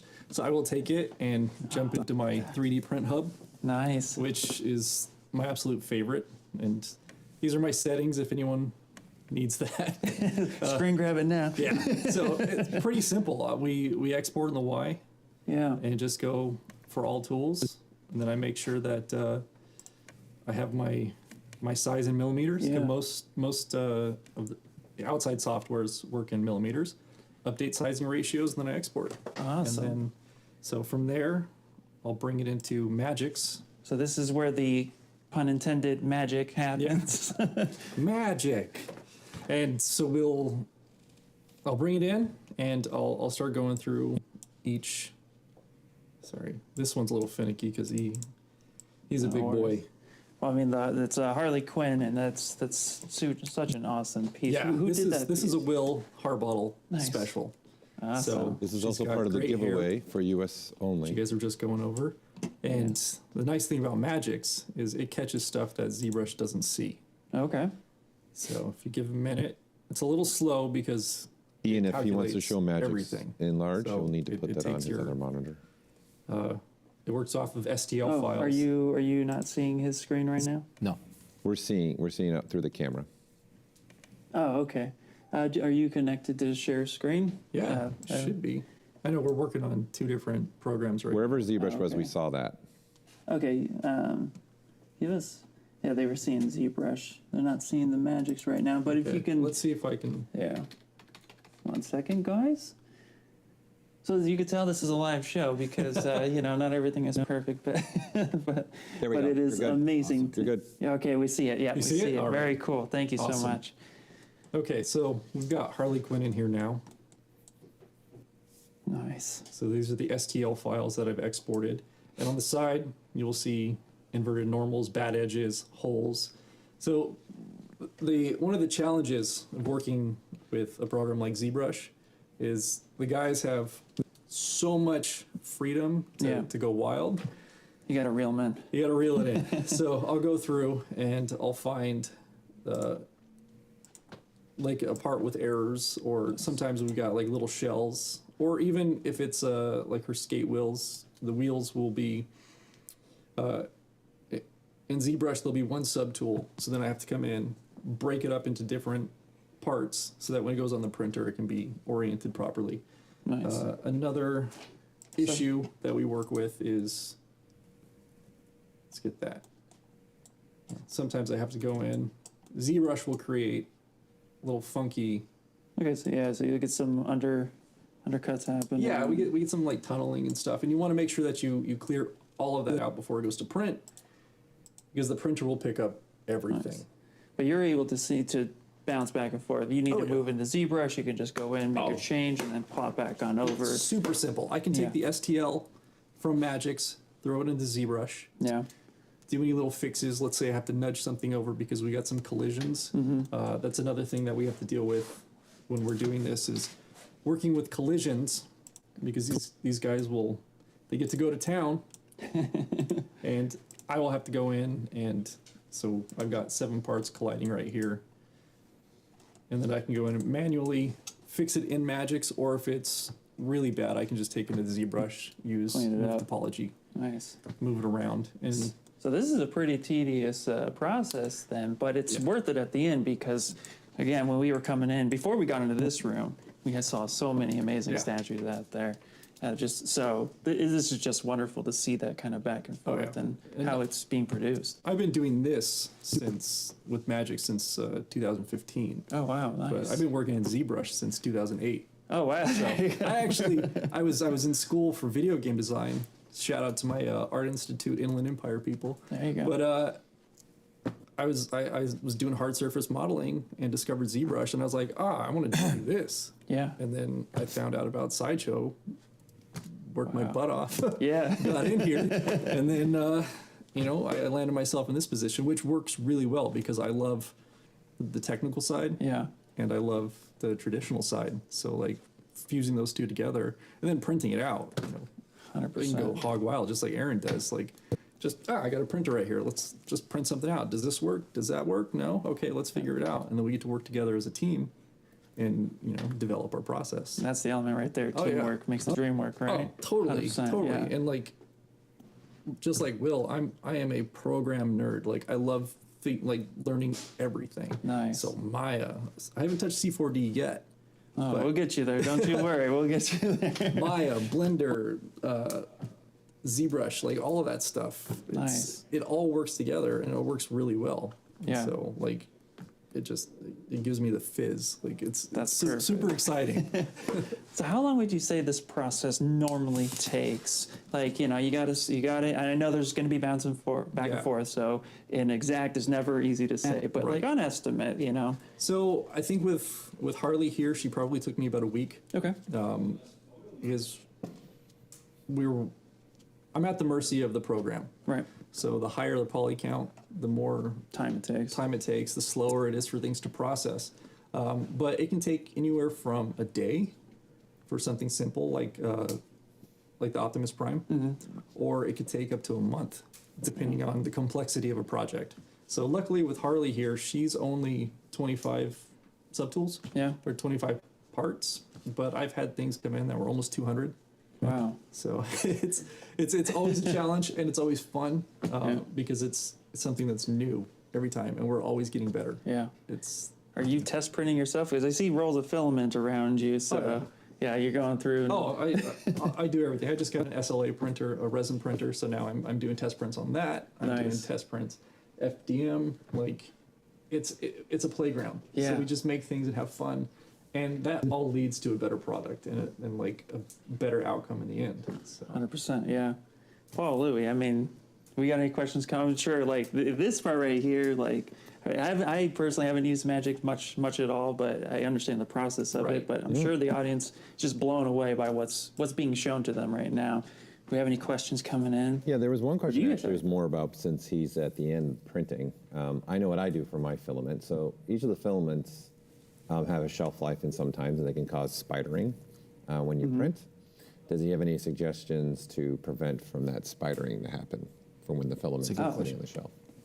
So the question coming in about filament and shelf life and the spidering that can happen with older filaments, how do you handle that? Do you just blow through filaments with it? Yeah. You just roll with it? Yeah, the cost of materials has gone down so much now and it doesn't really bother me. Yeah. Like, I've fallen in love with my FDM a lot more lately just because it's like, $20 gets really far out there. So, but so you just kind of go with it then. Yeah, like if it's spidering and if I'm getting a bird's nest or if it's falling apart, that's par for the course. Like that's on me. I just roll and then I get, like usually I blow through these things pretty quickly, depending on what I'm printing. Like we've had fun in here where we've tried to print like life-size stuff. Yeah. We have all these like Nernies and Greebles around here as we were building out the room that we printed. Yeah. It's super fun. Just like, I need something to hang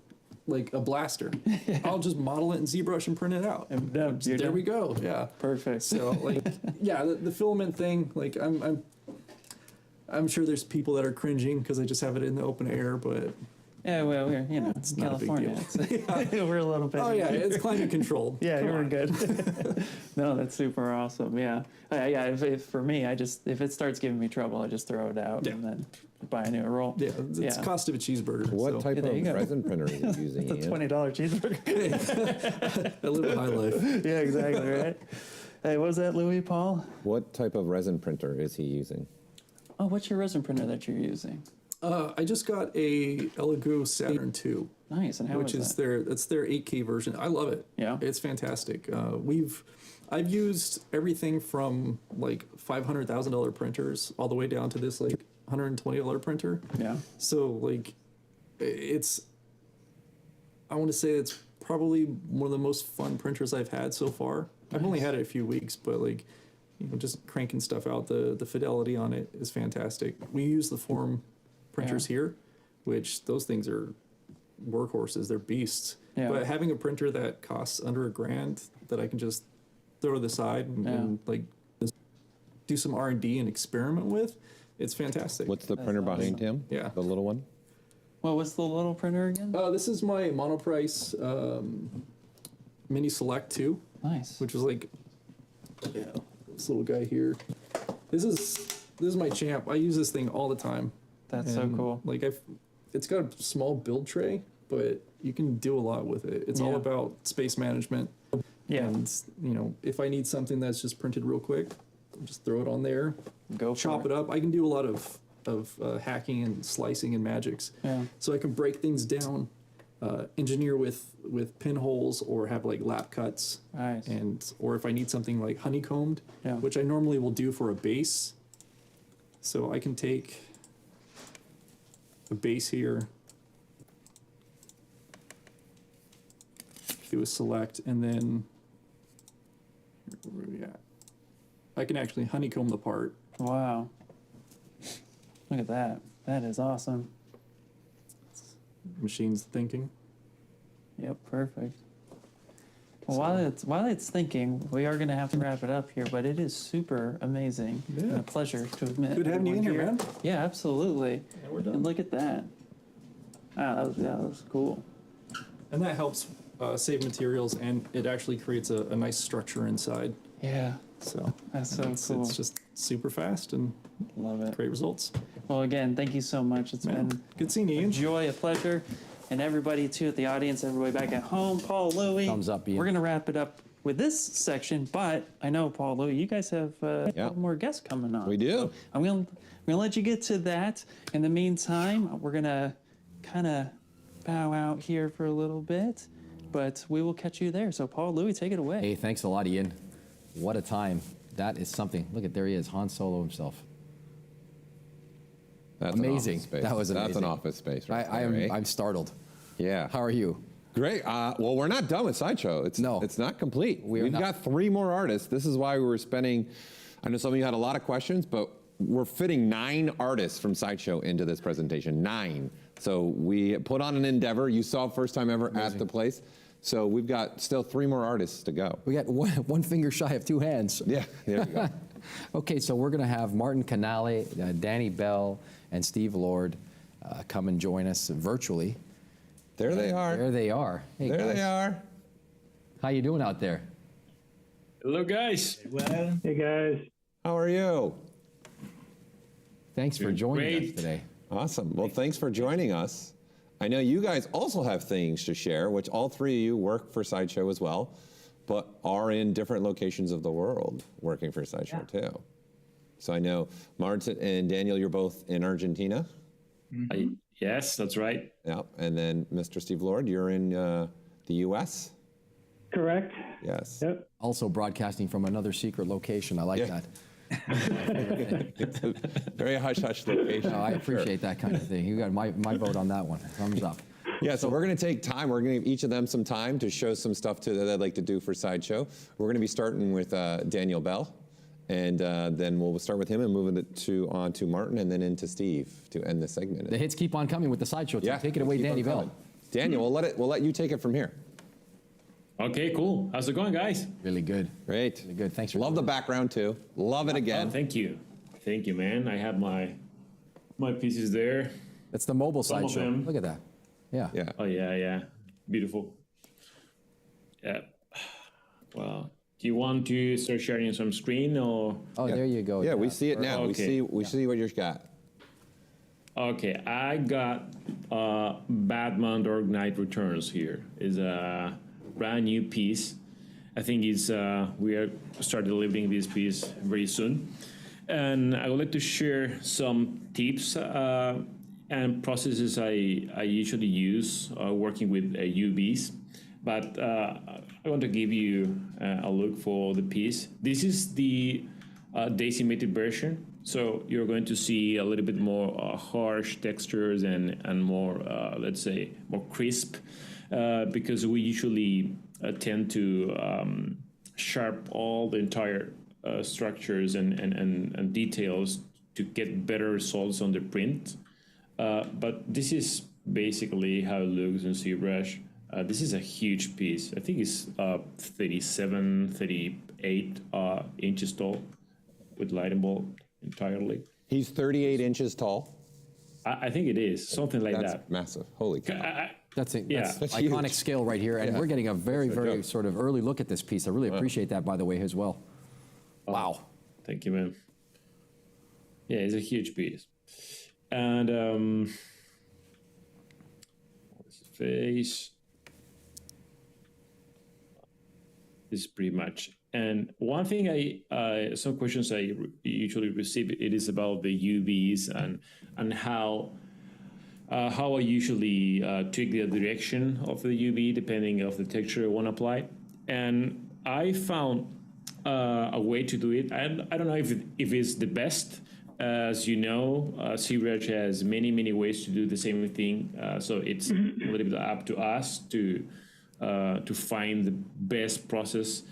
And one cool thing it is, let's say, for example, that in this case, I have a texture with not any particular pattern. I mean, any vertical lines or horizontal lines.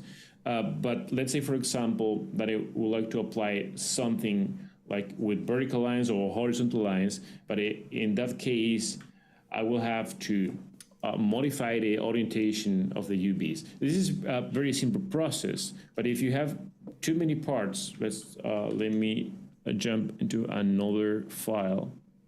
Yeah, this is a previous step without the textures and without being decimated.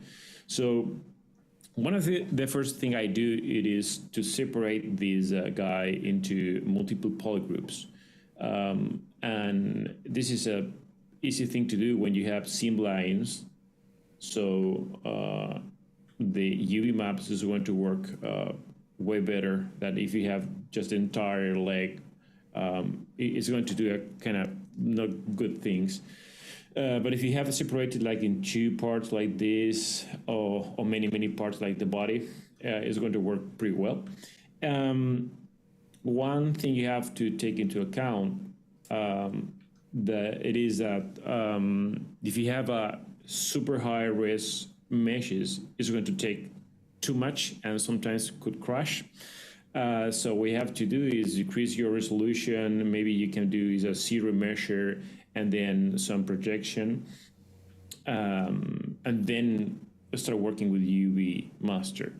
And this is the next step. So let's say, for example, we have this guy ready with the polygroups, and then you have to go to C plugin, UV master, and then click on polygroups. So this option is going to make a UVs take into account all the polygroups you have applied.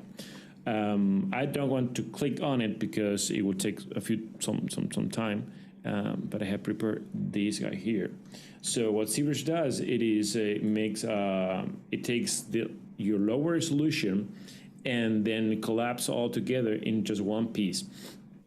And what you have here, it is if we want to check our UV islands, you have to go to C plugin, UV master, and then flatten. Good point. And you're going to see all these UV islands, but it's randomly applied to this UV section. So let's say, for example, that we have this texture, like I said before, like with vertical lines. In order to apply it with the same alignment that you want, in this moment, it's not going to work because it's going to look like something like this. Let me show you. We're going to apply a texture with Surface Noise Maker. And as you can see, it's not following the orientation of the legs or maybe, I don't know, the lats or even the torso. So one thing I usually do, it is to create some poly paint, painting some arrows on it. And then that will help me to visualize how it should be in the UV section. Let me quickly do it. So I want to turn off the noise maker. Okay. I want to select white color, then I will fill it up. Okay, cool. Now is like, I don't know, any other color with high contrast like red, and start painting the direction. I know maybe it doesn't make any sense right now, but it will do in a couple of minutes. Oops. Sorry. So I draw this. That's, oops. That's, and the torso.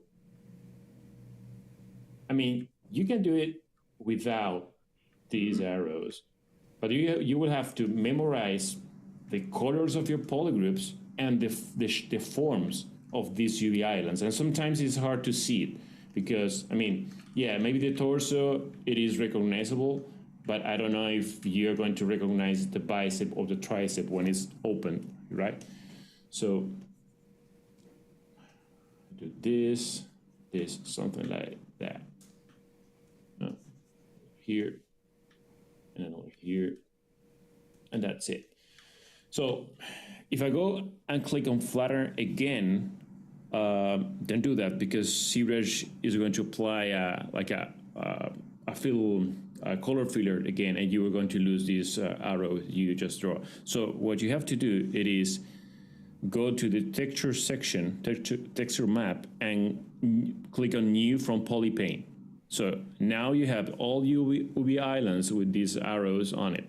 Mm-hmm. And then you can go to the Z plugin, then flatten, and now you can control click, drag on it and out, and then select each one. Great tip. What a great tip. That's incredible stuff. Yeah. I'm high-fiving Paul on this one. Yeah. That's the stuff. Good tip over here, Danny. Danny Bell. Man. Ring the bell. That's the champ right there. What a joy. This saved me a lot of time, you know, because otherwise I have to guess. Yeah, I have to guess, and you know, it's when you have more complicated parts in your body or more polygroups, I don't know, you just will be wasting time if you don't. Look how easy that is. Oh boy, what a straight joy. The hits continue here. Yeah, it's on it, and then. So you just rotate them all, and then when you throw that texture on, they're all going in the direction you want. Exactly. So now you have, if your texture is vertical, you have, then you have press on unflatter, and then of course this is going to look weird. So off, and then you go to Surface Noise Maker, and then you can see. There you go. Perfecto. Turn off. Perfecto. Just like that. Come on. Just like that. And it is going to save you a lot of time, believe me. Yeah, that's awesome. Somewhere people are smiling. That's awesome, virtually. Danny. That's an amazing thank you, guys. Man. Yeah, man. I hope people find it useful as they do. Yeah, the chat was enjoying it. I really appreciate that. We're gonna continue moving on and move into Martin too. So stay tuned, though. Yep. Yeah, don't tune out. Don't tune out. Stay Danny, locked in. Sharing that tip with us. Let's. Cuckoo. Yep. Let's bring Martin in. Martin Canale, ladies and gentlemen. Share Tapping the keyboards. There he is. Hey, Martin. Hello. Look at his background. These guys are upgrading the backgrounds you guys have. Come on now. We really need what to talk. What the heck's going on? Hold on a second. We really need to talk about our office attire going forward. Thank you. Take it away, Martin. Take it away, Martin Canale. Okay. Thanks for the invitation. First time here, so we'll see how we handle the English. Excited to have you. It's fine. It's all good. It will be fun. Yeah. Oh, there we go. Look at this. Okay, Mr. Lobo. Mm-hmm. Very nice. So I was here about asking the other artists how many pieces each project have. I try to don't have the account because usually are a lot of days. So this kind of character have a lot of elements and small individual pieces that give you a really fun time to work. But what I want to share is one of the options, what plugin I really enjoy when I'm working with reference. I use pictures, image, a lot of anatomy, image about models, and also as well, I use 3D model scans. So, for example, applying the split screen and using one of the heads from the 3D scan stores, I can use perfectly to start getting an exact idea about what I'm working on. Yeah, and this was actually doing some something estilization. that you brought to us, and you said, "Hey, it would be cool if we had." I asked, "Hey, is any chance to get something like a split screen?" And you say, "Of course." And here we are. This is a great example of how you can use split screen. This is from the gentleman, the artist, that said, "Hey, this would be a great idea." Not the first time, and it won't be the last. Something tells me. And this is very helpful. I mean, you can have your collage of photography and have some screen overlap on your ZBrush, but usually that takes space from your canvas, so you need to start moving things around. Here, you can have the control about the angle you are using, and you only need to be sure on the beginning that your model is exactly on the same direction and position that your reference. So then you can select the files you want to work and apply the split screen, and then enjoy this magic plugin. Pretty awesome. Yeah, you're using a 3D reference in essence. That's what you're doing here. Yeah, exactly. This is from 3D Scan Store. They have amazing stuff there. All kind of body types. Wait, what store is it from? 3D Scan Store. He said. 3D Scan Store. Yeah. Okay. Here you can see on the small and small name there. So this is a really helpful when you are still. I mean, you can do in some exaggerate or still stylized character, but the reference from where you are using need to be right.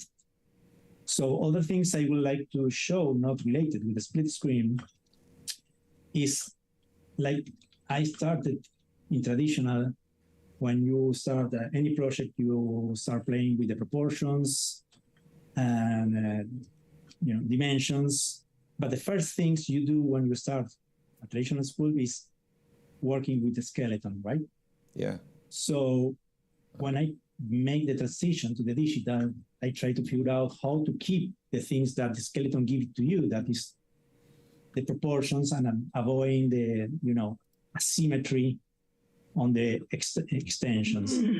So what I do is usually make like a quick articulation figure that I make a mock-up pose, and when I get the pose, I like it, I start cleaning a bit, and then I put the skeleton to match with the pose. So what this gives me is if that my arms is a little, longer or small than the reference I'm using, I can adjust that easily. But other thing I would like to point is when you play with this kind of character that are super bulky or have besides the size of the muscles, the weight of the bones and the joints, it's good as well to adjust your skeleton. I mean, this is a skeleton that was already adjusted to get really big joints, bones to support all the structure you are working over. So that make easy when you are working on the anatomy, the muscles insertions, get a reference. That's a great workflow. So if you are using, this is the adjusted arms, but if I was using a regular skeleton, that would be my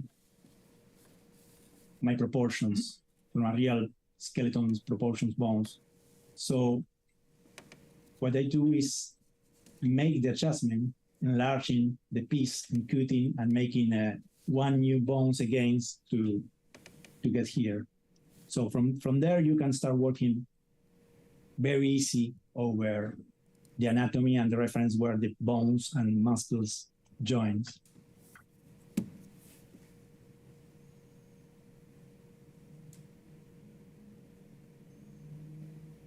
So, for example, with this one, what I do is always get a copy of the original bone, make a duplicate, and play with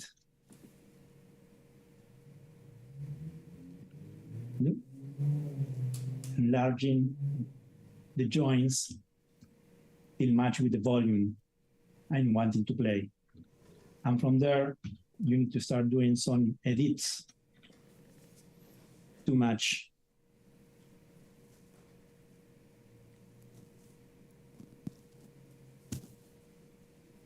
And then you would build the volumes around this using... Yeah, exactly. Mm-hmm. And this is a skeleton you made too, Martin? No, this is a generic adjusted edited skeleton. So that is only have the function to give you an idea where you need to locate the muscles and the volumes and to keep the proportions inside the body. Right. So that's pretty awesome. For this purpose, maybe I use the knife and I select the option radius and I go maybe very low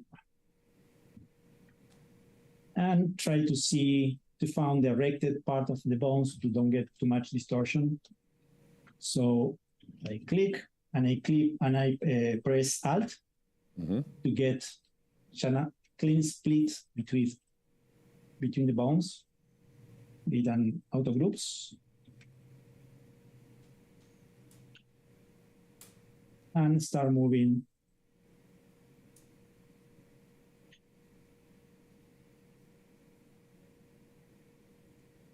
So trying to get, so here what you have is kind of elephant bones, right? Big animal structure that give you the change to locate giant another good muscles tip. Over. So hitting home runs here today, boys. Yeah. Dynamesh over and clean up, and you have your giant bones for big guys, especially. Very nice. So, this is a beat. He looks like he's a part of the DC metal series playing his bass guitars. Oh, well, yeah. That's true. Yeah. Special one. Beautiful piece. It's My God. glorious. Look at all that Glorioso. you put in that. Qué bonito. Gracias. Nada. Gracias. Gracias a ti.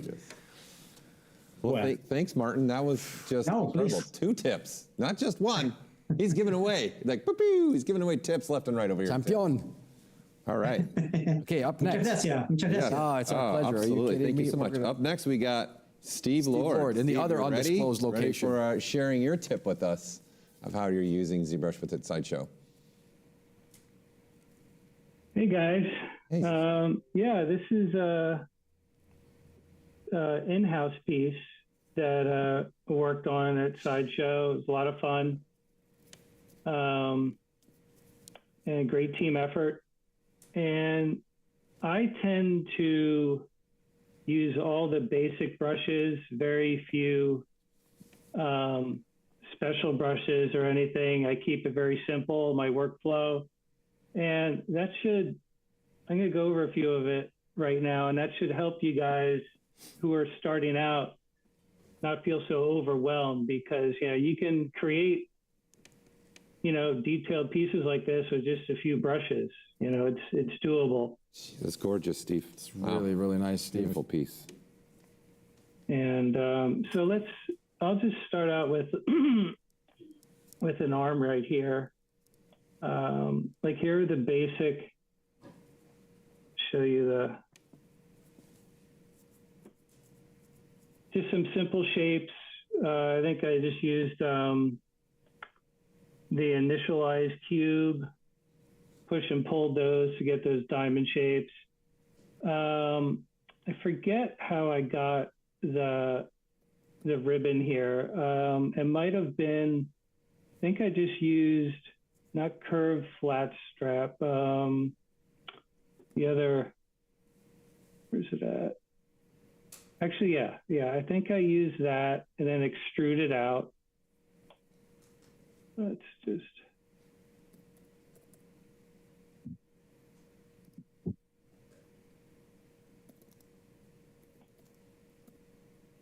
Yeah, so you have that.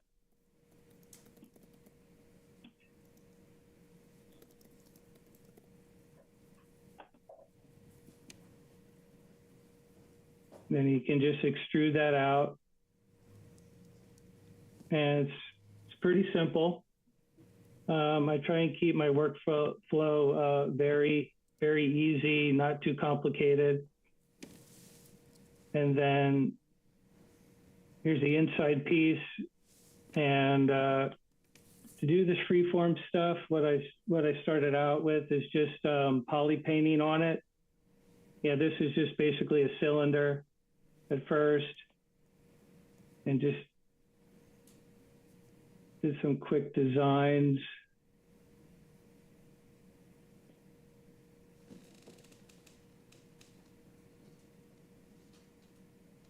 I was just doing this kind of thing, and then, following that with the designs on it.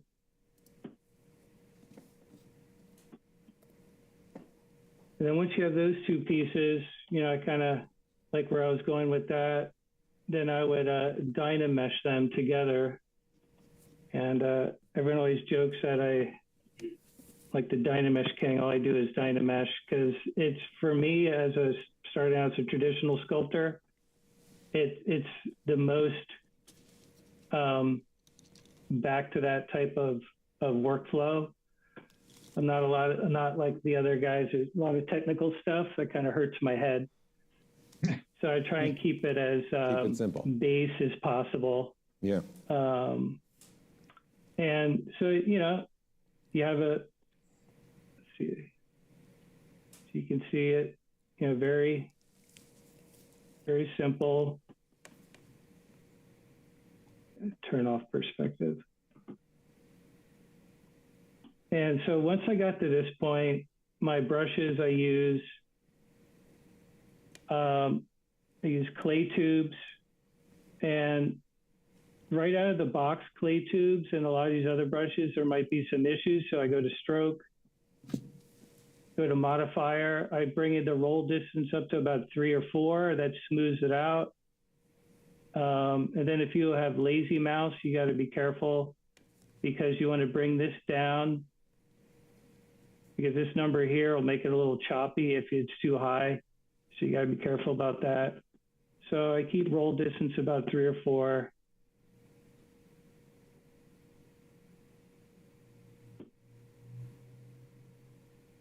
Turn off.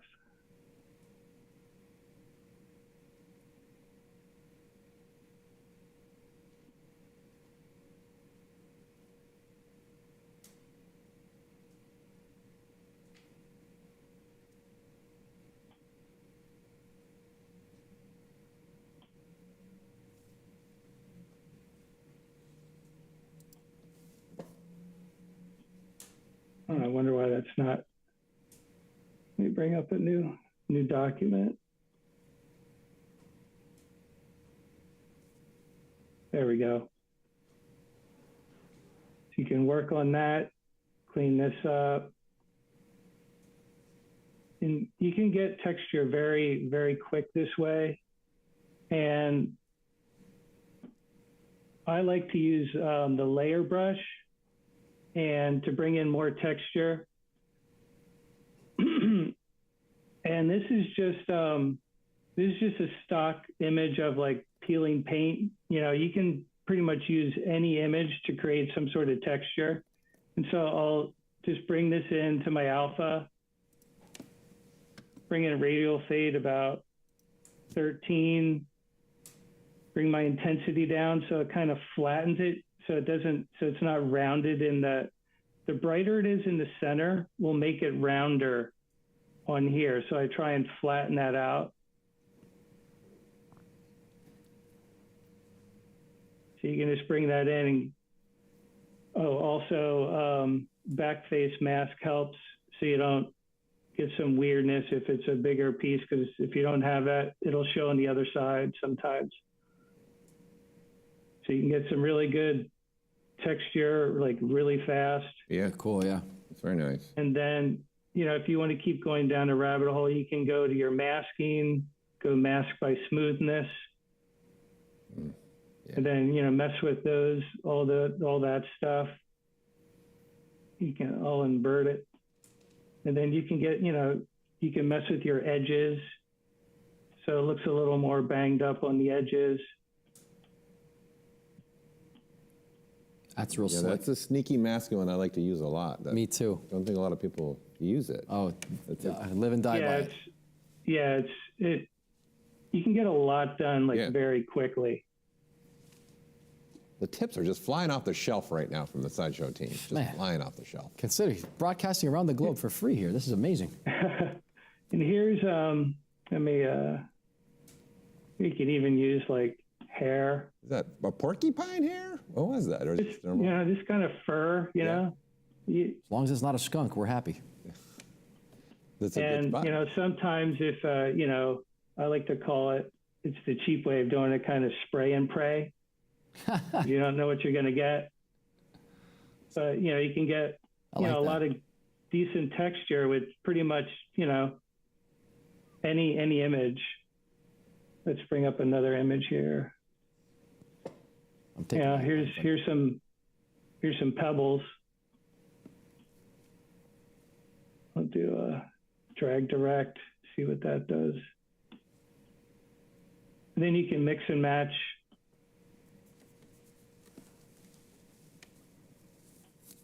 And when you're doing 3D printing, you want to, like, I think Danny and the guys hit on it, you want to exaggerate your texture, because you're probably going to lose about, I don't know, maybe 30%, probably more, depending, when the final thing is all done.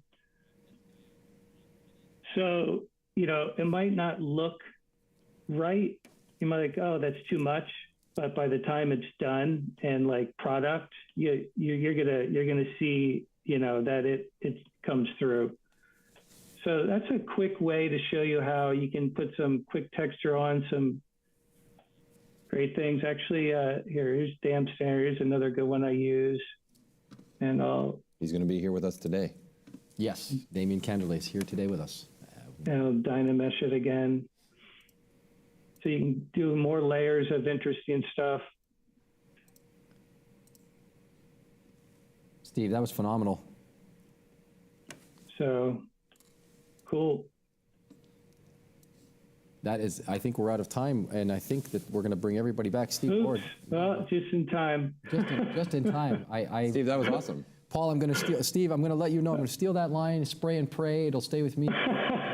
My career at this point. All right, guys, have a good one. Well, everyone's back.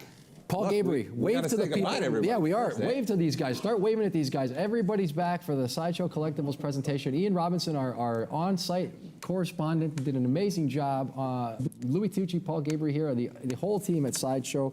Really want to thank all of you for everything you presented today. It was phenomenal. It was informative. Everybody's waving. We're having the time of our lives here. Tips galore. We had Aaron McNaught, Alfred Paredes, Danny Bell, Martin Canale, Matthew Black, Michael Woodring, Steve Schumacher, and last but not least, Steve Lord. And I can't tell you enough. I mean, it's a great joy to have been here inside the catacombs of Sideshow Collectibles.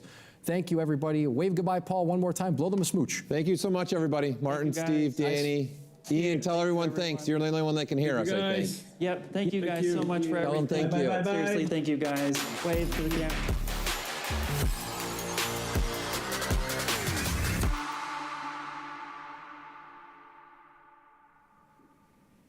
There you have I'm it. still reeling. I need to sit back for a second. 9 artists from Sideshow, and you got to see the inside of Sideshow, down the hallways, in the sculpting room. I told you we're going to do something a little different, a little special, and we're doing something like that every single day, okay? So there's going to be at least one presentation that's going to have something like that. Be still my heart. Be still my heart. Oh, my. So I'm excited that we were able to get this and bring this to you all, but let's get ready for our next presentation, but we're going to do some giveaways, right, for this. So let's get going on the giveaways. Again, you're going to register for a giveaway.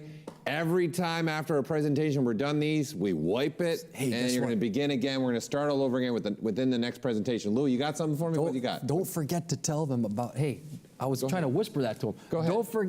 Don't forget to try to get that prize from the Sideshow Collectibles giveaway. Yep. It was running along the bottom of the screen there. I know it was hard to focus. It was shared in the chat several times. But too. let's say it one more time. You get a chance to have your hands on something from those guys. Hey, that's a joy right there. Keep going, Paul. Give them some more prizes. Is that what we're doing? Yep, we're doing some more prizes. We're giving them away. Are doing now a 6-month subscription to Gnomon Workshop. Again, a 6-month subscription to Gnomon Workshop. Let me pick my winner. And the winner, congratulations, is April Newton. April Newton. You just won a 6-month subscription to the Gnomon Workshop. A whole lot of good stuff 6 months of black belt to training. learn from, for sure. The MIT of the industry. Yeah? You like it? Let's keep going here. Let's see what else I got here. Let's do another one of these. Let's do another one of these. What are you giving away? No, I'm just, I'm picking and choosing here. We're gonna do the 4-course bundle from XM Academy. So there's 4 courses on there, in essence, 4 like workshop. You get access to all 4 of them. You'll learn a lot about ZBrush. So let's see who our winner is there for the winner. And here we go. Let me copy that, confirm my winner. And there you have it. Eugenio Koyman. Eugenio Koyman. Let me see it in this chat because it's easier for me to see it. Gino Koyman, ladies and gentlemen, Gino Koyman. Eugenio Koyman. There you go. Congratulations. Let's do another one. I like how you whispered the last time. You're trying to sneak away from that one. I'm feeling good. I'm just giving out. It's off the chain. I'll tell you, this is fun. I feel great giving away stuff. This is fantastic. Let's see. Oh, let's do one of these. We haven't done this one yet. This is a new one. Here we go. Let's do one of these. What do you got there? So, an on-site and animal anatomy workshop in Vegas. Wow. So this is a full week-long workshop, and you get the lioness that you see right Hold there. on a second. In This Las is with Vegas? Andrew Koss from Anatomy Tools. In Las Vegas. It is in Las Vegas. They get to go to Las Vegas. Well, no, this is, you just got to get to Las Vegas. They're just giving you the ability They to get themselves to Las Vegas. They get a They got to get week to Las long. Vegas. They get a week Yes, long. They got to get to Las Vegas. You're Let's blowing put my it- mind right now. You Who's have to get giving- yourself to Las Vegas. Who's giving these people these prizes? This is amazing. So this is from Anatomy Tools and Evolution. So thank you for this. So let's draw our winner and see who we get. Evolution I'm of telling you, prize this stuff, this week course thing's amazing from Andrew. So our winner is Angela Pat. Angela Pat, you are the winner. So there you go. So let me put that in Angela, chat. if you're listening, get that ticket. Let's do one more, eh? Let's get. Well, there's the Canadian coming out on me, eh? Dropped an There- A-bomb. There it is, right Only there. the day two coming here. out. It's coming out. What happened to the flag you promised me yesterday? Oh, the flag. Red and the white. Flag. Well, maybe I'll bring it. Maybe if you're a good guy. Okay. Maybe if you're a good guy. All right. Let's show one of these. Let's do another one of these. And let's do another Space Mouse Enterprise Kit from 3D Connection. Let's give another one of those away. And let me draw the winner. I need a wheel. I want a sound effect next year. Note to self. Sound effect. Drawing winner. Drawing the winner. Next year you'll have boas and smoke machines and Yes, the 10th year anniversary yes, of the absolutely. fabled ZBrush Summit. All right, and our winner is, here you go for the 3D mouse, 3D connection mouse. There you go, Ryan. I say McLeod. Ryan, you are the winner. Yeah. You're the best. There you go, McLeod. All right, you are winning There you go. So we're not done doing giveaways, of course. We got more today. We got more the next few days. But we got to get ready for our next presentation with Bungie. I'm excited to have them. Lots of other hard surface stuff from ZBrush. So don't go in here. We'll be right back.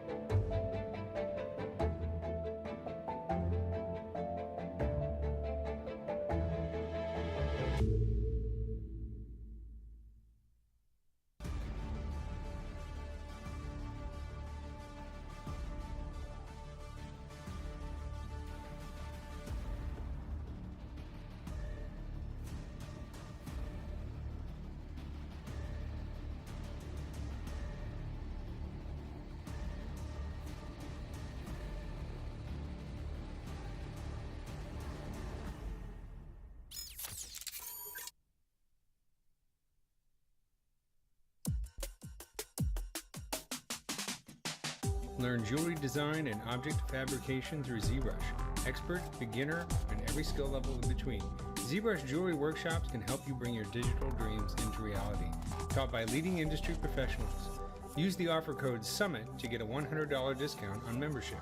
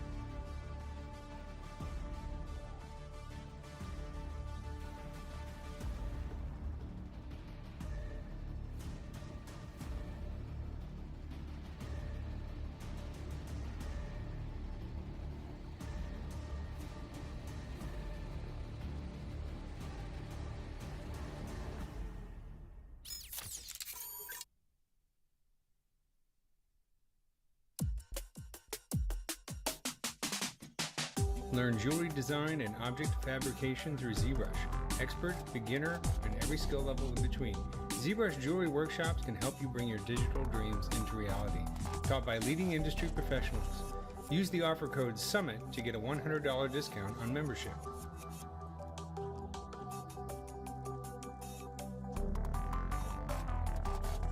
Probably over 1,000 concurrent viewership watching.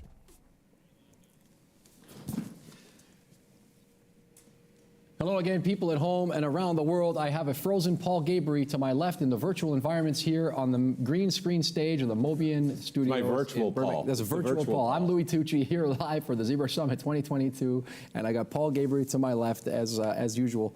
And wave hello for Pete's sake. There he is. Okay, I feel like I'm here. I feel like John McClane and Don Cherry back in the Canadian days of hockey. Anyway, we're going to remove ourselves from that. Let's talk a little bit about what just happened there. I feel stunned. I want to say I'm stunned.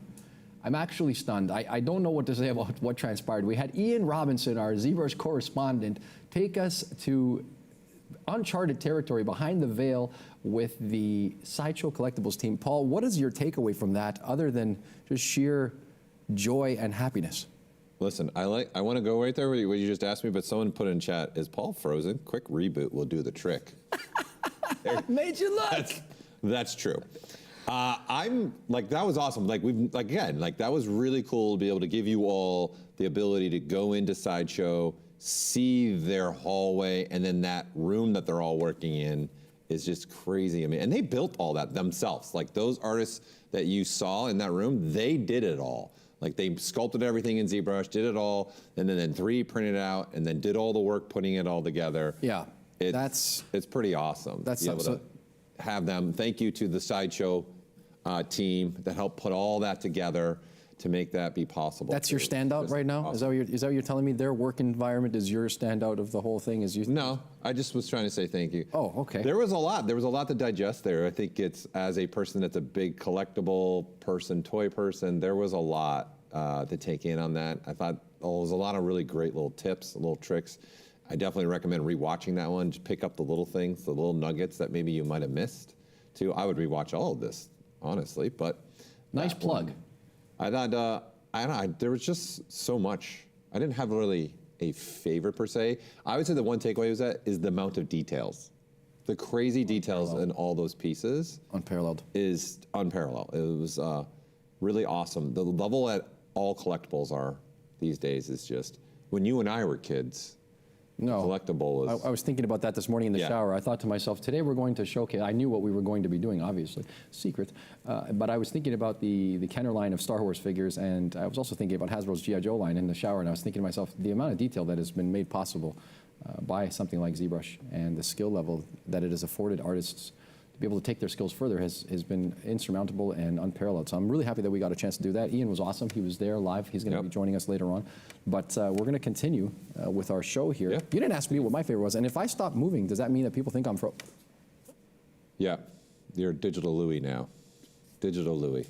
We're ready to go. Let's get going to the next presentation. This is going to be great. I'm excited for this one, especially as a hard surface guru person. We're going to be calling to the stage 3 members of the Bungie team. We've got Bungie, the Making of Destiny 2, and Alex Velasquez, Sherilyn Lima, and Dylan Mellett are going to be joining us virtually, I would presume. And it should be noted before we go any further, the virtual set that we're in as well. Get a larger pan here for a second and enjoy that, because it is a virtual set. And so, without further ado, I guess let's take it virtual with the Bungie team. Paul Gaboury, smile for the people at home. Wave to Mama. Let's bring them in. Bring them in.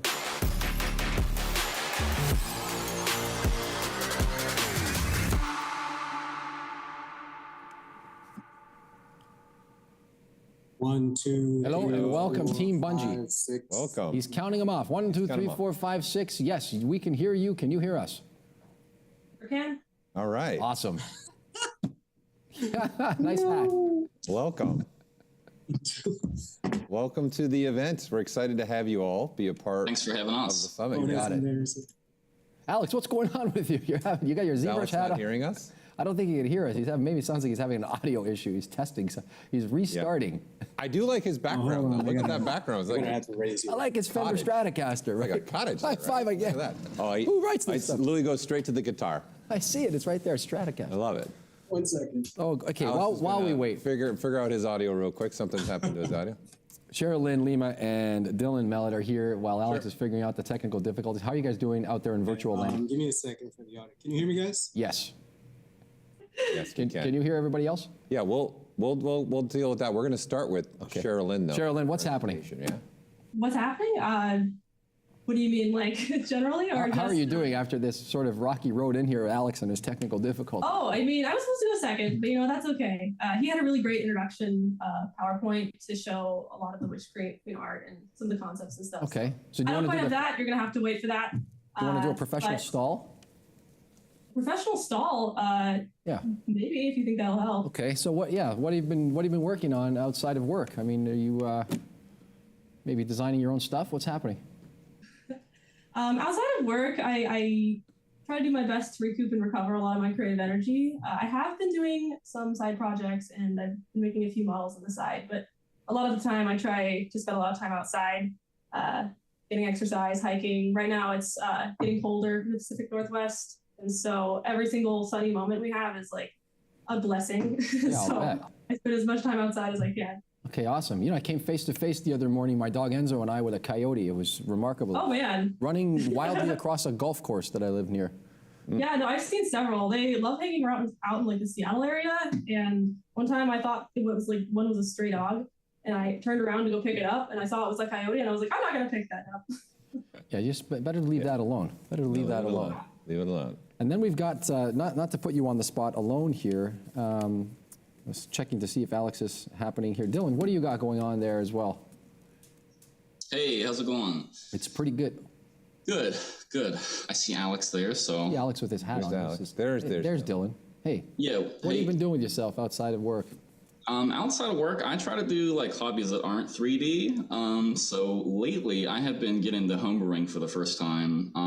Trying to make like beers and meads and ciders and things like that. So it's like fall here, so I've been trying to do like an apple cider, like a hard apple cider. So that's like been my little hobby on the side. You can send a stout to the office of Maxon ZBrush. No, I'm kidding. I'll get you details right after this. Yeah, please do. Paul Gabriel's got a grin from ear to ear. I make a beer, and the guy's got a grin from ear to ear. We might need some of those after the whole event, eh? We'll see what happens. Yeah. Well, we thank you for sharing that. Alex, it looked like you might be ready.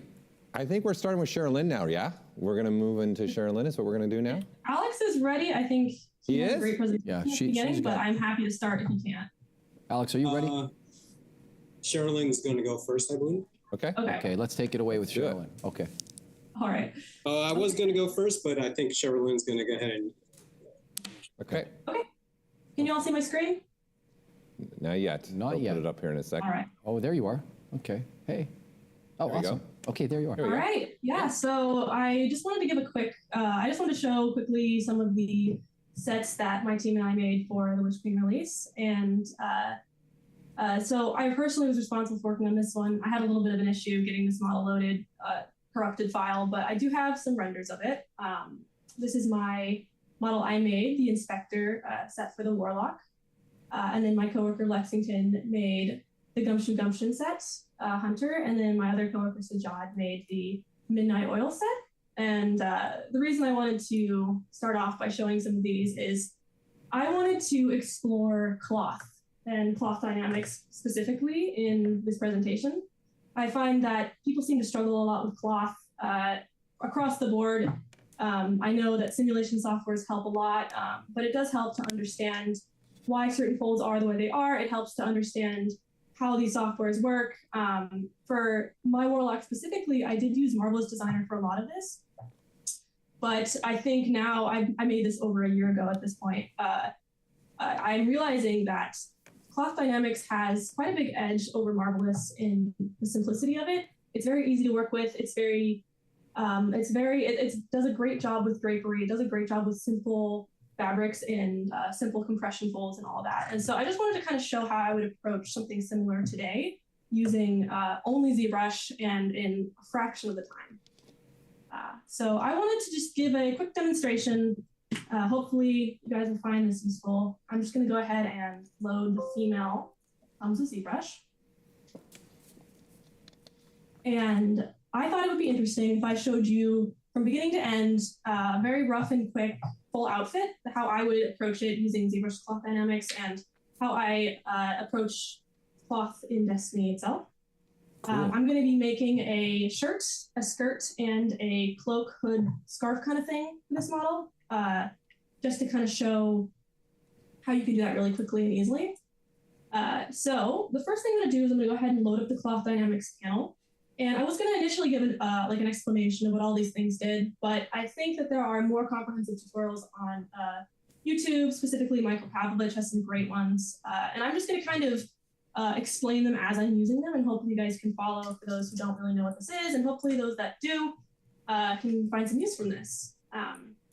So the very first thing I'm going to do is I'm going to kind of create a shirt, and I'm referencing this mesh here because I think that when I was creating it, I wasn't using Cloth Dynamics, but I can see now how I can improve upon this particular coat using that because of the different tools available to me in ZBrush. So I'm going to go ahead and show you how I would do that today.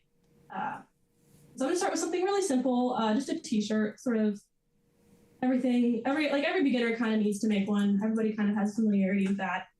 And I'm going to go ahead and just mask out the areas where I want the t-shirt to be. And this particular method works really well for anything that's going to be somewhat skin tight, not super elaborate in its construction. Go ahead and duplicate this model here, and I'm going to go to the second subdivision level and delete the higher and lower. I'm going to go to Edge Loop, and I'm going to do Edge Loop Mask Border. And if I switch into polyframe mode, you can kind of see what's going on here. I've created the shape of the shirt. I'm going to isolate that, and I'm going to delete hidden. So now I'm just kind of left with this shirt shape.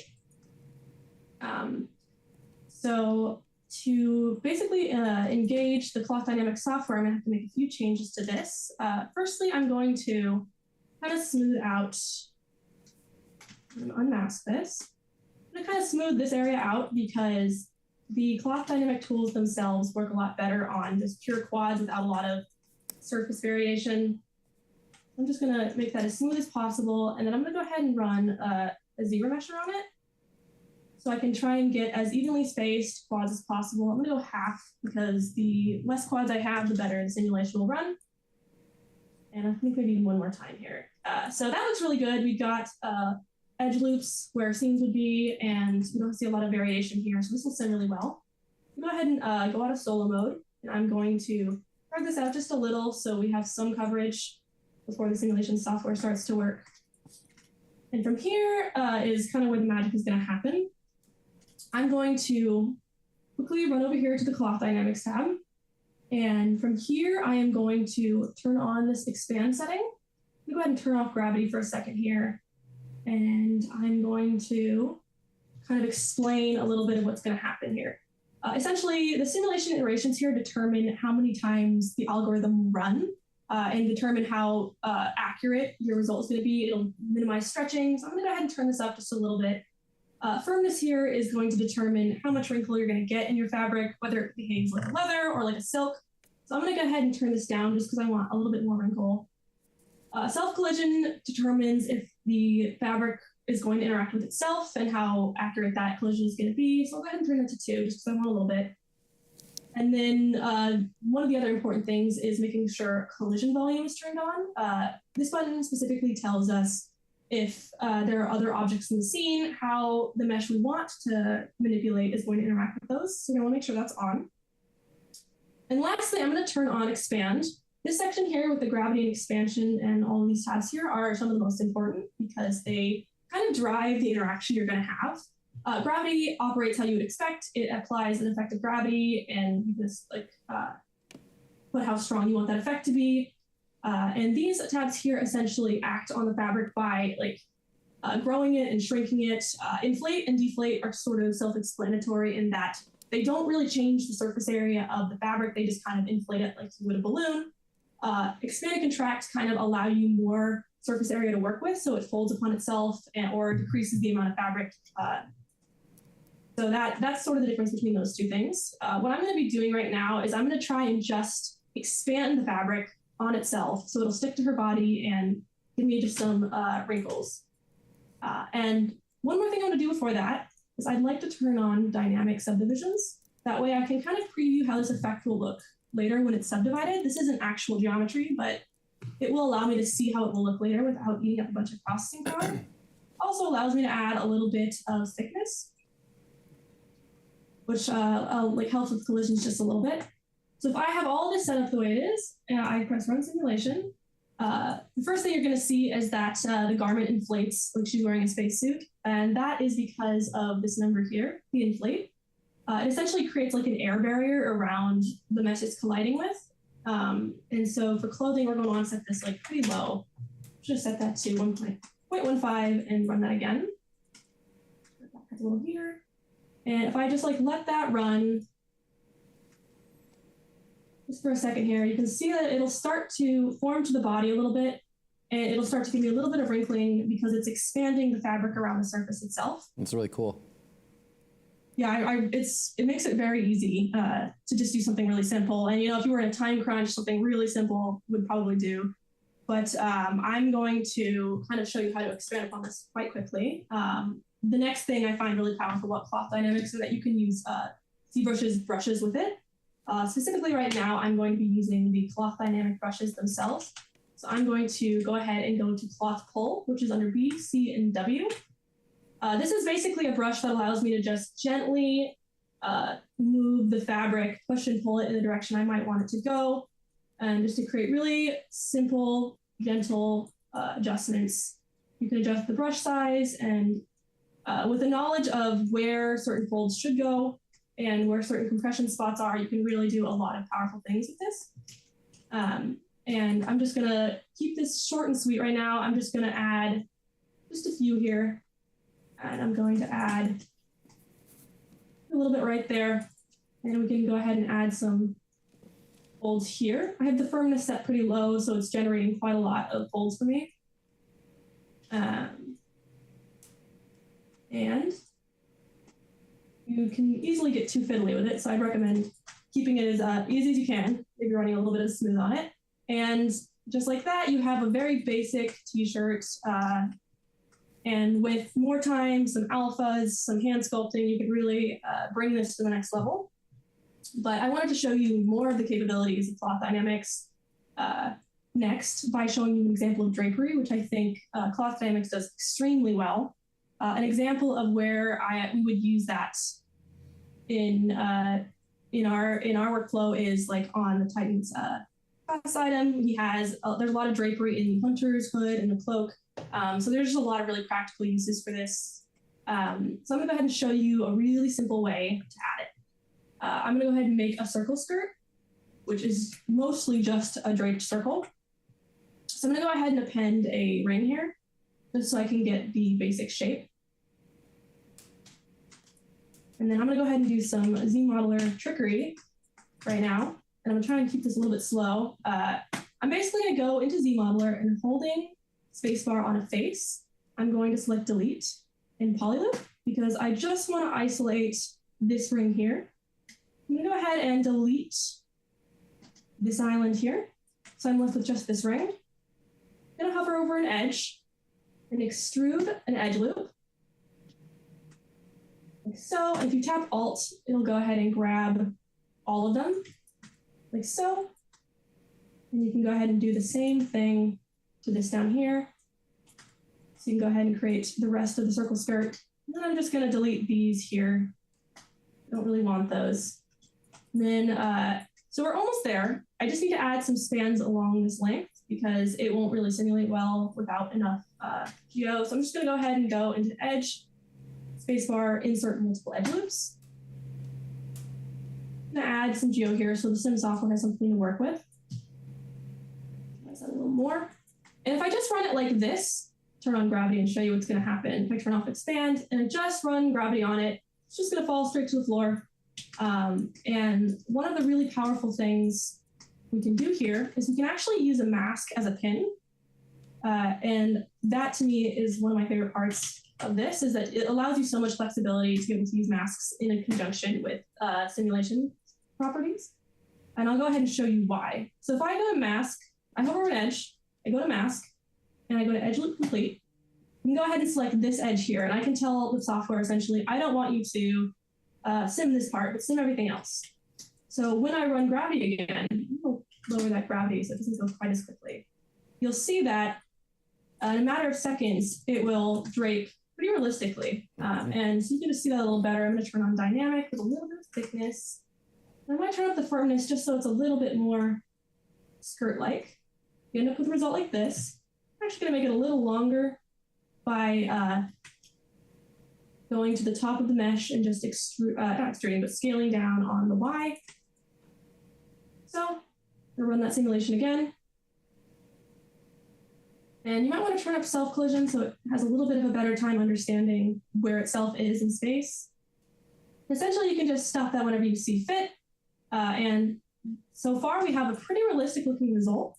And another cool thing you can do is if you invert that selection, you can use a setting called on mask here to basically tell ZBrush how to control the mesh that you're simulating. For instance, on mask means anything that's inside of this mask is going to be simulated. So if I go ahead and turn that on, and I click this button to bring my cursor to the center of the unmasked area, I can essentially use the transpose tool as a handle. You'll need to switch into cloth transpose first, which is a specific brush that you would use with cloth dynamics by going to B, T, and C. You can see here it says transpose cloth. And at this point, you can kind of use this as a handle to do whatever you want. You can drag things, and it's just extremely, extremely useful. I love this setting. And for this, you can either use this to drag up on the skirt, you can scale it in a little bit to create a more fitted look here. And just like that, you've got a working skirt that has very lifelike pipe folds here. I'll just go into here and sort of use this cloth nudge to kind of, oh, it's not working because you'll need to go back into unbrushed. Unmasked and unbrushed are like two opposite settings that you'll need to keep an eye on just to be able to work. But you can kind of go in here and you can just play around with the fabric, and you can use a regular move brush to kind of push it further into place here.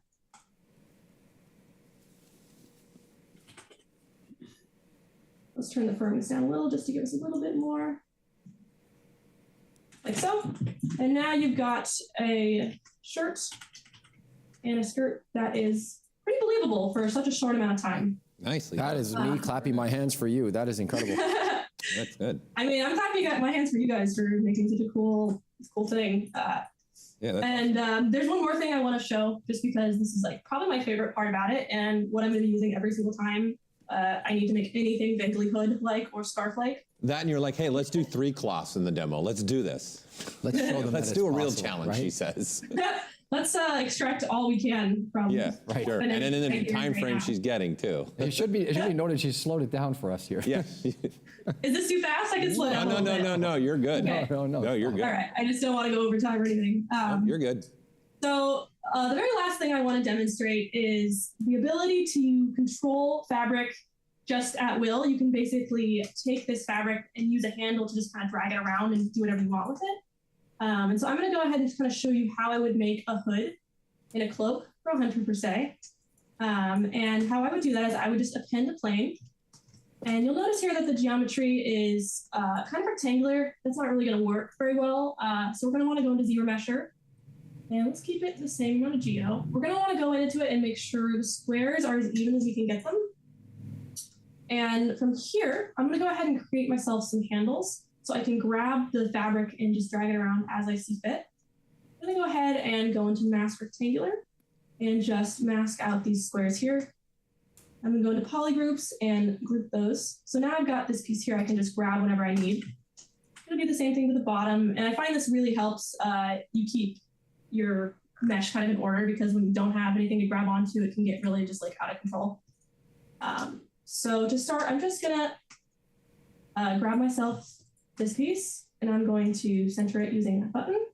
And right now it's not going to do anything because I don't have any of the settings set up. But I'm going to quickly just turn on dynamics so you can kind of see what it's going to look like later, and to give it some thickness so it doesn't just disappear from the side. From here, I'm going to turn on unmasked because I need the program to understand I would like the masked part of this geo to move, and I'm going to use this unmasked part as a handle. And then I'm going to go into the transpose cloth tool. You can see there. And from here, I can kind of just drag the cloth and do whatever I want with it. And this is super powerful if you wanted to create like a sash or a scarf. But for my purposes, I'm going to go ahead and I'm going to turn that off for a second. And because it's on masked, I can just manipulate it normally because nothing is masked right now. I'm going to go ahead and kind of place it where I want it. Make it a little smaller. Okay. And then from here, I'm just going to grab this piece. Grab this. Center that. And then turn back on masked. It's still on. From here, I'm just going to kind of take this, I'm going to drag it around. I'm going to use the little handles here because I feel like it's easier to navigate in 3D space. And you're going to want to go slowly because the way the cloth brushes work is they work on a per movement basis. Like it runs the simulation every time you move the brush. So the slower you move, the better it's going to react. I'm also going to turn up the firmness just a little bit. Just so I can get some more thick wrinkles for a thicker scarf or like a scarf material. Just gonna go ahead and slowly kind of drag this around. I can kind of get it close to her head. Like that. I'm gonna grab this one, invert that,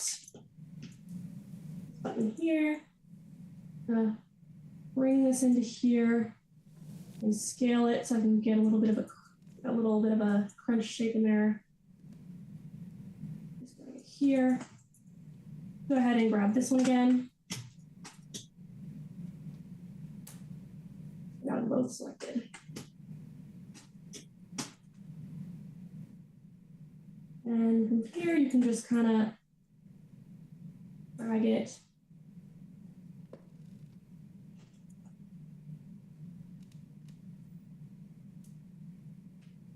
I'm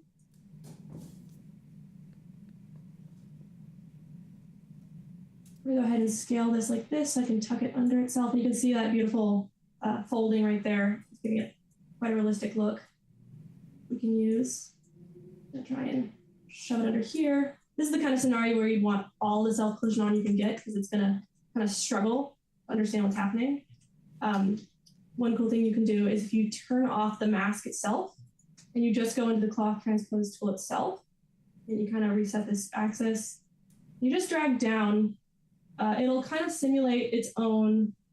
It's like it's almost simulating gravity, but you're like basically controlling it so it doesn't go crazy and start like really draping too quick.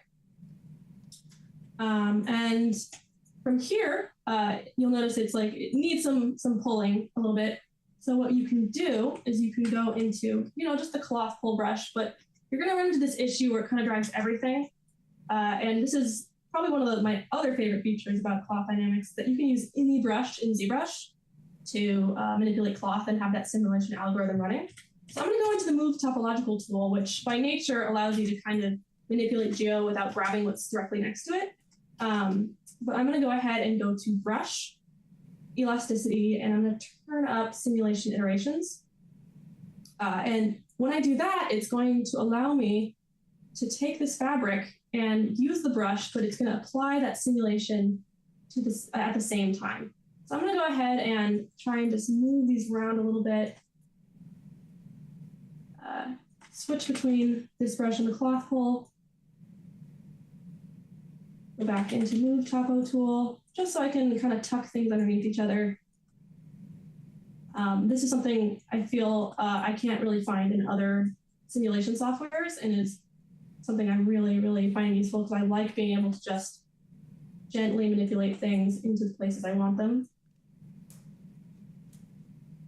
I grab it up like that.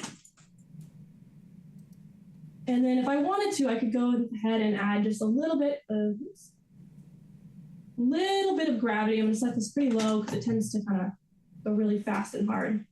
I'm going to run it just a little, so it has a little bit of drapery. And that would be how you create a really rough and quick hood. You could obviously make it a little better, spend a little bit longer perfecting those shapes, but just as a really rough demonstration, there's that. Well, you're blowing their minds right now. I've never. I know. I mean, it's really quite fun. I love cloth. Like, I know cloth is no one's favorite, but I think once you kind of understand the fundamentals of how these work and like why, I think it becomes quite a bit easier. There's one more thing I want to show that kind of puts it all together. She goes, you know what? I did 3. One more thing. I got to show one more thing. And let me know if I'm running close on time or anything. You got, I think they said 4 minutes and 29 seconds. Okay. For you. It's speed round. I can do it. 13 seconds. She says, I can do it. Let's go. Sherilyn's on fire right now. I like to see her work under regular circumstances. Yeah, it's right. like, here's a character. It's done in an hour. What's she going to do? Yeah, we created all the art from Witch Queen in exactly 30 minutes. You know? She's like, I got an hour to do this. Let's go. So the one thing I want to do is I want to add a cape to the back. And how I'm going to do that is I'm essentially going to take this plane here, the same way I did the scarf. I'm going to rotate it so that it's this way. I'm going to go ahead and kind of fit it to be the size of the mesh. I'm going to run a zero mesh on it so that it's plotted. So I'm going to create a handle again, just the way I did before. That way I can do this. What I'm also going to do is with the regular transpose tool, I'm going to expand this section of the mesh so that when I run the simulation, it'll create a gathering effect. In real life, to create a gathered effect where things are draping on each other, it has to be, the fabric has to be pretty wide. It can't, if it was just like this, it would just drape straight down. But you'll see when we give it that extra bit of space here, it's going to actually simulate quite a bit better. I'll go ahead and show you. So I have on mask turned off. So that means that any area that is masked is going to act as the pin and everything else will simulate. I'm going ahead, turn on gravity. We'll turn it up just a little bit. I'll turn up my simulation iterations just so the effect is a little cleaner. We'll keep the firmness down just for now. And then I'm going to go ahead and run that simulation. Let me actually just bring it a little higher.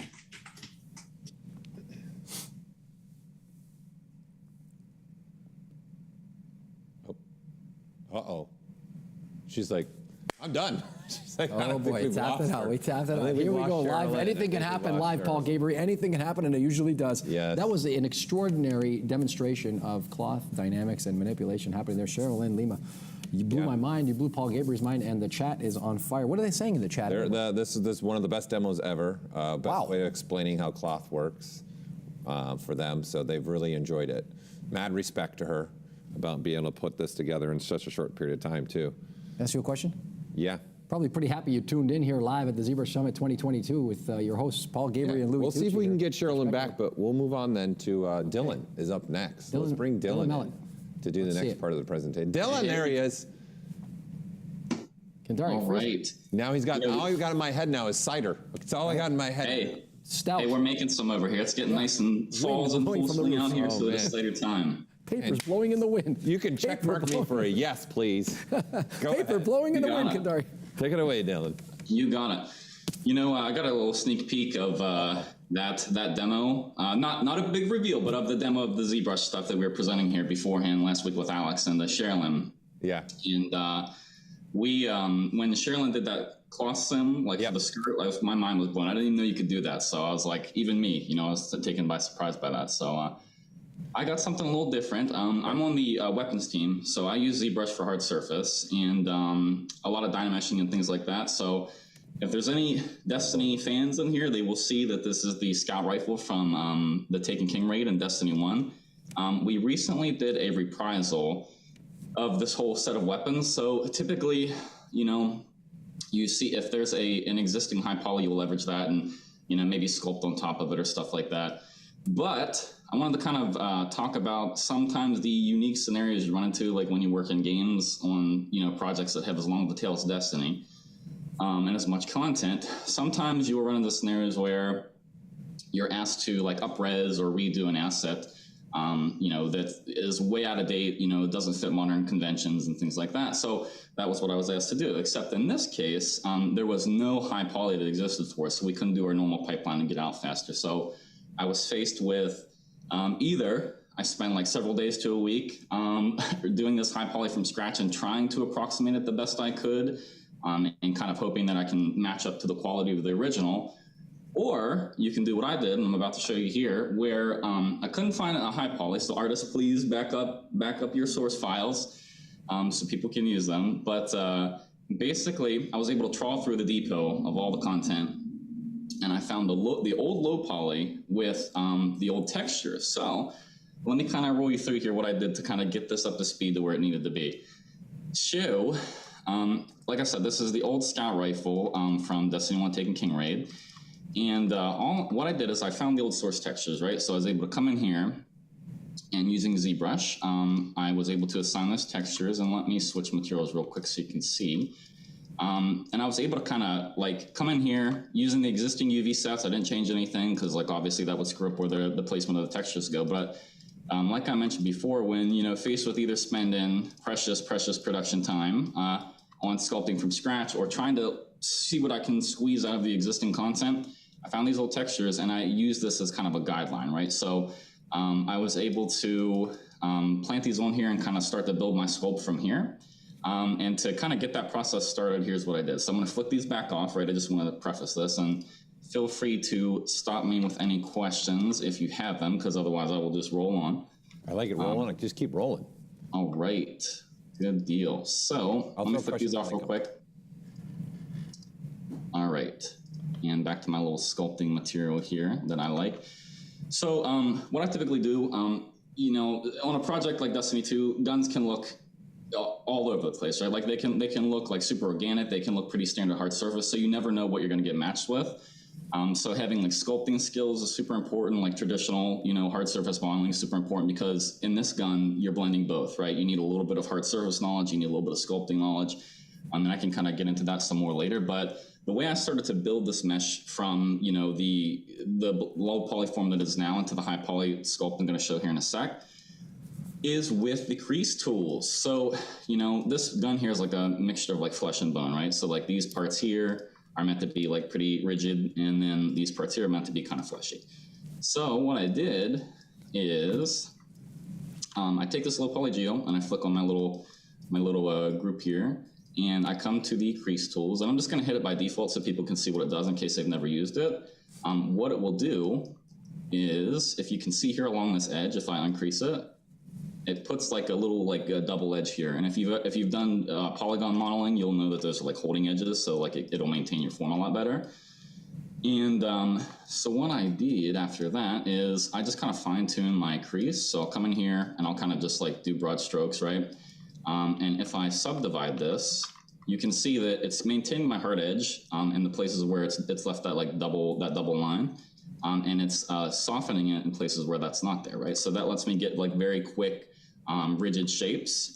So the way I refine this from here is you can see that like I missed a little bit, right? Like the algorithm here can only do so much. It's great for procedural and like non-destructive stuff, but sometimes you need to go in there and put the hand touch. So I hit B, Z, and I go to my Z modeler, and I hover over the edge, hold down space, and it brings up this dialog menu, and I click crease. And then I can go in here and I can manually place edges, which is super nice because if I need to come in here and refine anything and, maintain the shape that I intend to, it is much easier to do versus like trying to let the algorithm solve it all for you, which it just no algorithm can, right? So that kind of gets me the base shapes that I need. And from here, what I'll sometimes do is I'll just back it off one step. I'll uncrease. If I have my basic shape like creased down, it's good to go. I'll uncrease it, and then I'll hit it a couple times with the subdivide again with the uncreased off, and that'll give me some planes, and it'll also give me like some smooth shapes. So that's typically like a good base for me to go ahead and start sculpting off of from here. And all I did after this was I just applied this kind of principle across the board, right? So same thing to the rest of the rigid parts, same thing to the rest of the bone. And that got me to, and also using the textures to guide, where those details and insets and crevices and stuff were. That got me to this stage, which is like the polished version, right? Question coming through, Dylan, for you. Yeah, let's hear it. Is the design done in 2D first, or are you just going straight into 3D when you're doing these? So on like a fresh asset, like something brand new, like a brand new ornament or a brand new weapon set or exotic, typically it starts from 2D. But we also have some incredibly talented concept artists who they do They do their whole concept in 3D, and they'll paint over after and everything like that. But they use ZBrush and some other software as well to like get that result. So it just depends. But a lot of times they do start as 2D concepts, and you just kind of interpolate from there. But sometimes you do get a 3D mesh in from the concept team, and you can kind of pick it apart and make it functional and like work in game with the reload sets and stuff like that. So it just depends, but it could go either way, which is why it's good to have like a good range of skills, because sometimes you're going to need to do more of the polygon modeling. Sometimes you're going to need to do more of the sculpting. And a lot of times you need a little bit of each. Yeah, good advice. That's really sound advice, actually. Sure. Happy to hear you. So anyways, that got me to here, which is like, after using I flicked the textures off, like this kind of gave me like a good footprint to go in and build up to what the original was and to add my own inflections and my own take on it. And I want to demo a couple of little tricks here. Let me find my stylus pen of how I built some of these shapes up and how I, kind of took it from there. So back on like this little, the part of the buttstock here, you could, if you, recall from just a little bit ago where I held the planes in using crease, that gave me basically like this shape right here. All I do from there is like I go hit the H and I go to my H polish. And all I do from there is like basically refine that plane, right? So I can come in here and I can expand it if I need to. I can like basically tighten it if I need to. I'll look for places to add like embellishments and imperfections on the surface, since typically bone like isn't super polished, and you want what's your brushes of choice for that? What's your brushes of choice for that? Fine choice. Fine question. What's the brushes you like to use for making the blemishes? Yeah, so for like these little pock marks and stuff like that. Yeah, like what? Yeah, what do you do? I actually have a trick for that. It's not a brush, but I'll run you through that here. So basically for here, right? This is a trick I learned, but basically you come in here and you just like basically do a couple masks of various sizes, right? So come in here, I'll do a couple, okay? So you just mask it off. You invert that mask. You come in here with your, where is my movement gizmo? I think I have to tap, yeah. So you come in, you bring your little movement tool in here, and I just scale it in, and I like release it, right? And then what I do is I just grab my smooth brush and I come in here and I just smooth that bad boy out. And you can kind of just refine it from there. I want to add like one layer on top of that, because in production you often run into this kind of thing where your lead or art director will come by and say, hey, like this style or this shape doesn't fit, like it's not quite it's too frequent, there's too much high frequency, whatever, right? Basically, if you need to like make adjustments to that, here's how I do that, and I'll kind of fold that into the pock marks there, is I use morph targets for this. And the thing about morph targets is you have to make sure that you are not going to subdivide or dynamesh or manipulate or remesh or any of that topology in any way after the fact, because it will basically delete your morph target. So with that in mind, make sure you are at the resolution you need to be at. This is like, I only do this as like the cherry on top, right? Only whenever I'm like totally done. I'm happy with the base shapes, like nothing's gonna change from here. I'm smooth sailing, right? Like I'm good to go. So then what I'll do is I'll delete my geometry here, or my subdivision. I'll go to the morph target. I will store that morph target, and it takes a snapshot of your mesh. So like I said, if you change it in any way, you decimate it, anything like that, it will delete the morph target. But so it takes a snapshot of the mesh as it stands right now. So then going back and doing that little pockmark detail. So let me come back.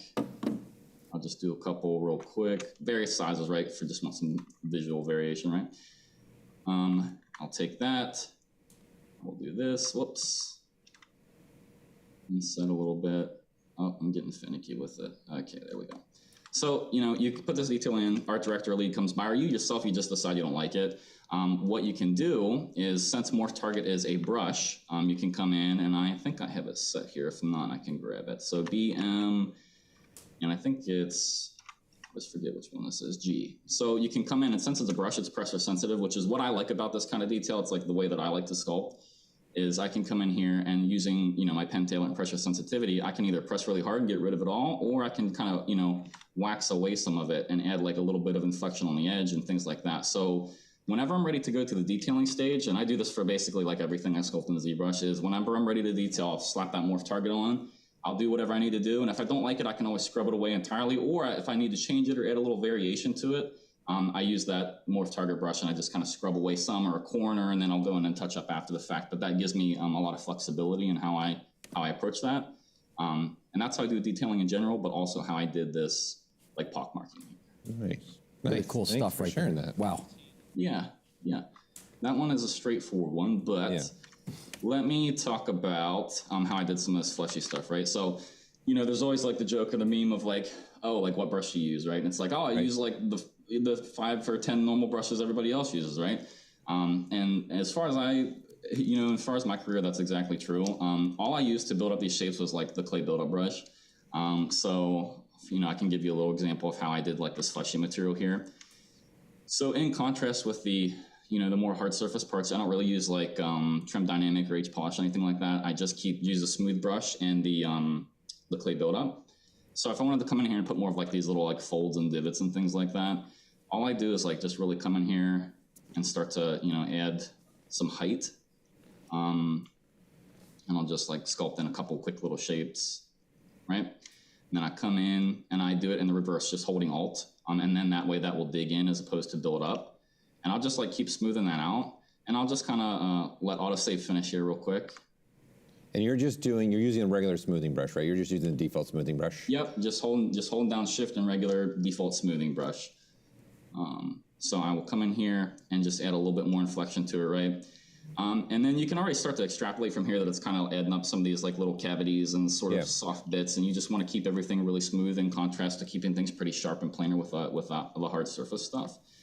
And then what I'll do is I'll come in with like the pinch brush, so BPI, and I'll just kind of like add a little bit of inflection and variation and things like that. So you get like a little bit of like a sinew kind of vibe or something like that, like a little bit of a tendon or whatever. So that's how I'll come in and start to do that sort of stuff. It's just to tighten it up.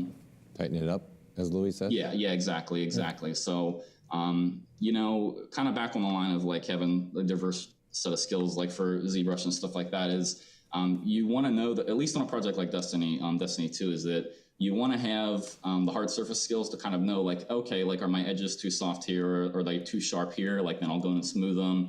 Are these planes going to read well whenever you bake down to the game res? Because so much of working in games is you're working towards that final, real-time game mesh. So you want to pay attention to that stuff at this stage, because that's what's going to, relay into what you see in the final result. What material are you using? People are really asking about that material. Is that your own material? This is a custom material that I built. Yeah. I like it because you can see, like, what I like about it is that you can see, like, it captures your curvature, basically, so you can see how it's kind of highlighting all the edges, but it's also like this nice, like, little mid-tone, so you can kind of see the cavities and recesses. So I made it. Maybe I can give it away somewhere or whatever, but it kind of feels like a bump. You're looking at like a bump. Something close to it, you might have to tinker with it, but yeah. Yeah, that's great. I think it probably also helped for you in the gaming world, right? Understanding those edges and knowing, because you're going to smooth those normals. Without a shadow of a doubt, and that's a really good point about that, because the reason why I made the material in the first place is because, like, every little thing that you see in your high poly is guaranteed. Every little facet, every little nick, every little scratch, every little bit of that is guaranteed to show up in the final game bake. So I built this material to kind of help me see those things, right? Like, how soft are my edges? Like, is there any sort of, like, did I mess up somewhere? And, like, there's a thing here that I didn't notice because my material was hiding it. Like, so, leveraging ZBrush and some of the tools that you have in here, I made this material to help me with that, because I know that end result is so important, and I don't want my material to keep me from being able to see that final result, right? Like, I want to know it right here, right now, so I can fix it or enhance it or whatever. So, you want to kind of play with those tools a little bit too, if you can. I really think it does look like a exaggerated bump map to some degree. Yeah. Sure. Yeah. I'll show you one last little trick here. Sure. And then I might have some time, depending, to show you some like more, like traditional hard surface stuff that I do. And it's like leveraging ZBrush in a different way than like traditional sculpting like this. So to do these details, it's very similar to what I did with like the bone back here, right? Like, you just mask off a random shape, or, I used the textures that existed as a guideline. But I can also just like freehand it, right? So just clay build up, right? You just dig out a little shape, okay? Hit it with the smooth, and you can already see it's kind of like in the ballpark, right? Like, it doesn't take a whole lot. Yeah. So I do that, and then I might add a little bit of height here, because you can see, like, it's kind of like membranous. Like, you think of like a bone marrow, like you crack open a bone and it's like kind of fibrous, right, and hollow. That's kind of like what I was aiming for here, to like bring more of that out. So I'll add a little bit of height, some variation there, and then I will hit the B, H, and P to grab my H polish again. Again, I use like the same 10 brushes, and I'll just come in here and I'll zoom in a little bit so people can see. And let me turn the intensity up too so we can fast track. And I'll just come in here and I'll just more or less like buff out some of these shapes. And I'll add, you can see like some pitting, some cavities, some things like that. And you just kind of keep going from there. And if I zoom out, you can kind of see it's starting to get on the same track. And I'll kind of add some more inflections and things like that from there. So that is how I do that particular shape. And a lot of this is like, having an eye for like what the end result is, like working in games, you need to kind of know what you're working towards. So, I use ZBrush quite a bit in this material as well, just to kind of show me what result I'm going to get, to take any guesswork out of the pipeline before you get all the way to the end and discover, this edge doesn't hold up, or it's too sharp, or X, Y, and Z, right? So it's a super good tool to be able to like realize that stuff in the high poly stage sooner rather than later, because going to fix anything later, typically for like real-time game art, is a big pain. So that is how I do this stuff. And I'll show you a real quick thing. I use this more often than I sculpt. You never know what kind of weapon you're going to see coming down like the seasonal track. So for stuff like this, where it's very fleshy and you have a blend of like soft and hard surface, having the sculpting skills and the hard surface knowledge goes a long, long way. I'm going to show you something that's probably more typical for most hard surface artists. So let me pull up that asset here. Let me grab it. Okay, so preface, I did not do all of this in ZBrush, but I used ZBrush quite a bit to get me the result that I needed in the time that I had. I like that, how he front-loaded that. He's like, feeling a little guilty there. A little bit, because it's complicated, but I don't want to give people the wrong impression. No, all good. Don't you worry.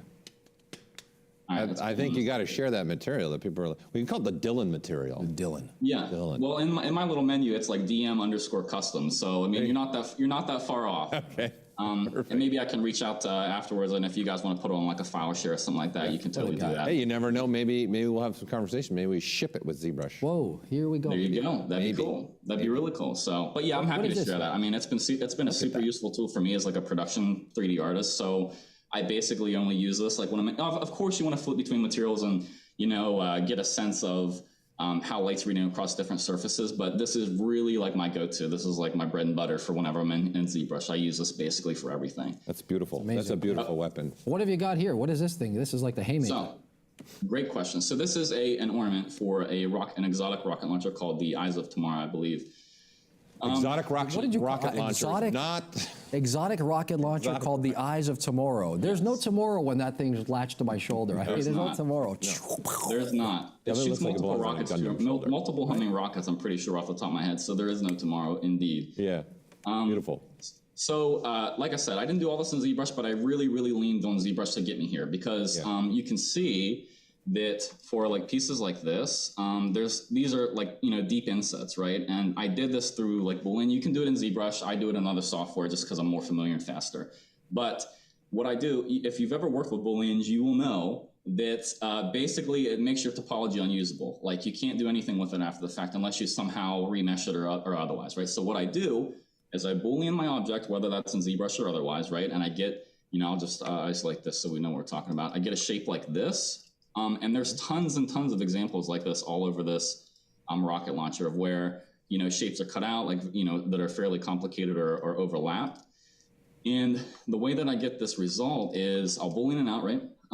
And then I'll come to ZBrush and I'll hit it with a decimation, or a Dynamesh rather, so that I can basically scatter topology all over the surface. And that way I can smooth these edges so that whenever I go to do the game res bake, I have a clean topology on my low poly because I can just reverse my Boolean. And my high poly has the edges that I want. So after you do this, right, you come in here with your messed up Boolean mesh and you hit it with a Dynamesh, which is super nice. Then what you do is you come in here to your polish menu, and I can show you where that's at. I have all this stuff up here just because I like the convenience of it, right? Customize your UI. If you're a regular ZBrush user, please customize your UI because it will save you more time than you think. And that polish menu, it's here in the deformation tab. So you can just come down here. Once you enable custom UI, you can just click and drag your most used tools up there. I'll reverse that so people can see again. But if I'm looking at this rocket launcher and edge tension, like edge width is a huge part of hard surface 3D art. You want to keep things consistent. Like one thing can't be like sharper than the rest unless there's like an intentional reason for that. You want to kind of keep things generally in the same ballpark of like edge smoothness so that when the light rolls across that surface of the game res bake, it looks really good. So you take that Dynamesh mesh and you roll a polish over it, and you can see, hopefully, that the edges will thicken, right? So I'll just do like a pretty harsh curve over here so you guys can see, but you'll see them kind of widen and smoothen out. And that's really good for the final result in game art because typically you want to exaggerate these things at the stage. Yeah, like Paul says, get a little zoom happening here. Yeah, I'll get you in here. So you're doing a deformation polish, correct? Yeah, it's in the deformation panel, and I just do a regular polish. Sometimes I'll do polish by crisp beds or features depending on like the kind of result I'm getting. But typically, I'll just come in here with like I said, an unusable Boolean mesh that like if you want to smooth from that, you have to have some sort of pipeline like this, like ZBrush, where you scatter geometry across the surface using the tool like Dynamesh to get you to that result. Yeah. So that you can smooth cleanly over those edges, and it's a huge time saver. So even though I didn't build this, with ZModel or anything like that, it was a huge part of making sure I was able to meet my deadlines in the time that I had. So I really relied on it to say the least. So I'll hit it again so people can see if you're on the stream. But you just hit it with deformation polish, and it'll widen your edges, which is super good for game art bakes. And I'll just do that across the whole thing, right? So anywhere where that's applicable, I'll go ahead and do that. For the most part, that's how I use it, right? So you need like a strong skill set with sculpting. So that goes a long way on a project like Destiny 2. Keep having an eye for like pretty typical hard surface modeling and knowing how like edge tension and edge width is going to affect your overall result at the end is super important. This one didn't require a whole lot of like hands-on sculpting, obviously, because it's very machined, right? Like that's the intent of the concept and the intent of the overall base rocket launcher as well, is that it's very machined. It's very like technical and articulate. So you wouldn't want to come in on something like this and put a whole lot of like scratches and dents or anything like that, or anything like you would see on something that's more like fleshy and bone, like the Scout rifle beforehand. Sure. So, Speaking of scratches and dents, how about a little turnaround here of this thing so we can see where the rockets come out of? You're about to expose me here because I only symmetried one half of it. So that's okay. So you can see here. Typically, you only do one side because it's a pretty bulky object. Sure. But I can show you. It's basically just a flat surface. But I'll give you. I'll give you the importance. How about the 3/4 view? There you go. Look at that. Yeah. That's where the jazz comes up. Yeah, this one was a lot of fun to work on. What did you call this one again? Pretty beefy mesh. What's the name of this one? I think the base rocket launcher is called Eyes of Tomorrow. I want to say off the top of my head. It's a great name. It's a great name. Better believe it's the Eye of Tomorrow. The Eye of Tomorrow. Here it comes. Yeah. The material's still getting some talk, Dylan. We're gonna have to talk. They're still hitting you on the. You know some people in the ZBrush world. I think we have our email connection, so I'm happy to share it. I mean, that's like that's awesome. My bread and butter. If people like it and they think it'd be helpful, I'm very happy to share it. That's great. It's in the chatter. Just bringing the community to life is what we do here on the ZBrush Summit. I mean, that is awesome to hear you say that. That thing looks like a haymaker if I ever saw one. I mean, it's awesome. Here we go. Guaranteed to start. I've done some of my days, but I haven't gone down that road for sure. I like the little cubic sort of detail that you put there on the side. Can you zoom in on that for a second? These guys over here? Sure, yeah, at the tail end of that thing, right? Yeah, right. Yeah. So this is like one of those on-the-fly things you'll have to solve sometimes when you're like working in 3D. The concept didn't account for anything on the side. So whenever you put it in 1P and you're looking at this rocket launcher, all you really had was like this broad side, which is just a plane. So whenever light hits it, it's pretty flat. So I needed to come in here and add a couple little like doodads and things to kind of make the 1P stand out a little bit more and break up the surface. Sure. So you'll have to do that sometimes. Like you'll just have to kind of problem solve on the fly. That's a really beautiful piece. It's almost, it looks like a film camera on steroids, with the exception of having the destructive qualities of the Eye of Tomorrow. Yeah, it's like that old camera lens, like little hood here, I see you. Goodbye. It harkens back to that one moment in Metal Gear Solid where you have to like use the Nikita rocket launcher to knock out of the sky the. Oh God, I forget what it's called now. It's a type of helicopter. It was a military helicopter. Dylan. Anyway, carrying on. Dylan, I really appreciate what you just shared and everything, and the ability to share material with us. Of course, yeah. That would be awesome. We'll talk. We'll talk, but thanks for having us. You had Paul Gabriel at Hello when you start showing him some hard surface modeling techniques. He's glued to the television side. Well, they asked for it, and guess what? We gave it to her. Sherilyn's back. She's back. She's back, people. We're bringing her back. Restore the feed. I hear, Sherilyn, you got something else you just have to show. Hold on a second. You have to show. I'm honored to be back, honestly. From the Northwest. Don't worry, we're gonna get to Alex. Had to like silence me. I was giving away too many tips. Yes, let's go. Dylan, thank you, man. That was awesome. Don't worry, we'll bring Dylan back too. Thank you, Dylan. Dylan got rolled under the rug. Get rid of that guy. All right, let's bring Cheryl in. Let's do it. Let's see what you got. You got one more thing you wanted to share, everybody. All right, literally, it's just. Take it away from the Pacific Northwest. Here we go. Oh, is my screen not sharing? Not yet. We see you. We see your face. You look great. That's cool. There we go. There we go. Now we see you. Hit that little hide button. My screen? Yep. Hit that little hide there so you don't show. All right. Let me just show you really quick. This was it. This is all I wanted to show is like one more thing you can do with like masks and pinning and such. I emphasize the masking because I feel like in Marvelous, that's what I really appreciated the most is like the ability to pin something in space and allow the fabric to drape. And are you moving around right now? Are you moving around in ZBrush right now? I am. Can you see it? Nope. It's frozen. Nope, it's frozen. Sweet. That's really cool. It looks good. It looks good. It's a very nice static image. Let's try one more time. Then we'll have to Did you see that? The again. wind blew so fast it stopped it dead in its tracks. Okay. Apparently they're working on it. Well, should fix it. Complications of being live, as always. From an undisclosed location in the Northwest. How is this? Let's see. How is this? Let's We're see seeing your face right now. You see it? 1 second. They're gonna. We're looking at you, looking at us. Put your screen up yet. Looking at you, looking at your screen. It's just us. Looking at me, right now. looking at. Now you're smiling. There you go. We're still smiling. I feel like I should be doing this. How are we doing back there? That same link? No, you're still. It's just you and us. No, on the it's just you and us now. right There now. is no ZBrush. It's only the people on the cameras. Anything can happen live, and it usually does. TB in the background having a chuckle. What can you do? Can you see it now? No, you're still there smiling at us. Hey. Yeah. There you are. Maybe this is just not meant to be known. This is one of those things that The you'll have to cliffhanger. hold. They call that vesting for later or holding close to the chest where I come from. Houston, we have a problem. I thought what you were doing before was really cool, though.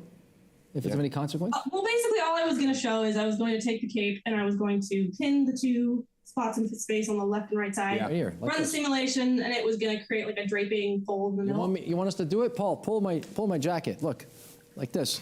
Pull the jacket. This is taking demos to a Hold the whole nother jacket. level here. This is taking demos Exactly, to a whole that's what I nother was level. trying to What you were show. trying to do. You were trying to pin it down. I didn't even need to show it. I think you guys just did it. There you go. Absolutely. Well, we'll try again. Well, I mean, if we can't end up getting it going, that was just the essentials. It was just pinning the two sides, running a gravity on it, and it would basically drape in the middle, and then just like pushing that up onto the shoulders and kind of tucking it under, and it essentially would create a cape. Hopefully, the things I showed you so far would kind of illustrate how that would go. They were over the top. What you did was you hit a grand slam. You were going for the fourth one. I think you did 3 before that. Hitting the fourth would have been 4 You're runs like, right there. Man, well, I'm really glad you guys found some value in the ones I was able to show. And You better I think believe that I hopefully displayed some of the more powerful aspects of it. And I'm fairly new to using cloth dynamics myself, but I'm really curious to see how much further I can push this and to see if it's, something I can use more functionally than Marvelous. Yeah. Something tells me a lot of people are going to be rewatching this part of the stream, to be honest with you, because it is quite useful and quite valuable. You guys have really, this has been a cavalcade and an extravaganza of information overload in some cases. I have to I watch hope it wasn't too much. I'm really glad it was helpful. No, it was amazing. They've loved so far what you and Dylan have shown. I can't wait to bring Alex. It's too. Alex. Alex Velasquez. I don't know if he wants to just go ahead and roll with it. I think we bring up Alex Velasquez if we can now. Can we cue the Alex Velasquez feed? There he is, Alex Velasquez from a lovely looking wooden cabin somewhere remote. I love it. How's it going, Alex? It's up on Tiger Mountain up here in Issaquah. Good. Wow, Tiger Mountain. It sounds so exotic. Look at those lights. Look, you got the festiveness happening within the back and the lights. It's ready for the season. This Look is at beautiful. This guy. It's This is beginning. beautiful. I'll stop right there because they'll give us the. I know you're seeing the guitars, Louis. Let's let Alex go. All right, go for it. Never mind the we'll Fender take a look at Alex's screen and up next. This Okay, is so yeah. Take so it's going to be hard to follow that, but I was supposed to go first and saw a lot of order. That's okay. Don't worry about that. Let's go ahead and pull up my. There it is. We see your screen right now. We're seeing your ZBrush. Very ornate. There's also There we a go. Now we got your slight PowerPoint. lag Yep, in we got the your audio, PowerPoint. so Okay. we're Once again, if you're tuning in late, you're seeing the Destiny. all right. So I'm not going to do some of this.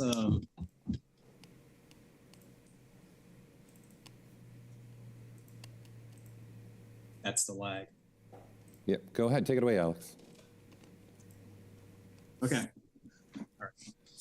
So here we go. I'm here with Sherilyn and Dylan, obviously. My share of the talk is going to be the Lucent Hive combatants. The character you see here, this is a Hive Lightbearer, one of the new combatants we created for Witch Queen. I'm going to go through this guy in ZBrush, kind of subtool by subtool. I'm going to show you some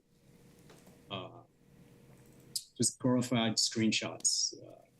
And from there, I'm going to talk a little bit about some of the problem spaces we had in developing these guys and how ZBrush helped overcome that. Alex, do you have the stream on your side too?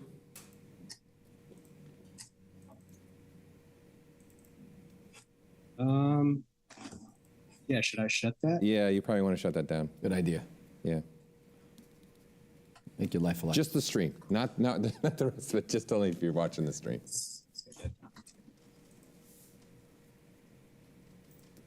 All right. Okay, so the link I'm watching the screen, let me make sure I get the right one here. So,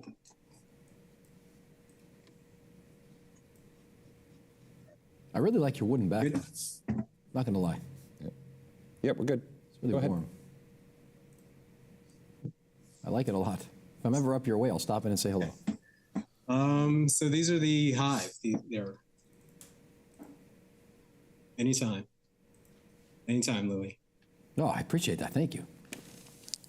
I thought you were talking to your computer. So these are the Hive. They're kind of a gothic horror zombie race. I'm going to take my headset off because there's it's kind of messing me up. But there's 5 main combatant units: the Wizard, the Acolyte, the Thrall, the Ogre, and the Knight. And these are going to comprise the Hive faction. For the Witch Queen, we're going to introduce 3 new characters. That's going to be these guys here at the top. We're only seeing your Lucid Hive combatants, the very first slide. So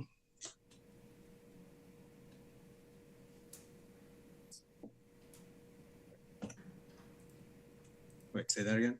We're only seeing your very first slide.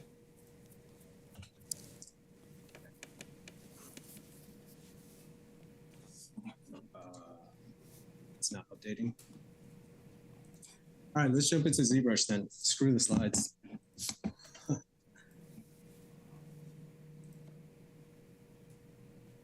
Yeah, we're not seeing ZBrush. We're still only seeing there's something going on your side. No, we're not. There you are, and there's your slideshow. Yeah, we only see No your very first slide of your slideshow. Oh, there it is. There it is. Now we got your ZBrush. If we close that down.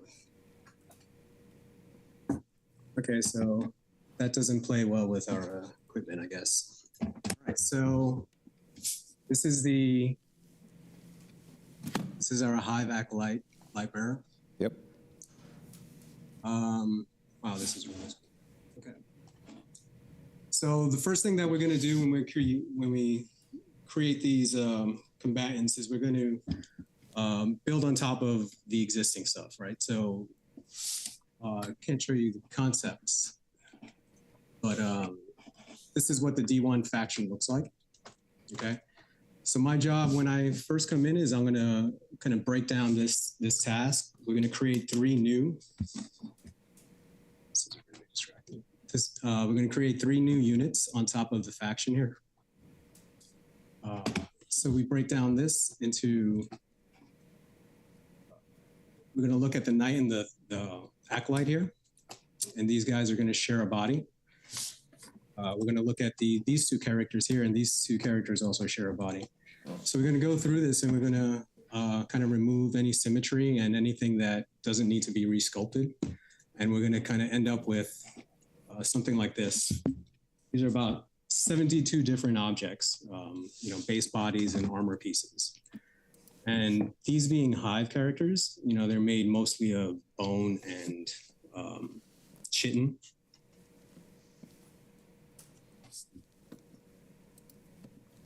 So it's going to be real it's going to be real easy to use ZBrush's automated procedural techniques to kind of generate this detail. It's not hard surface, so I don't have to be exact with it. It just kind of has to look like bone.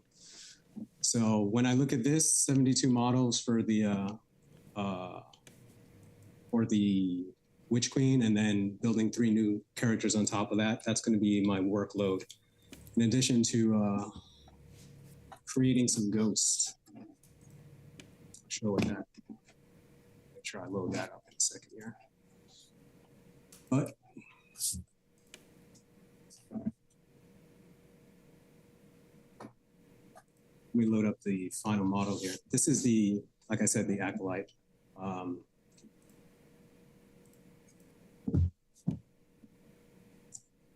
Very nice. Looking good. The first thing I do is bring in a kind of skeleton reference. This is what we use for animation.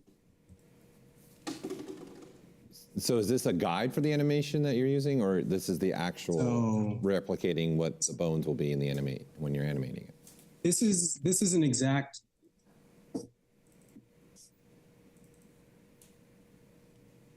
Yeah, this is what the animators will use to animate the character off of. I just took it in Maya, swapped it out with geometry, and brought it in using GoZ.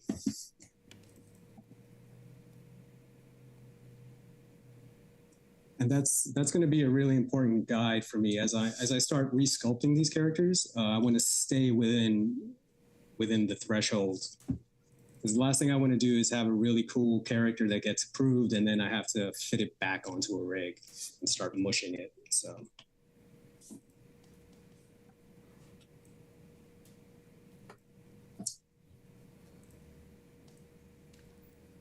That's a good thought. Even making a skeleton with that piece helps you. We've seen a few skeletons today. It's just making me rethink some things. How about you? Starting from scratch with a skeleton? Seems to be the pro choice. Yeah. So I've done that actually. Do that. So when you're working on a live service game like this, you're creating all these races, and it's really good to have the I noticed there's a trend in the discussions today about physiology and being accurate, and that's one of the things that I did even with. When I worked on the Cabal, I used Ryan Kingsland's skeleton and just kind of put that inside of a Cabal unit and stretched it out to create the anatomy of that character. And it's really important for these guys too, even though they're aliens and they're kind of insect zombie clams, it's important to think about the physiology and kind of plan it out. And that's one of the things I did here. Before I started, I kind of looked at these assets and I broke them down into what's tendon, what's hard surface, what's fleshy. Since a lot of this anatomy is made up, we're trying to create your own rules that you adhere to is really important. So here I'll break this down into flows and edges that I want to maintain as I resculpt the character. I'm also going to reference existing stuff. So like Oryx is a cinematic character we had. So I'm going to pull in some of these design elements here.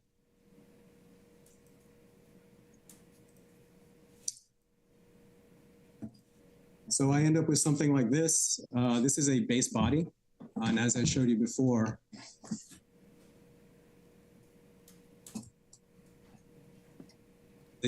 this is for this character here. We're going to build the armor for the trooper and the knight on top of this base body. A creepy little face right there for a second. So here we go. I'm going to zoom in on something like this. Look at that guy. So this is the first piece. I'll take that low poly and I'll start sculpting on it. Once I get to a really good kind of moving on place, I'll start breaking him off into different sub objects, so I could refine each of these sub objects at a higher fidelity. And I could show you a little bit about that process here.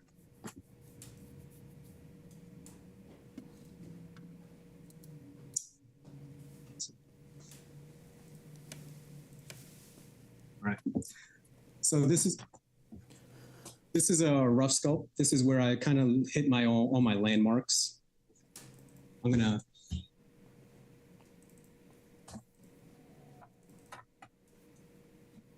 right. So now I'm gonna start breaking this guy apart. He has topology. This is Z-remesher topology. But it's pretty gnarly in a couple of spots, and so I want to clean this up.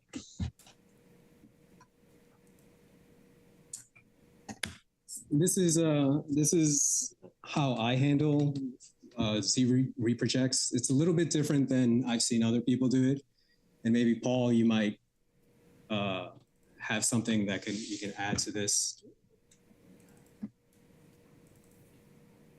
Sure. Yeah. So what I'm going to do is I'm going to mask off an area. I'm going to delete everything else. I'm going to divide it once so I have 2 subdivision levels. And the reason why I want that is because when I hit this freeze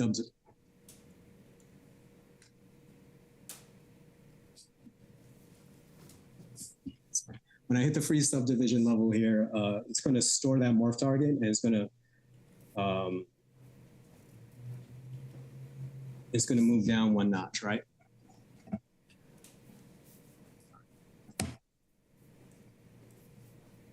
So here we go. So frozen subdivision level, and then I'm going to do some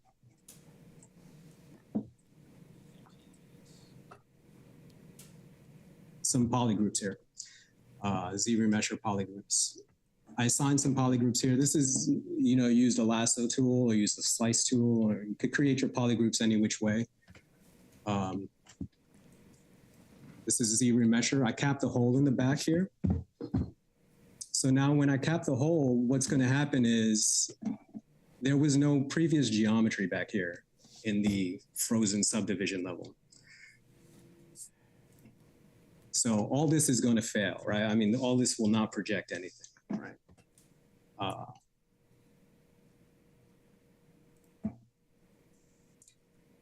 So then I'm going to group loop it here to give myself that extra loop.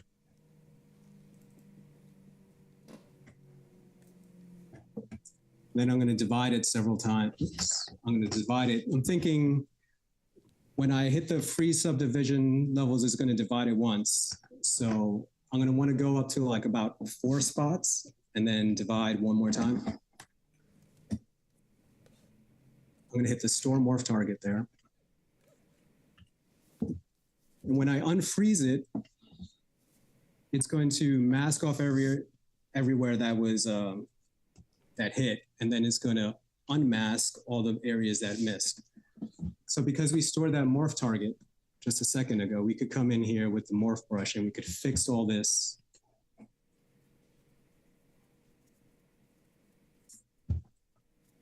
Fix all these little areas here that missed, and then just reconstruct down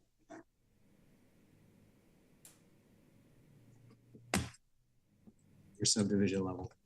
So that's how I do reprojects. It gives me that morph so I can go in there and fix any of these kind of broken areas.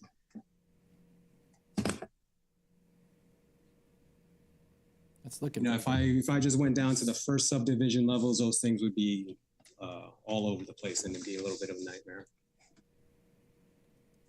Yeah, really cool. So from here, my next step is, since I have a subdivision levels, I might as well go ahead and apply some UV map.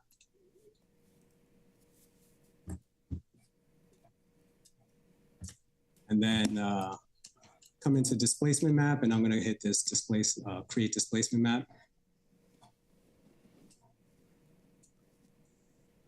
So I created my topology. I unwrapped it. I created a displacement map.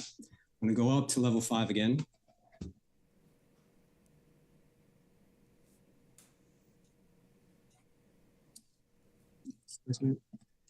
Now I'm going to apply it. Let's turn the texture off.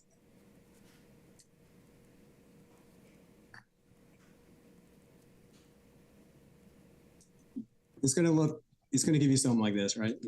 we could adjust this. So you could adjust this up or down. One of the things that I find is I tend to sculpt very soft, and and when I'm doing 3D prints, or if I'm doing a normal bake, they kind of don't read as well. So sorry. So I use this displacement to kind of just like pump it up a little bit. You could also use contrast in here. They do a little bit of a different thing. So you're taking the sculpt original in a displacement map and then applying it. So that's how I end up with something like this. That's really powerful stuff, taking advantage of that displacement map and pushing things further, right? Yeah. Not to get into any more additional tips and tricks for 3D printing, but I do that for 3D prints sometimes. So the displacement map is also... Look at all those vertebrae. Creepy. Really good for when you don't have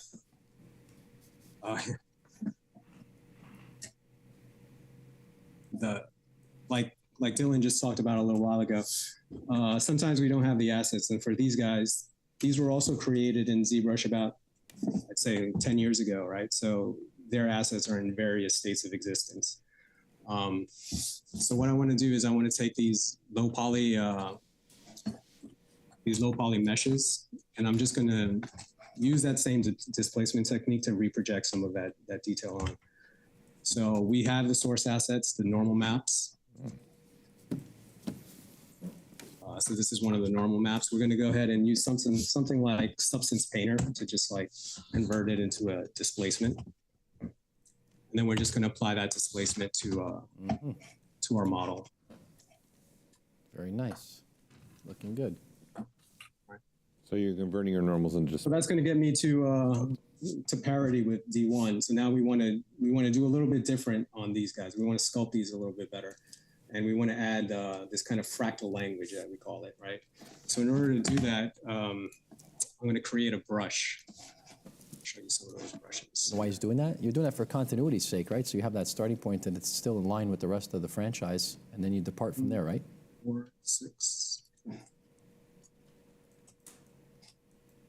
So I'm going to take this this model, and I created a brush here. Now, let me show you what it looks like on this over here.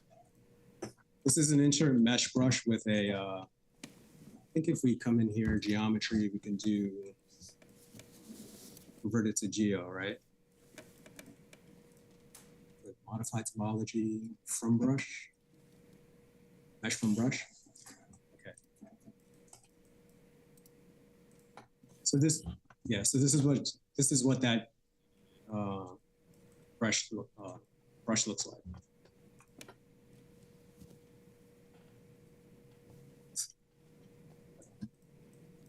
And we're going to use this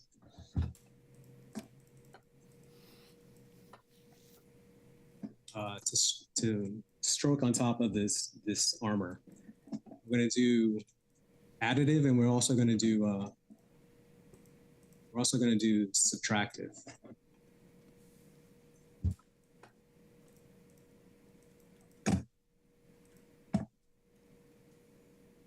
All right, so the top one is additive and the bottom one is subtractive, and we're using a live Boolean here to create this.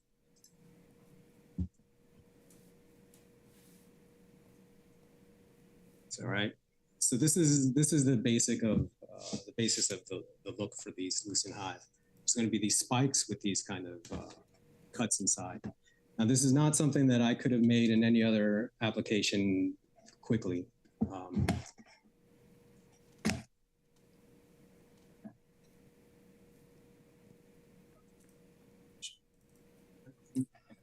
So for example, this night helmet that I worked on here, it starts off with a really simple shape, and I'm going to use the insert mesh brush to create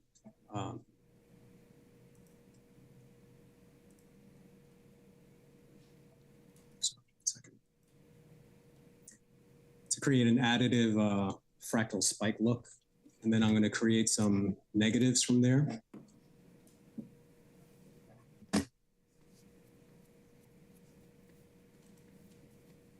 And then I end up, once I get a Boolean, so it looks like that.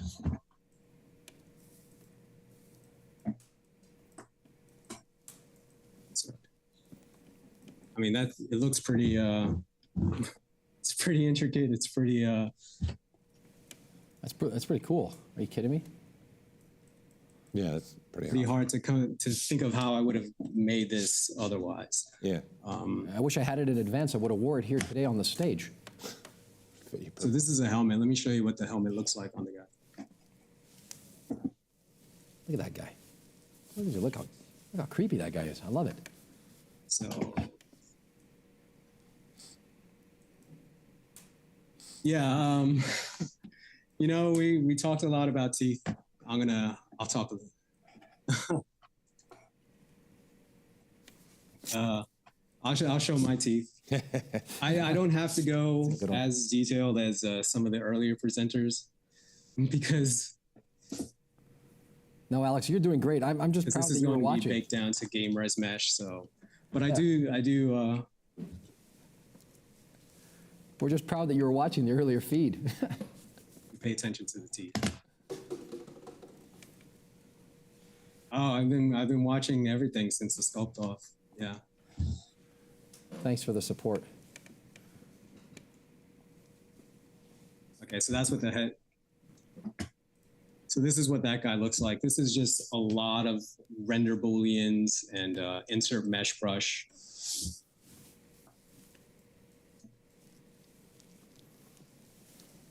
As one spiky dude. You like gremlins, don't you? Ah, well, you can't go wrong. I knew you were going there. I knew it. Kidding me? That's an awesome looking piece, Alex. I'm telling you, man, I'd wear that to the studio here if I had it. Thank you. Look at that. That's incredible. Shoulder pads, too. Let me just jump back to this guy. What do you think? I've been doing my push-ups. You think that would look good on me? I'm about to burst out this jacket right here.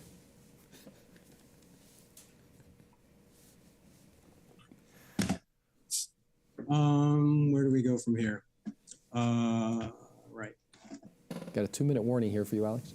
So then once we have the base body, we're going to go ahead and create the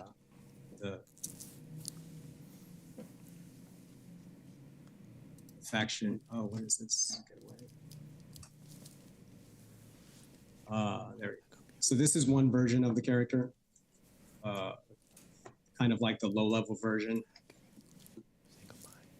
The faction unit.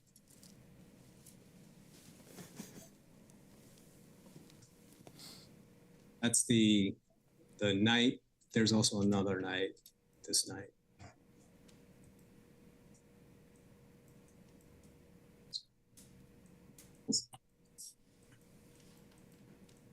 Yeah, so all of these are built on top of the same body and they're all layered on top of each other. So one of the important things is to do when I'm stroking these insert mesh brushes is paying attention to the underlying flow and form of the model. You know, like I don't want these shapes to kind of clash into each other, and it's a little difficult when you're working on like 6 characters at the same time. You know, they're all built on top of each other.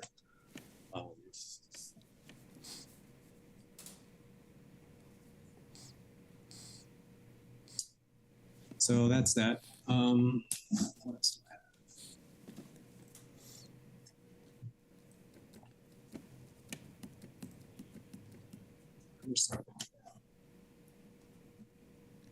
I don't have the clock anymore. So. Oh, yeah. They've given us the spinning wheel of death from behind the cameras. It's time to wrap it up, Alex. We really appreciated this demonstration. It looks really, really tight, really nice. Did you have fun? I'm sorry about all the technical difficulties. It would have. Stop right there. Don't say that. That's unnecessary. Don't worry about it. The whole community is tapping like on their keyboard somewhere across the globe from from the West Coast to the East Coast, around the world. I'm sure people have really taken a lot of value from this presentation. Paul Gabriel still smiling ear to ear. He got his hard surface. Listen, the chat was loving this whole presentation, by the way, from you guys. Bungie's one of the favorites already. We had everything. The way you guys were talking, the way you guys were walking through the features and showing them, they really loved it. So thank you for taking cloaks, scarves, cloths, sure, rocket launchers, the eyes of tomorrow, tomorrow's never coming, and finally with some really spiky stuff that I would wear any day on a Friday night is the type of thing you show up to the club with. That is going to wrap it up for the Bungie team. I want to thank Alex Velasquez, Sherilyn Lima, and Dylan Mellett. I hope I said that correctly, Dylan. And yep, thanks for having us. Couldn't be more happy to have you. We're giving you a big wave and a smile. Thank you so much. Thank you so much. Paul Gabriel, it continues day 2 for the ZBrush Summit. Thank you so much, everybody. I really appreciate you taking goodbye, time Paul. out of your day. Bye. Take care. We'll see you again. Take care.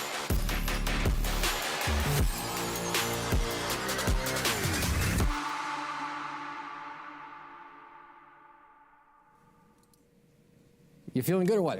I'm feeling great. Give it away. Give it away now. Give it away. Give it away. Give it away now. Not too much. Give We'll it get away. taken off. You can't. Yeah, don't. that's it. You gotta, more than one that's line. it. Cut off right there. Yeah, YouTube is watching. So we got to do some giveaways as always after presentations. But I'm going to start with something, the all-access membership to the ZBrush Jewelry Workshops. Eric Keller. Eric Keller and Mr. Thomas Whittlebach. Thomas Whittlebach, the founder. Yes. So this is another one of these. Who you're going to learn from is going to be pretty awesome. So you're going to learn a lot of information. Let me grab the person. There we go. And we've got ourselves a Paul. But that should be Paul. It should be. It should be. Thanks. Laskowski. Laskowski. Here we go. Paul Laskowski. I'm going to put that again in both chats. Winner, winner. You are the winner. So we'll put that in there as well for you. And let's keep going. Let's keep getting some stuff here. Your favorite thing to do during the ZBrush Summit is give stuff away, Paul Gabriel. I don't know if it's my favorite thing to do, but I'm enjoying it, that's for sure. Even the camera operators are having a chuckle. I'm not saying Even no the to giveaway. camera operators are having a chuckle at this time. I'm not saying it. Let's do. Keep it rolling. All right. All the pressure you're putting on me for these. All right. Let's do another of the Ultimate ZBrush Guide course. The Ultimate ZBrush Guide course. Let's draw one of those winners. Let's see who the winner of this is. And the winner is Doug Bowman. Doug Bowman. You are the winner of what the Ultimate ZBrush Guide course from. Remember the Bowman hockey cards when you were a kid?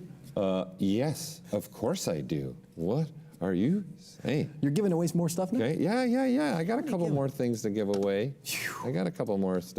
Let me find something else in here.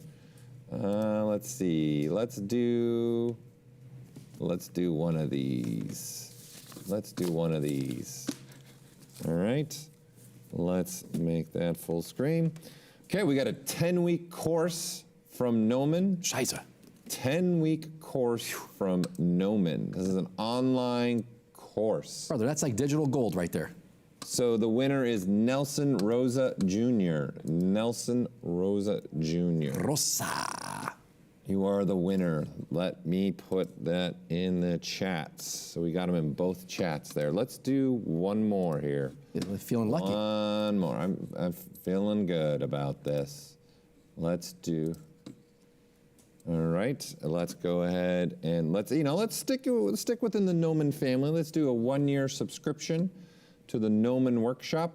Again, that's a 1-year subscription. What do you got, like a Nomen fetish right now? What's going on over here? Well, yeah, they gave us a lot to give to everybody. All right, Emmanuel. Let's see, you are the winner. Emmanuel, here you go. Oberiri. Totally, see, Ian's here now. I told you, you didn't have anything on this until I started doing giveaways.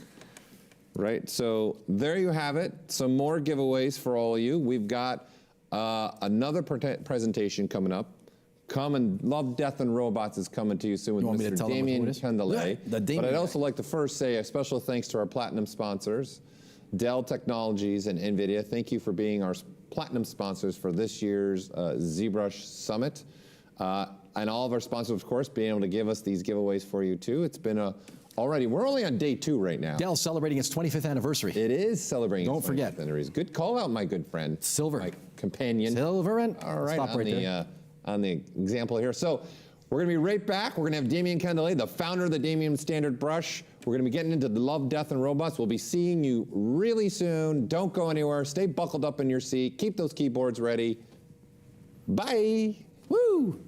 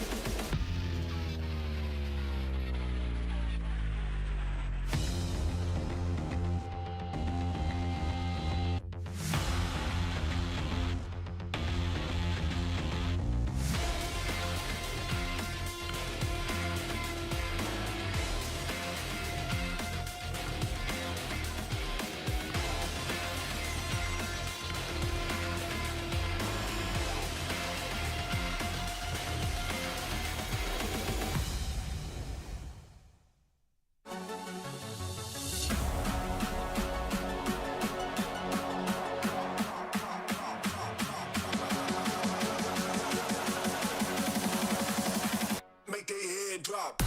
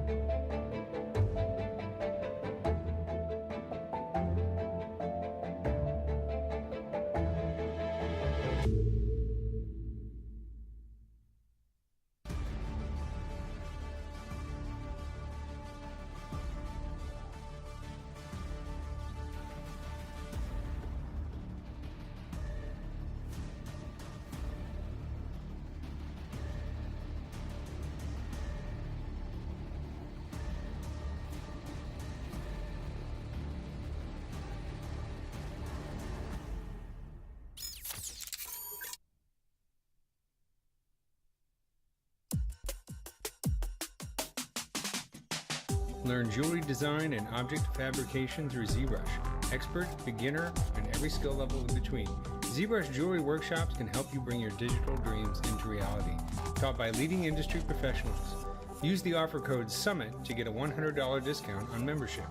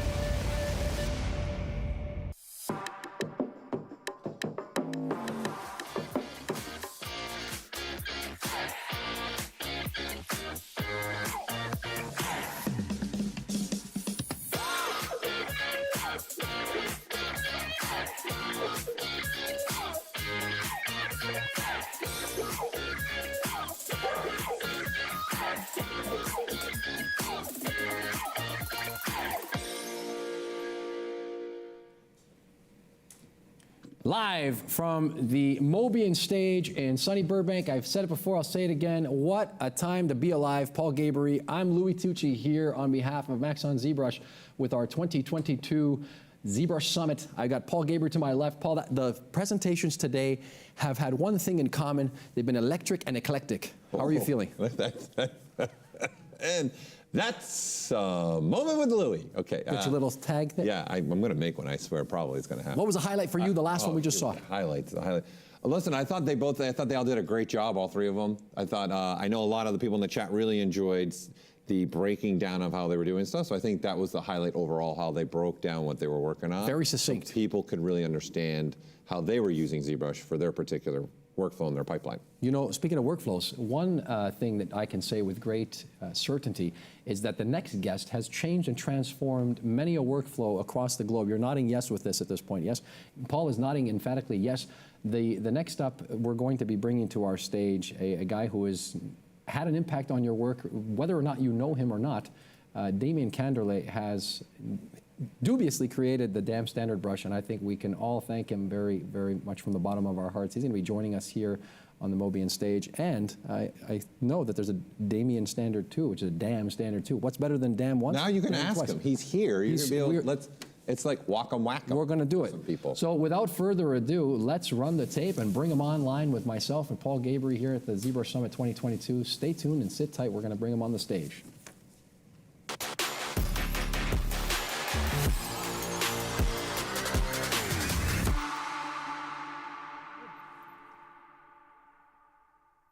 Ashante, monsieur, here we go. Welcome to the stage again. How are you? Stage. I'm fine. How are you? Great. Good. Yes. Yeah. I'm scared, as always. It's always difficult to make presentation like that, but nothing to be afraid of. of. So glad to be here. Okay, so the first question, obviously. Go ahead. You've been waiting, he's been waiting since like yesterday for this. A lot of people want to know, it's damn standard, right?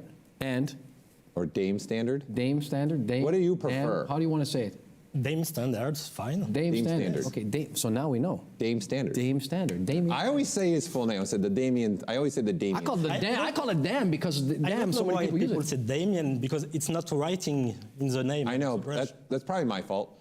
I'm not gonna lie. That's probably my fault because I usually do say your name when I highlight that brush. Oh, okay. I let people know, hey, this is made by Damien Cander, who made this brush. It's one of the most popular brushes in ZBrush. It also helps me understand, show people, look, you can make a custom brush, and you never know. Good point.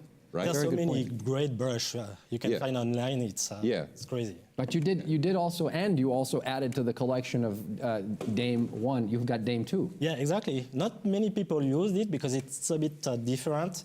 It's not as broad on the usage, but it's very useful. Maybe I can show it later today. Yeah, well, I hope so. And you've been busy. You've been a busy guy. You've been working with, obviously, historically, you worked with Blur, but now more recently with Netflix and Love, Death, and Robots. Yeah, actually, I'm still working at Blur for this show, but yes. Yeah, so it's a conjunction of that. It sees you expanding the horizons and doing some more animation-based type work.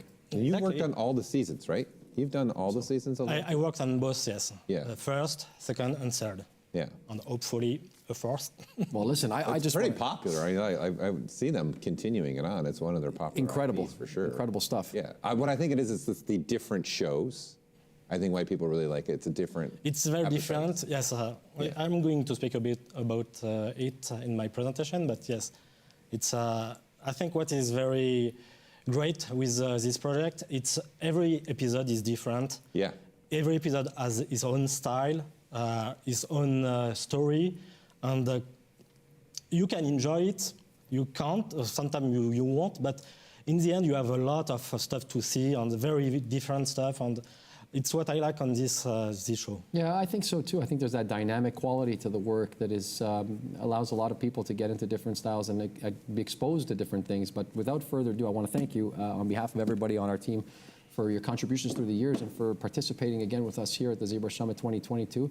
I say hand off the conch to you and take it away and show us a little bit about what you came to talk about. Yeah, okay, sure. Yeah.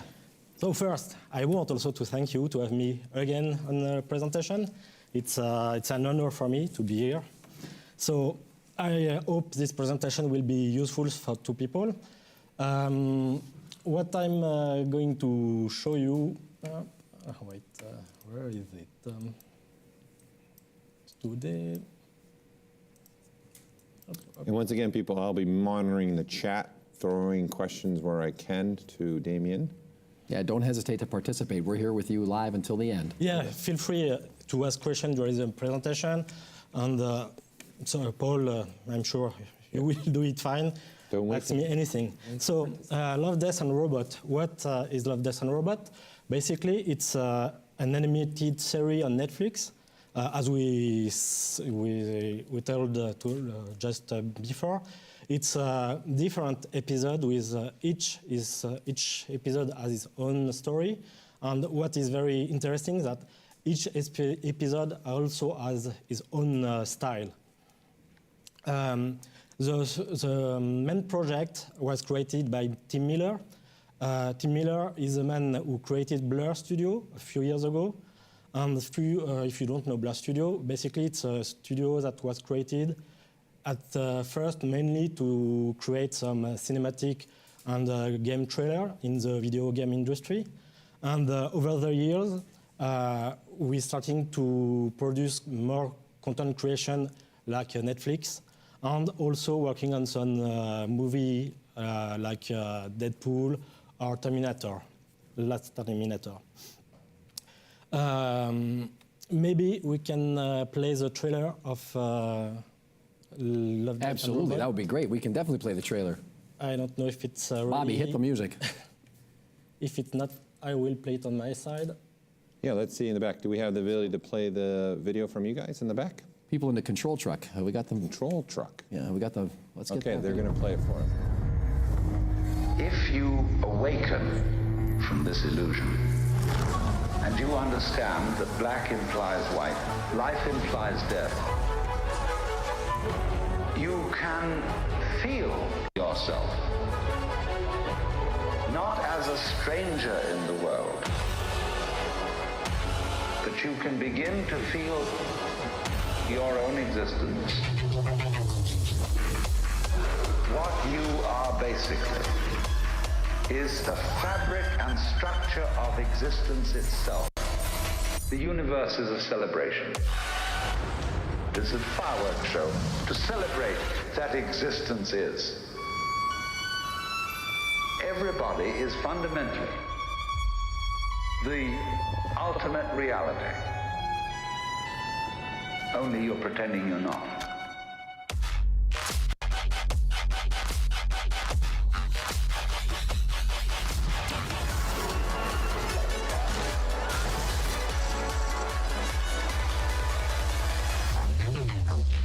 Wow-wee.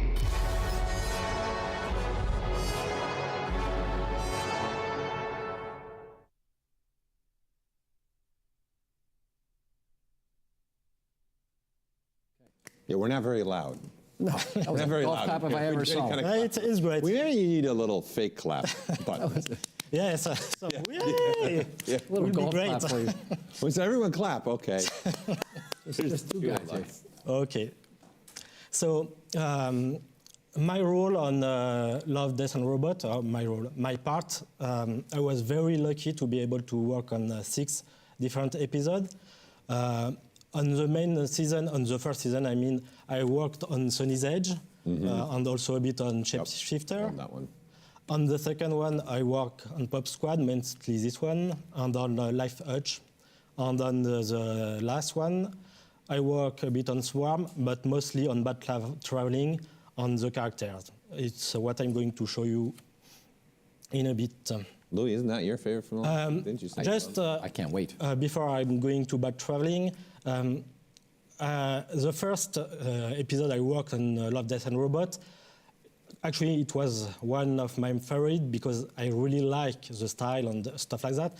But what was very important on this episode, it's basically the episode where I started to create this workflow I'm going to present to you today. Very nice. So we like this one is very stylized. The one the Bad Traveling is a bit more realistic, a bit more dark also in the style, but the process is pretty much the same. So about traveling, just to give a few info about the context, it's the episode where a crew on a ship get attacked by a huge crab monster, and this crab taking home inside the ship, and we follow the story where the crew member try to survive this crab. It's a kind of a very dark story. It was directed by David Fincher, which also is why it's kind of darker, and it was really great because there really a vision on the story. When you have a good director, it's not just trying to do some images on animated, there's really a vision on the full project. And I think it's also why this episode is working so great. Basically, what I'm going to show you today, it's my workflow for this phase. References, I will talk first about references because I think this is something very important. And most of the time, people don't spend enough time on this part of the project. Then I will move to ZBrush, speaking about the first step, the blocking step. The blocking, for me, it's the most important step because basically it's just trying to get the main shape, the overall proportion and stuff like that, but not going into details at this stage. Why it is very important? It's because if you don't have good blocking at this stage, whatever you're going to do after that, it doesn't matter. Your character won't work because the main element of the details of the proportion and stuff like that won't be there. So glad to hear you say that. This has been the message all day long. From the very beginning, we were talking about anatomical construction and physiological makeup and the power and dexterity it can provide for design. Yeah, I guess it's a very basic notion, but most of the time when you see stuff on internet, you see that people are liking this type. And it's too bad because you see some great modeling, the great stuff, the rendering is awesome, but since the main shape, the main blocking wasn't done correctly, it's not the very top of the... Yeah, and your guy looks like, if we call him back up on the screen there, we have your model that you have as a reference here as you're speaking about it, looks like a prize fighter from the 1920s and 30s in boxing. Yes, exactly. Right. So second stage is the secondary shapes. So basically it's just adding more details, a bit finer. I will also speak about topology and stuff like that. And finally the tertiary shape and fine details. It's what really gives some really fine wrinkles, some grain and stuff like that. So maybe I can show you the DAM standard 2 in this case. Absolutely, thank you. Okay. It would be a joy. And if I got some time, maybe a bit about polypaint. Okay, so just before moving to ZBrush, I spoke about references. Oh, look at this. Why it is very important. The way I'm working when using references, I'm using PureRef. If you don't know this soft, it's very awesome. You can get it for free, but feel free to donate or contribute to the project because for references, it's the best software. Say the name one more time. PureRef. I'm not sure I'm the right. You should pray that. PureRef. PureRef's very popular. PureRef is a very popular format. Very popular. Basically, you can grab and drop images from everywhere into a single file, and you can organize everything. So I won't do the promotion of this, but it's awesome. So basically, what I'm doing is putting all my references. So this is a concept art I got from Blur to start working on my character. So concept for the full body, concept for the head. So here I put all the concepts of all the crew members in order to always have in mind what will be the full cast. Because if I'm starting working on only this face, and somebody is working on only another one, and you don't see all the face all together, you can start to go into one direction, another person go into another direction, and at the end, when you're putting everyone together, it won't work well. They won't look like they've been on the same ship. Yeah, exactly. So it's why I like to get a reference of all the characters of the show. And after that, it's just mainly putting together a reference from different aspects of the character. For instance, here, It's references for the clothes. Same here for the jacket and stuff like that. Here, more important, it's about the body and the face. So trying to find some nice references for the body. Hey, it's Iggy Pop. Yes, we knew that the body of Turin, which is here, was kind of very tall but very skinny, even if the proportions are stylized. We wanted to go for a realistic look at the end. So I think Iggy Pop kind of is a good match for this kind of character. Yeah, it's a good model for anything, Iggy Pop. Yeah. In many ways, you know. For anatomic, it's perfect. I want to be a dog. Yes, and yeah, basically that's it. I had another one for specific faces, but I forget to bring it today, so. Admit nothing, Damien, admit nothing. Okay, so. Not here by omission. So that's it for the reference, but I can't stress it enough. References are very, very important. Don't start a project without good references. Let's pause there and tell the people at home again, don't start anything without reference. You're only as good as your reference. Paul Gabriel is nodding yes and grinning ear to ear again, giving a nod of approval. It is. Then I think it puts your mindset into the piece that you're making. Yes, exactly. Yeah, like, you know what I say? I go over the board sometimes, honestly, with my references. You know what I say? Yeah. I tell the students all the time, I say, it's like asking yourself, I want to go to the store. Which store do you want to go to? If I just tell you I want to go to the store, we'd be driving around all day looking for nothing. Let's know where we're going to go. Right back over to you. Exactly. So, first step. And that's a moment with Louis, is what that was right there, Dan. Welcome to it. You got to know which store you're going to. This store, in this case, we're going into ZBrush. Take it away. Let's go. This is your custom UI. Oh, yes. And actually, you don't see everything because this screen for the streaming is a lot smaller than mine. Basically, I have all kind of stuff everywhere. Yeah. Same here. I have more stuff here, and same if I'm... I like you're going with the old school gray from ZBrush 2.0. Oh yeah, it's maybe because I'm so old myself, and I'm not that young. Look, it's reminding me of that. It's reminding me of the old ZBrush. Let's not age ourselves here, people. Let's not age ourselves. The ridge. Yeah. Holding on to my youth, one lock at a time. Okay, let's go. So just before starting, I will show you some tips when I'm working on this stage. So as I said, this stage is just making the blocking of the character, or the character, it will be red, with very simple shapes and not going into details. In order to manage to not going into details, I will work with very low resolution.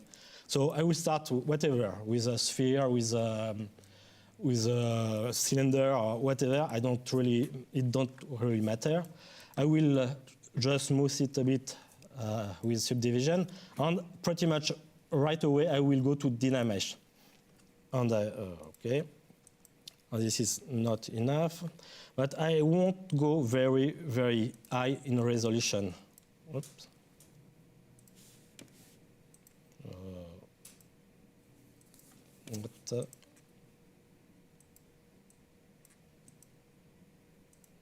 What happened?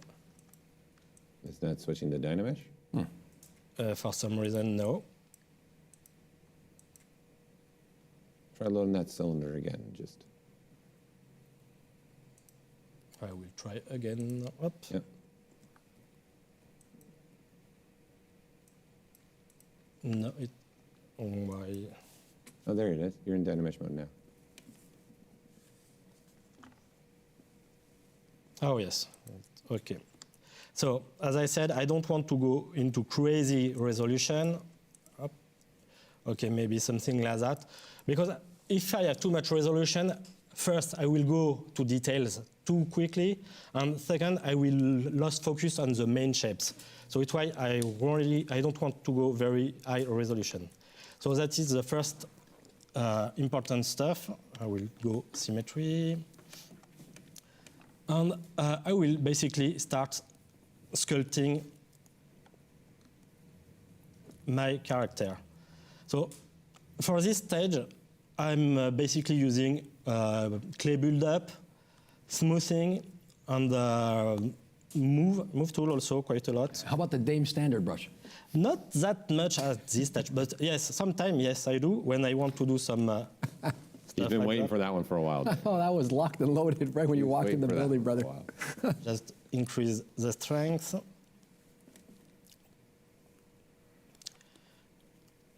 That's a classic approach you have. You know, I really wanted to tell you that. I always like watching your work. Yeah, it's why when I'm working on this kind of project, actually I never start, because we have a base mail head at Blur, and most studio also have some base topology to use. But I don't start from that because I find that when you're starting from a head that is already kind of shaped, you kind of lock on this head. The proportions, the size of the eyes, the mouth, the ear, everything. It's hard to get away from this. It's preconceived, right? Yes, it's why I think it's better to start from nothing. Same, me too. Use a sphere. So, okay, like this. So it's very basic. It's just sculpting, trying to get the shapes and everything together. I won't spend a lot of time on this kind of stuff because it's. I find it really.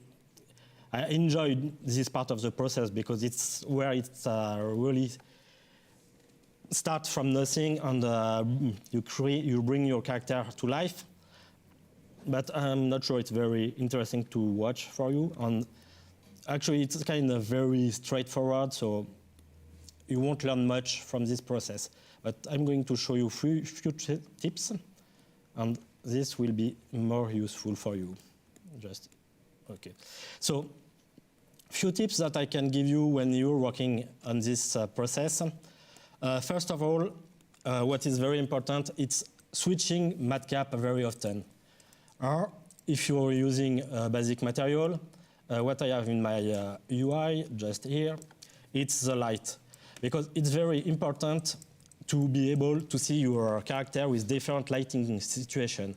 Because if you're working only with one situation, it will look fine, it will look great, okay, you're happy with it, but as soon as you export your model into a render engine with correct lighting and everything, it won't look as good.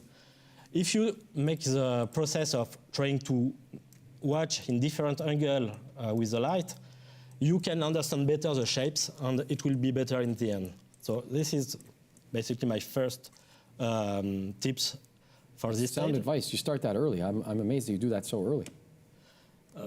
And another one, I'm a very, very, very big fan of the morph target. I'm using the morph target all the time. And especially at this stage, most people use the morph target, including myself, later in the process when you add details and when you don't want the details everywhere, you can kind of erase the details with the morph brush. I will show also that soon. Do you always start with a cylinder for a face? Or is that something you always do, is with a cylinder? Sorry? Do you always start with a cylinder when you're doing a face? Or? Yeah, because it's always there. Oh, yeah? Yeah. I think it doesn't matter because you move stuff on the... Well played, monsieur. Well played. So I'm going to use the morph target, as I said. So basically, I store my morph target. I will just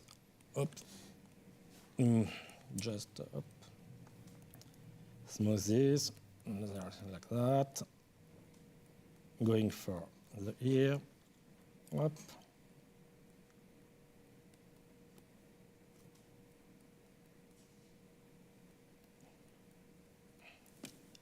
Okay, so just working, let's say 10, 15 minutes on your character. Then it's when you can switch back to what you had before. And what I like in this process, you can see it's very early stage, so it's not so obvious, but sometimes when you're working too long on a character, you think you did something very awesome, and when you switch back to your previous version, you actually realize your previous version was better. Because when you too focus on your character, you just lose track of what you're doing and lose track on the shapes, and it's good sometimes to refresh your eyes. And I think the morph brush, morph target is the best way to refresh your eye. So the way I'm working, it's I put a hotkey on the switch. So I can easily just try to see if what I did is good or not. For instance, here, well, basically it was a very early project, so most of it is better, but I kind of like the shape of this part of the mouth. The mandible. So I will. Oops, I don't have my hotkeys, so that's okay. I will go back to the morph. Up. Okay. And I will just bring back this part of the model that I feel work much better. Okay, maybe a bit too high on this part. Yes, basically, that's the way I'm using the morph target at this stage. Another thing, I don't think many people know these tips. When I'm working on this stage, I'm usually working with, oops. Oh, it didn't escape. Okay. I'm usually working with clay tube. And what I like to do, kind of like a traditional clay, I also like to remove stuff, but sometimes I want to make some stuff planar. You can use the smooth brush, but I don't like the way the smooth brush works at this stage because basically it's smoothing, so it's great, but I don't want this. Wait, I think my keyboard, I don't have undo.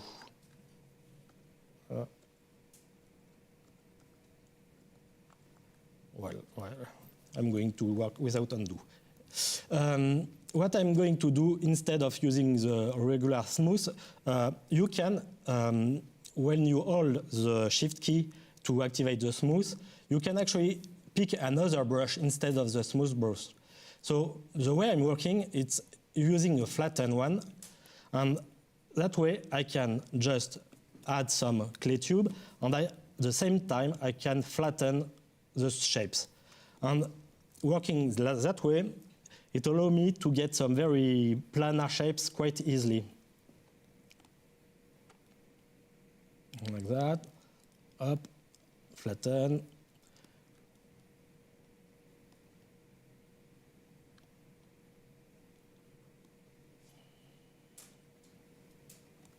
And I find that in the end, you can get some very sharp result, some very interesting result, much quicker than with a smooth. Okay. A very painterly quality to the way that you illustrate this, you know? It's very nice.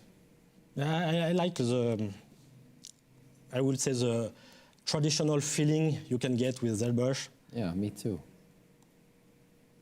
And it's also why I said I prefer to start from nothing, because I like this part of the process. For me, it's the most interesting part of the process. So if I'm starting from something that's already there, I'm feeling I'm missing something.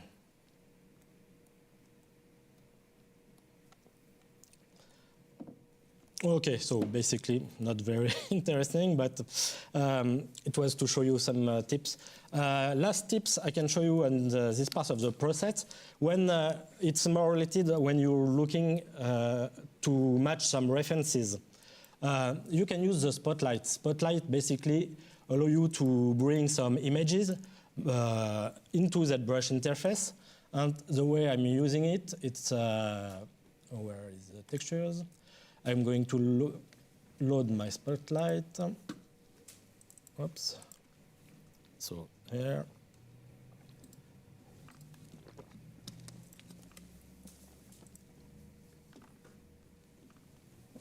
I think I switch the keyboard to. Oh yes, I switched to English keyboard. Oops. So The way I'm working, it's putting some references into my viewport, just turning down the opacity. It's a pretty regular workflow so far. But when I have that, also you can use this in combination with camera. Here, I will show you this. Yeah, so you can just put your face here. Up. You can store the camera. I will say side. You put this one here, oops, like that.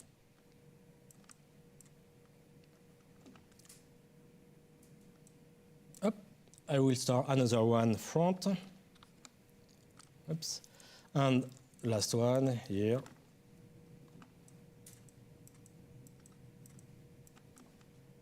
Up. And I will also store, I will call it third, doesn't matter. And now that I have all my cameras stored, I can still work here just like I want. Just try to improve my model, but I can always switch back to all my view. So it's kind of a nice setup to just trying to match your main proportions. In this case, this character. Up, trying to match the side. See how it's look in third view. Up, front, and so on, and so on. So I find it's very useful to use this kind of tools. And the last tool I'm using at this stage,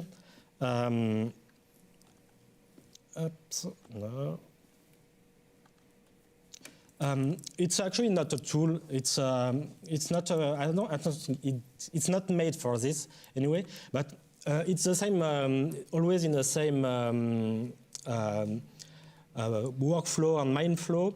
To work only on broad details and not going in broad shapes, not going into details.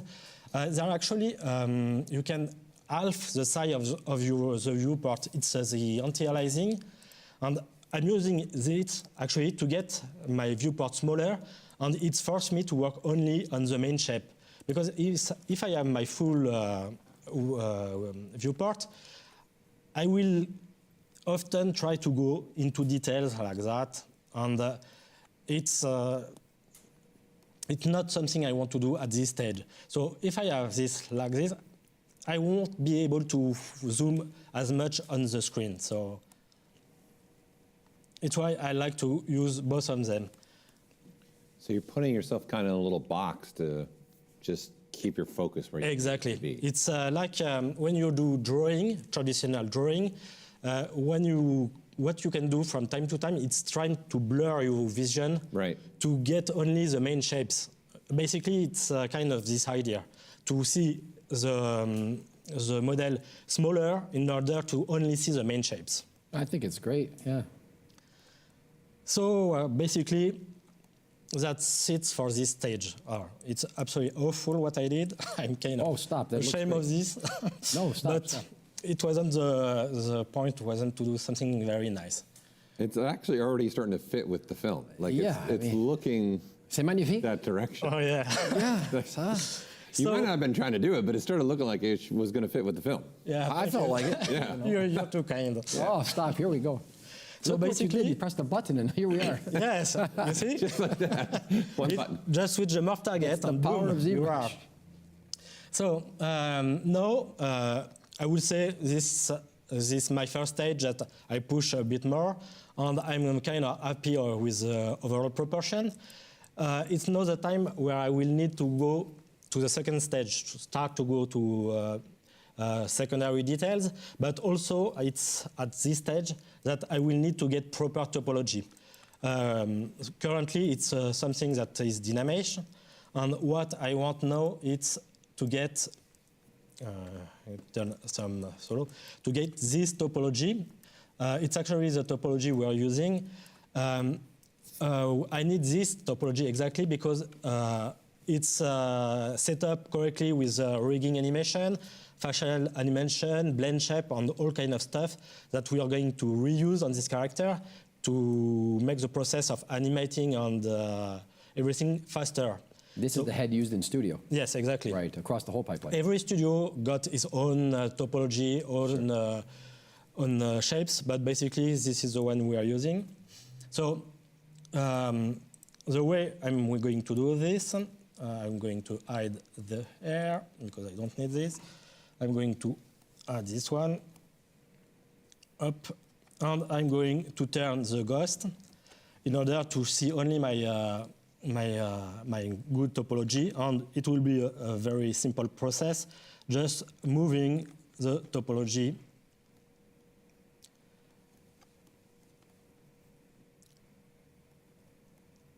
pretty much at the right place. So there is some part that is always tricky. The ears are very tricky to do. So from this, sometime I won't do projection on the ear. The eyes also is very tricky. I will show you some tips I'm using on the eyes part. The mouth, trying to get close. You're really trying to shove it all in there. Oops. Right?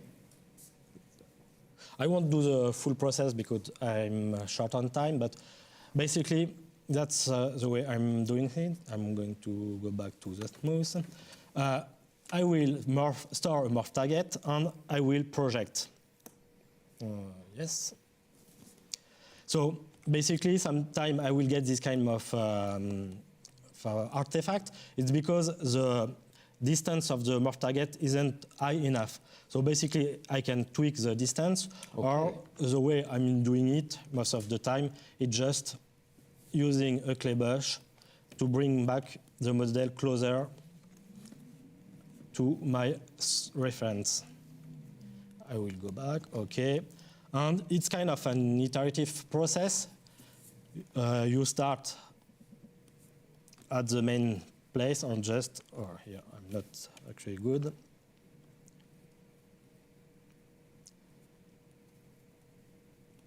Like this, project, smooth, project. Up, bring it back. Up.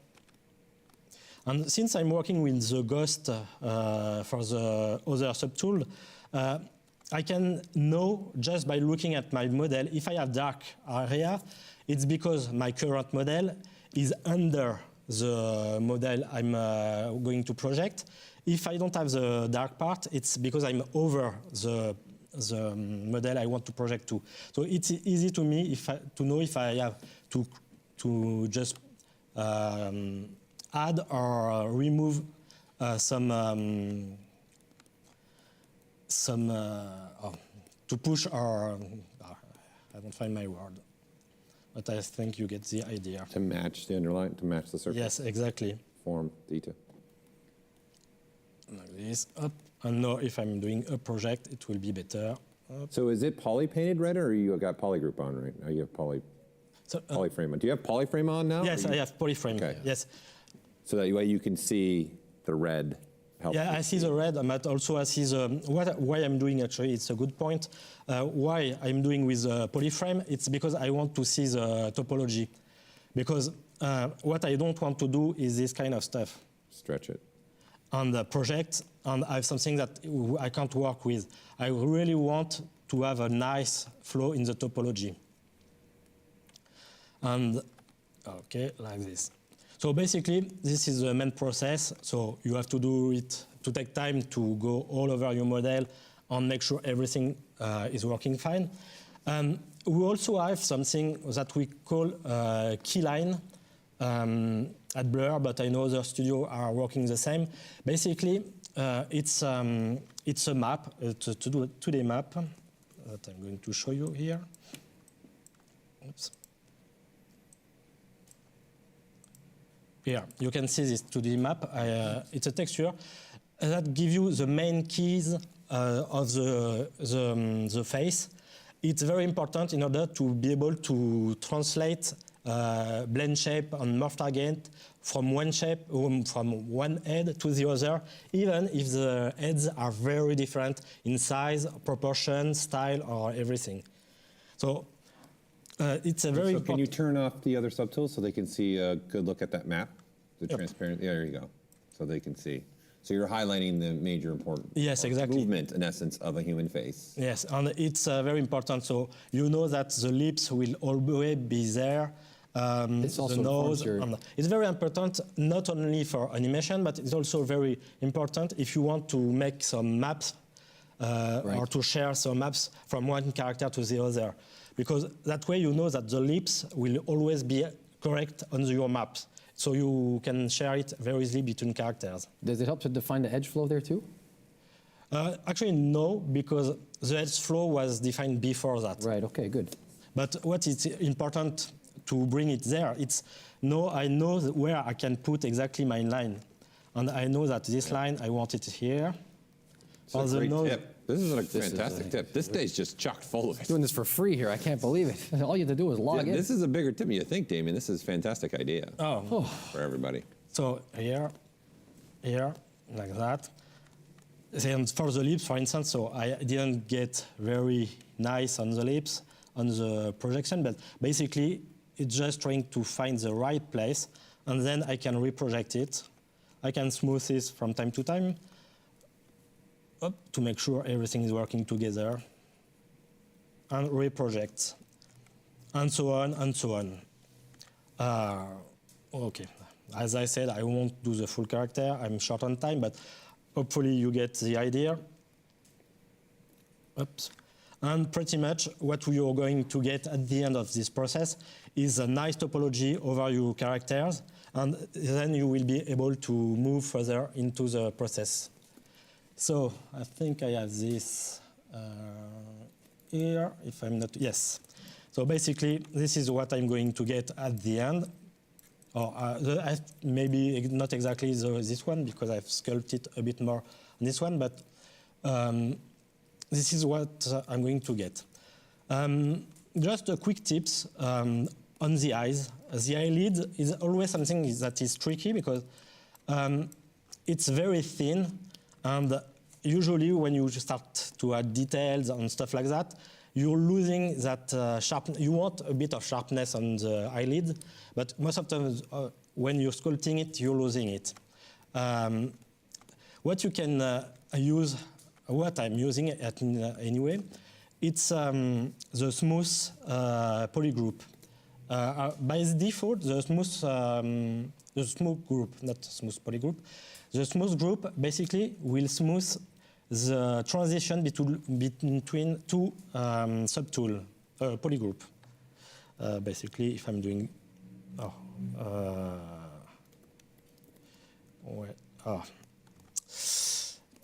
don't have my hotkey.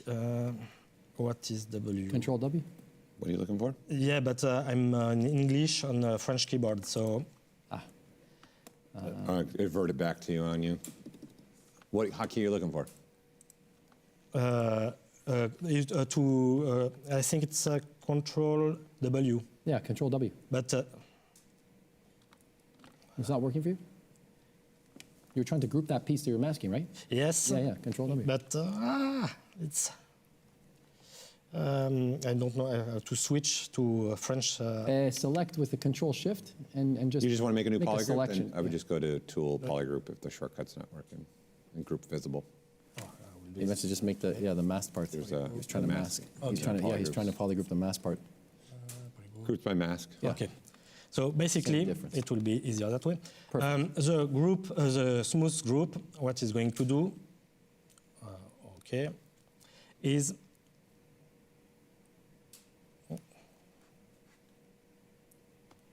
But you've got spotlight on. Shift you need Z. to turn off you need to turn off the projection of spotlight. Shift Z. Yeah. There you go. Yes, this is going to do this. So it's very useful when you're working with eyelid because I can make some polygroup on my eyelid, and I can also make another one like this.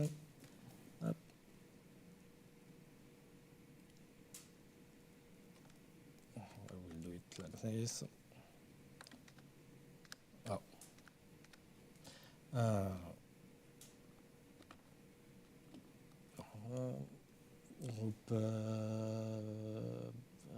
Group visible. And now I can just go into subdivision. I will hide everything. And when I'm going to smooth, I will get some very sharp result. So this is very interesting to make sure you have some sharp stuff going on. And for the eyelid, it's very useful. That way, I'm sure to have some very nice sharp shapes. And when I'm done, when I've got my sharp shapes that I can move easily now, and then I will just go to regular smoothing and just smooth away all the very sharp angle. So, man, that's cool. I'm glad I woke up this morning. So you're using the poly groups in order to add stylistic. Exactly. Yep. Because it's what I like with this. Yeah. Actually, it's also when you're doing this. If I'm taking only this with this one, it's an easy way to make it this very sharp, very smooth. You can also, if you want, just use the flatten on this part. And just with a smooth group, you will always keep this very sharp angle. Yeah, yeah. And I also can do it for the lips. And another great tip here. It's unbelievable. It's unbelievable. I'm really short. Totally often. Keep going. Okay, basically that's it for the, I would say, for the secondary details. Mm-hmm. It was a technical part of the secondary details. What I'm doing also, it's of course going into subdivision. I'm doing some finer stuff like that. Basically the same process, nothing fancy, nothing new here, just in order to get something a bit more interesting. So last step for the modeling part, it's bringing the very fine detail. So, oops. Actually, I will keep working on this one. For the very sharp details on this character, since I knew that I was going to add a lot of close-up on the face, on the very, the episode was long in time, I needed to add a very high resolution on the model. So the basic way I'm working usually is just to subdivide the mesh several times until I have enough resolution, but with only one mesh, when working with ZBrush, basically working with too many subdivisions, at the end it will be very, very slow, almost unable to work with this. So I choose to use Geometry HD. Geometry HD basically lets you go higher into subdivision, but just working on some parts. So it's something that you can find a lot of tutorial. I don't want to spend much time on this, but just to let you know that I work with Geometry HD. I will show you this. So basically, if I'm going there, this is the model without Geometry HD, where you see all the fine details and everything. And if you're going on your model, like this, Shift A, then you can dig into very, very small details. And this is where you can really add grain, pore details, wrinkles, and lots of stuff like that. For all the details, the way I did it, it was kind of traditional way. I didn't use any scan data or stuff like that. It was all made from nothing. So if I'm taking this, that's impressive. Up, I will. Oh no! You're saying you use just alphas? Yes, exactly. Not. I will do it this way. I will try to smooth it. Smooth this one. It's looking good. Up. So basically, using the DAM standard, of course. Hey now. Hey, there it is. There. It's about time. Using the DAM standard to. There's the 2. Where's the 2? Do it again. I just. He's gonna select it. It's here. So basically, the DAM standard 2, it's a very finer, it creates very fine wrinkles. I'm going to, but when you cross the wrinkle, it will also create some kind of bulge. It's a very subtle way to use it, but it can create some really nice effect, way better than the regular one do. And if you're just pressing hard enough, it will make some very strong wrinkle like that. And you're in HD mode right now? Oh, yes. Yes. Yes. Yes. Oh, so yes. basically, for most of the wrinkles, really nice. I worked like that. But I also created some maps for the wrinkle, like this one, and I will show you quickly how to do it. Yeah, this kind of stuff I created in ZBrush to get some wrinkle a bit faster. I created this kind of mask that I can put everywhere, like this, and I created another one for the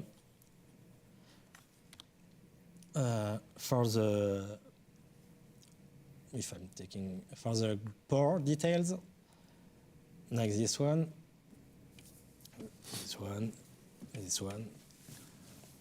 And basically, I worked like this, just putting maps together, switching between maps, trying, oh, it's a bit stronger here,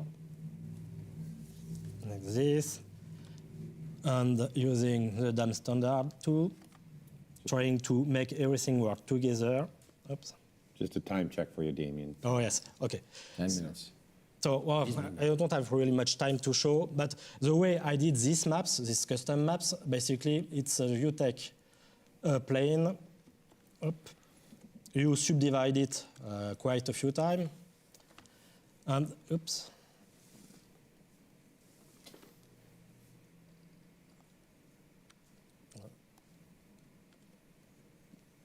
You're creating your maps, so I will do something like that.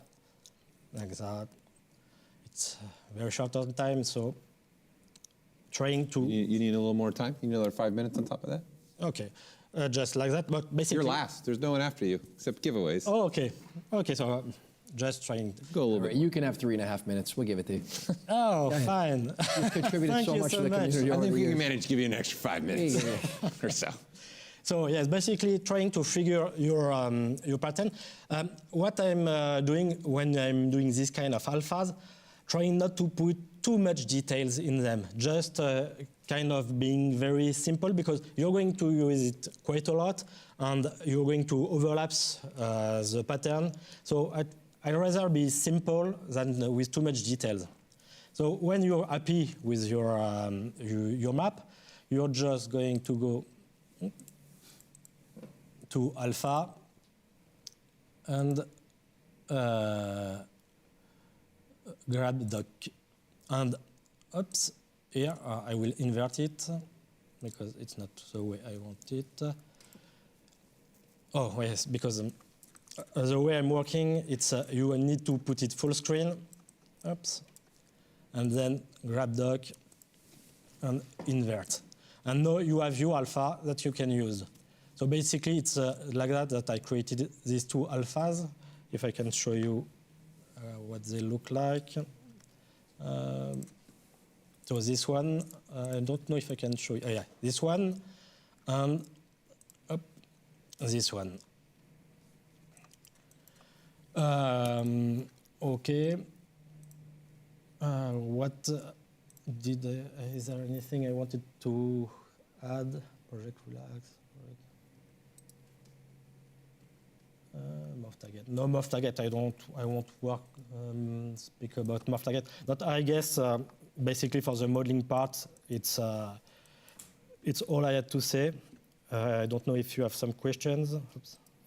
Oops. Any questions on the feed there?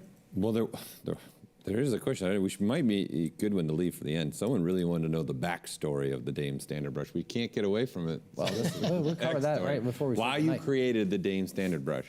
Basically because it didn't exist at the time. It was when I worked on this brush, because there was only the standard brush, and everybody knows that the standard brush is kind of very soft, very round brush. And when you're working with modeling, with character, for instance, you always need to get some sharp angle at some point. And this kind of curve, it was something that wasn't present at this time. So, out of necessity, born of necessity. Yeah, I think you made it around 3, didn't you? 3 or 3.1, I don't remember. I think somewhere around that. It was in there. It was in 2007. I know because it was for a SIGGRAPH presentation I did. Yeah, and, that was right around 3. It's kind of a long time ago. Well, I think it's in everyone's palette. I don't think there's an 100%. artist that's using ZBrush that doesn't use your That's brush. the guy right Thank there. you. Yeah, that's the guy for right your there. contribution. Get the camera on that guy. That's the guy right there. There he is. The one and only. Okay. What an impact. So, well, I guess I'm done because it was about poly painting after that, but it was very generic use of poly painting. You could go ahead, show a little bit. Yeah, You're like the Les Paul of the ZBrush. Okay, world. so Go ahead, you invented the basically the way I'm working with poly painting. I like to have some basic poly painting even after some basic stage. So basically, even I'm on the blocking stage, I'm always at some poly painting. So poly painting, the way to do it, it's very simple. You just took a standard brush, and instead of using the ZA or Z sub, you're just using the RGB. So basically, you're going on, you pick up a color, and you,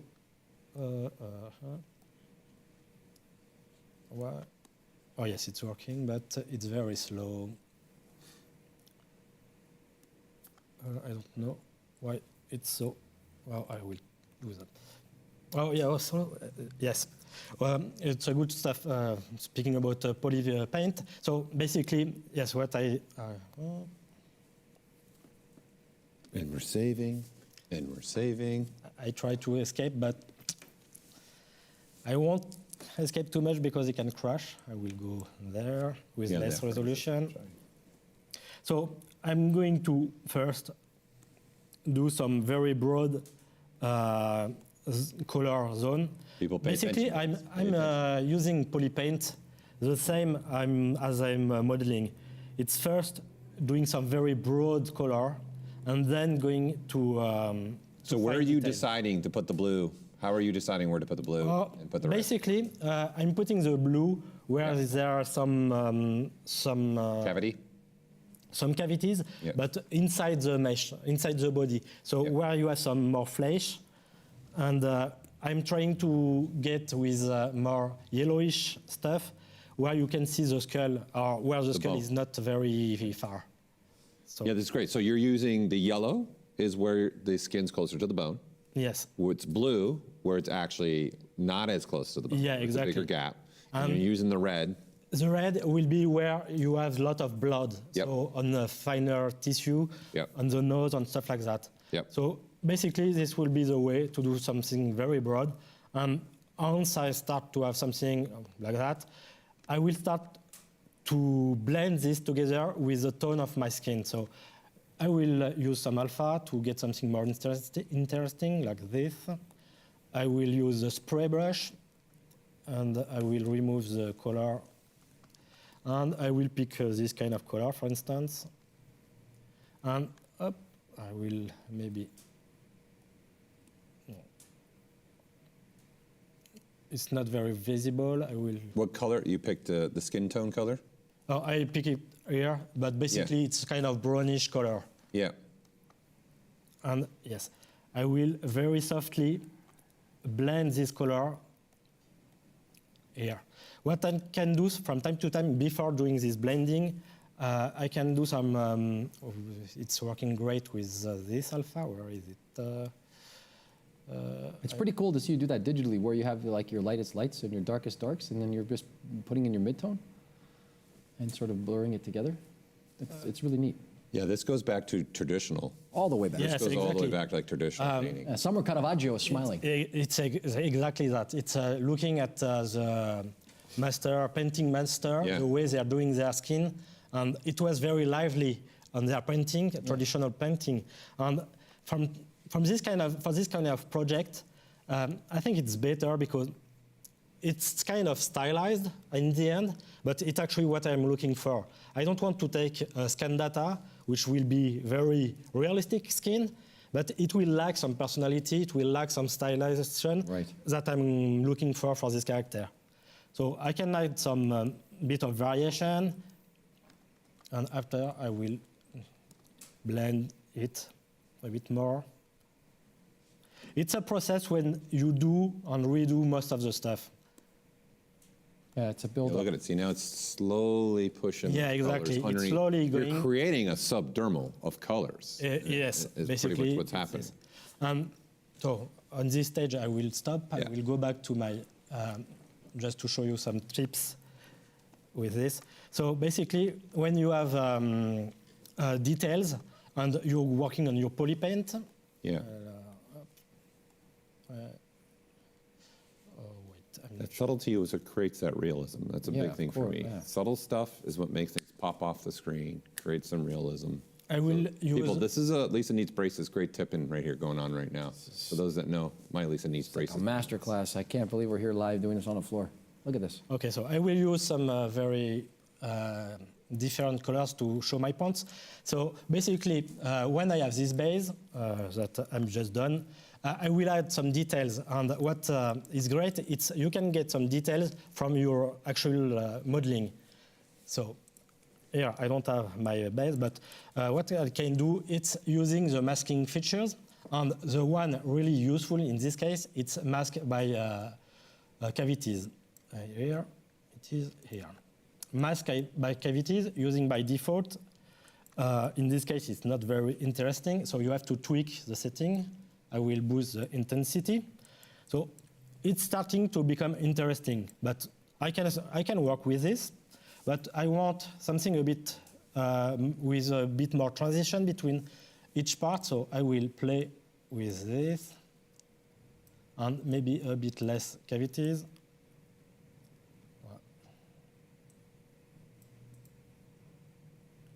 Not up, maybe like this. No, we'll try. No, it doesn't work the way yes, that's a bit better. Yes, okay, almost there. Yes, this kind of stuff. So you have to play with the settings, but now I start to have a better transition, and what I can do now, I will hide my mask, because I don't want to see my mask when I'm painting. And also what I like to do when I'm poly painting, I actually have hotkeys for this kind of setup. Cool. It's a very simple setup. It's just basically I took some, where is it? I think it's here. No, oh, it's here. You're looking for the render It's passage? a preview best, no. Oh, best, yeah. Not best. Preview, flat, and fat. So I just assign some hotkeys to this. So I can just go and switch easily. And now I will just work on my paint. Really neat. And you can also, what is great, it's to smooth this as long as you do it that. Okay, I'm going to smooth it also to make even a better transition. Really awesome. And I can just now invert my mask. I hide it, and I will work on the crease with the same process. Maybe a bit darker here. Smooth it. Mm-hmm. Yeah, the nice parts where those blues and the reds are meeting, they're going to make some purple in there too. Really exquisite. Really nice work. And that way, in the end, when you're looking with light and everything, you can get some very nice effect, and you can get some very realistic effect, and bring back details together with the color. You get 2 thumbs up from me. That's the stuff right there. You're welcome. Yeah. Chock full of tips. That was a really heavy presentation. A lot of really good features and tips in there. I really hope yes, people will enjoy it, and that people learn. You got 2 guys clapping for you now. Yeah, absolutely. Are you kidding me? Well done. Awesome. The one question that did come through, how are you handling all your HD? Because you were using HD, yes. right? So on this for that project, you used HD. Yes. So how did you handle all your HD files? Were you just sending everything to displacement maps and yes, maps? everything to displacement. Cool. And you were doing a whole face in HD? Yes. And the bodies or anything else? No, only for the faces, because for the body is too much. And actually, I didn't need for the body because the character has clothes, so you don't see the body. Awesome. Yeah, and then we did, behind Damien. Let's do that first before Behind Damien, there's some of your models that we've had in this environment that there, wow, there we go, some of the Damien models. Reach out and touch What you printed, you 3D printed both of these, Yes, didn't you? both of them, yes. Yeah. Through the power of AR, here we are looking at your Look at pieces this. a little closer. How Yeah, do you let's feel take a about that? closer look at these. Oh, that's exquisite. And Damien, look at that. Yeah, it's awesome. I can touch it.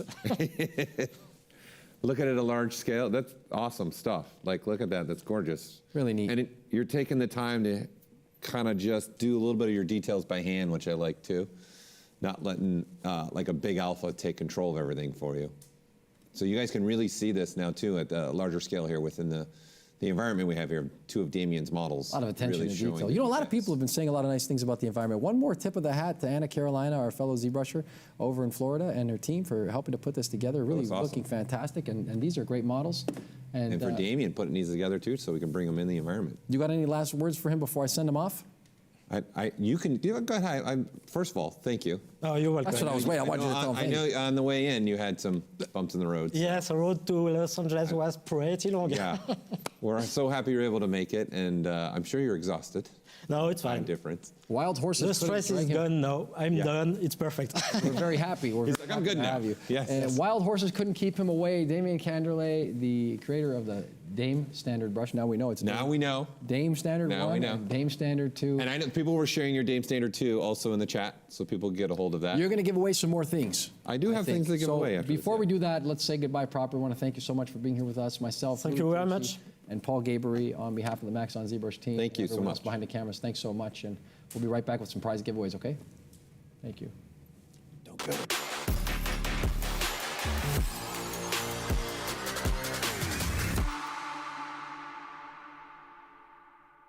All right, here we go. Some more giveaways for everybody. I've got some more stuff to give away. This is happening all 3 days. So we're going to have, Damien is our last presenter for the day, but we've got, don't go anywhere. We're going to highlight some things that we're going to look at for the next 2 days. We still got 2 more days left of ZBrush Summit.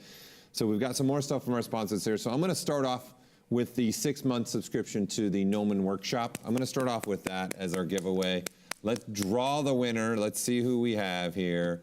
6 months of black belt training. 6 months on the black belt training. This is giving you access to also Jared Frank. Jared Frank, you are the winner. That's clutch. Or Frank, if I don't know, maybe. I don't know. The F-R-A-N-C? There you go. I'm going to put it, yes. Frank. Frank, yes. I'm going to put it in that chat. Let's see. I still got a couple other things to give away here. Let's see what else I have. Let's do this one. Let's do this one. Here's a nice one for you all. I know he was in the chat. I don't know if he's still around, but we got Shane Olson at 3D Character Workshop giving away a lifetime membership. Speaking of stylized stuff, Damien was just doing a lot of stylized character. This is one of the people that you really want to learn to do stylized stuff from. He's amazing. You're going to learn a lot if you get this course for sure. Let me draw that winner and see Ivan Razum. You are now the winner. And again, I'm putting your name in the chats. Don't know where you're watching the show right now, so I'll put it in both. Ivan, congratulations on that big win right there. Good guy, Ivan. Yes, Way to go. congratulations. You're going to learn a lot. Sign up. From Shane. You're going to learn a lot from that for sure. All right, let's go with another one that's more online learning for you all. So we're going to go with a 4-course bundle from XMD Academy. Again, there's 4 courses on their website. He's giving you all 4 for you, so you can go learn from the 4 artists that he has there, the 4 workshops he has there. Let's draw that winner. Let's see who we got for that. And we've got, here we go, Russell Clawitter. Russell Clawitter. Say it again. Russell Clawitter. Clawitter. K-L-A Witter. Clawitter. Russell, congratulations on winning that. So I'll put both your names in there. And Louis, that's it. Those are all my giveaways. Those are all my giveaways for today. The giveaways are done for Monday, but we are doing more on Tuesday and Wednesday. So don't go anywhere, right? Because we got, we'll discuss a little bit about the schedule coming up.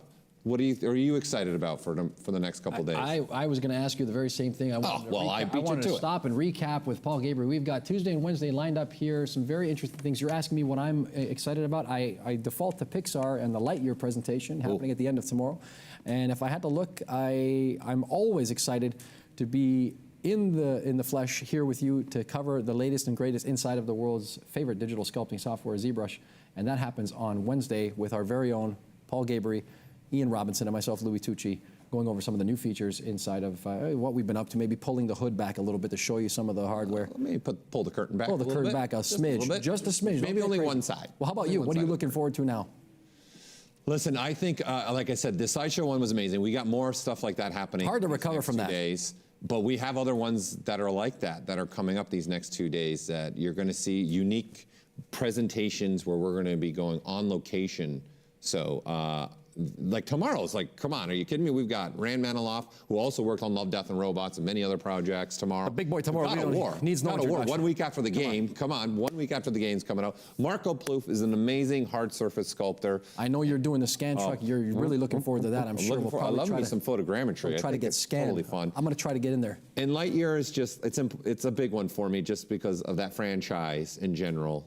You think Toy Story's very near and dear. And that, honestly, that's one of those movies, again. That franchise, ironically, is one of those movies for me as a father. I got to go see that with my little one. Gives you the tinglies? Gives it and her first movie ever in the theater was Toy Story 4. Well, he's finally gone to infinity, and perhaps he continues to go beyond. As you find out why he went to infinity You're and beyond. Kidding. Oh, man, no spoilers, man. I have to watch it. You haven't seen it yet? No, so I think this brings us to the end of day number uno after this ZBrush Sculpt Off. I want to thank all of our sponsors and all of the people who participated, and again, all of our teammates behind and off cameras who make this thing possible, the entire Maxon One team across the globe, everyone who's participating online and clicking the like buttons, hitting subscribe, and all the things that they do.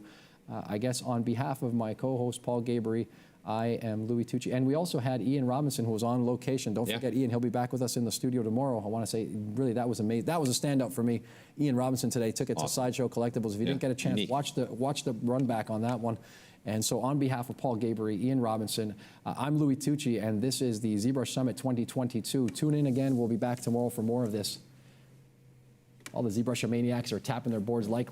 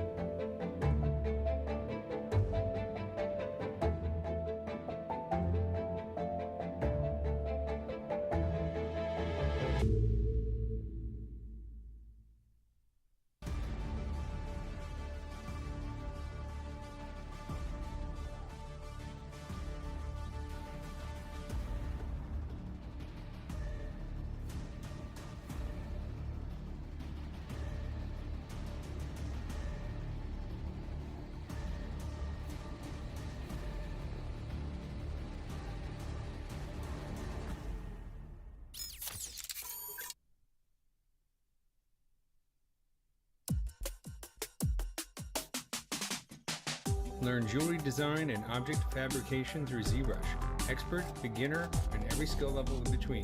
ZBrush Jewelry Workshops can help you bring your digital dreams into reality. Taught by leading industry professionals.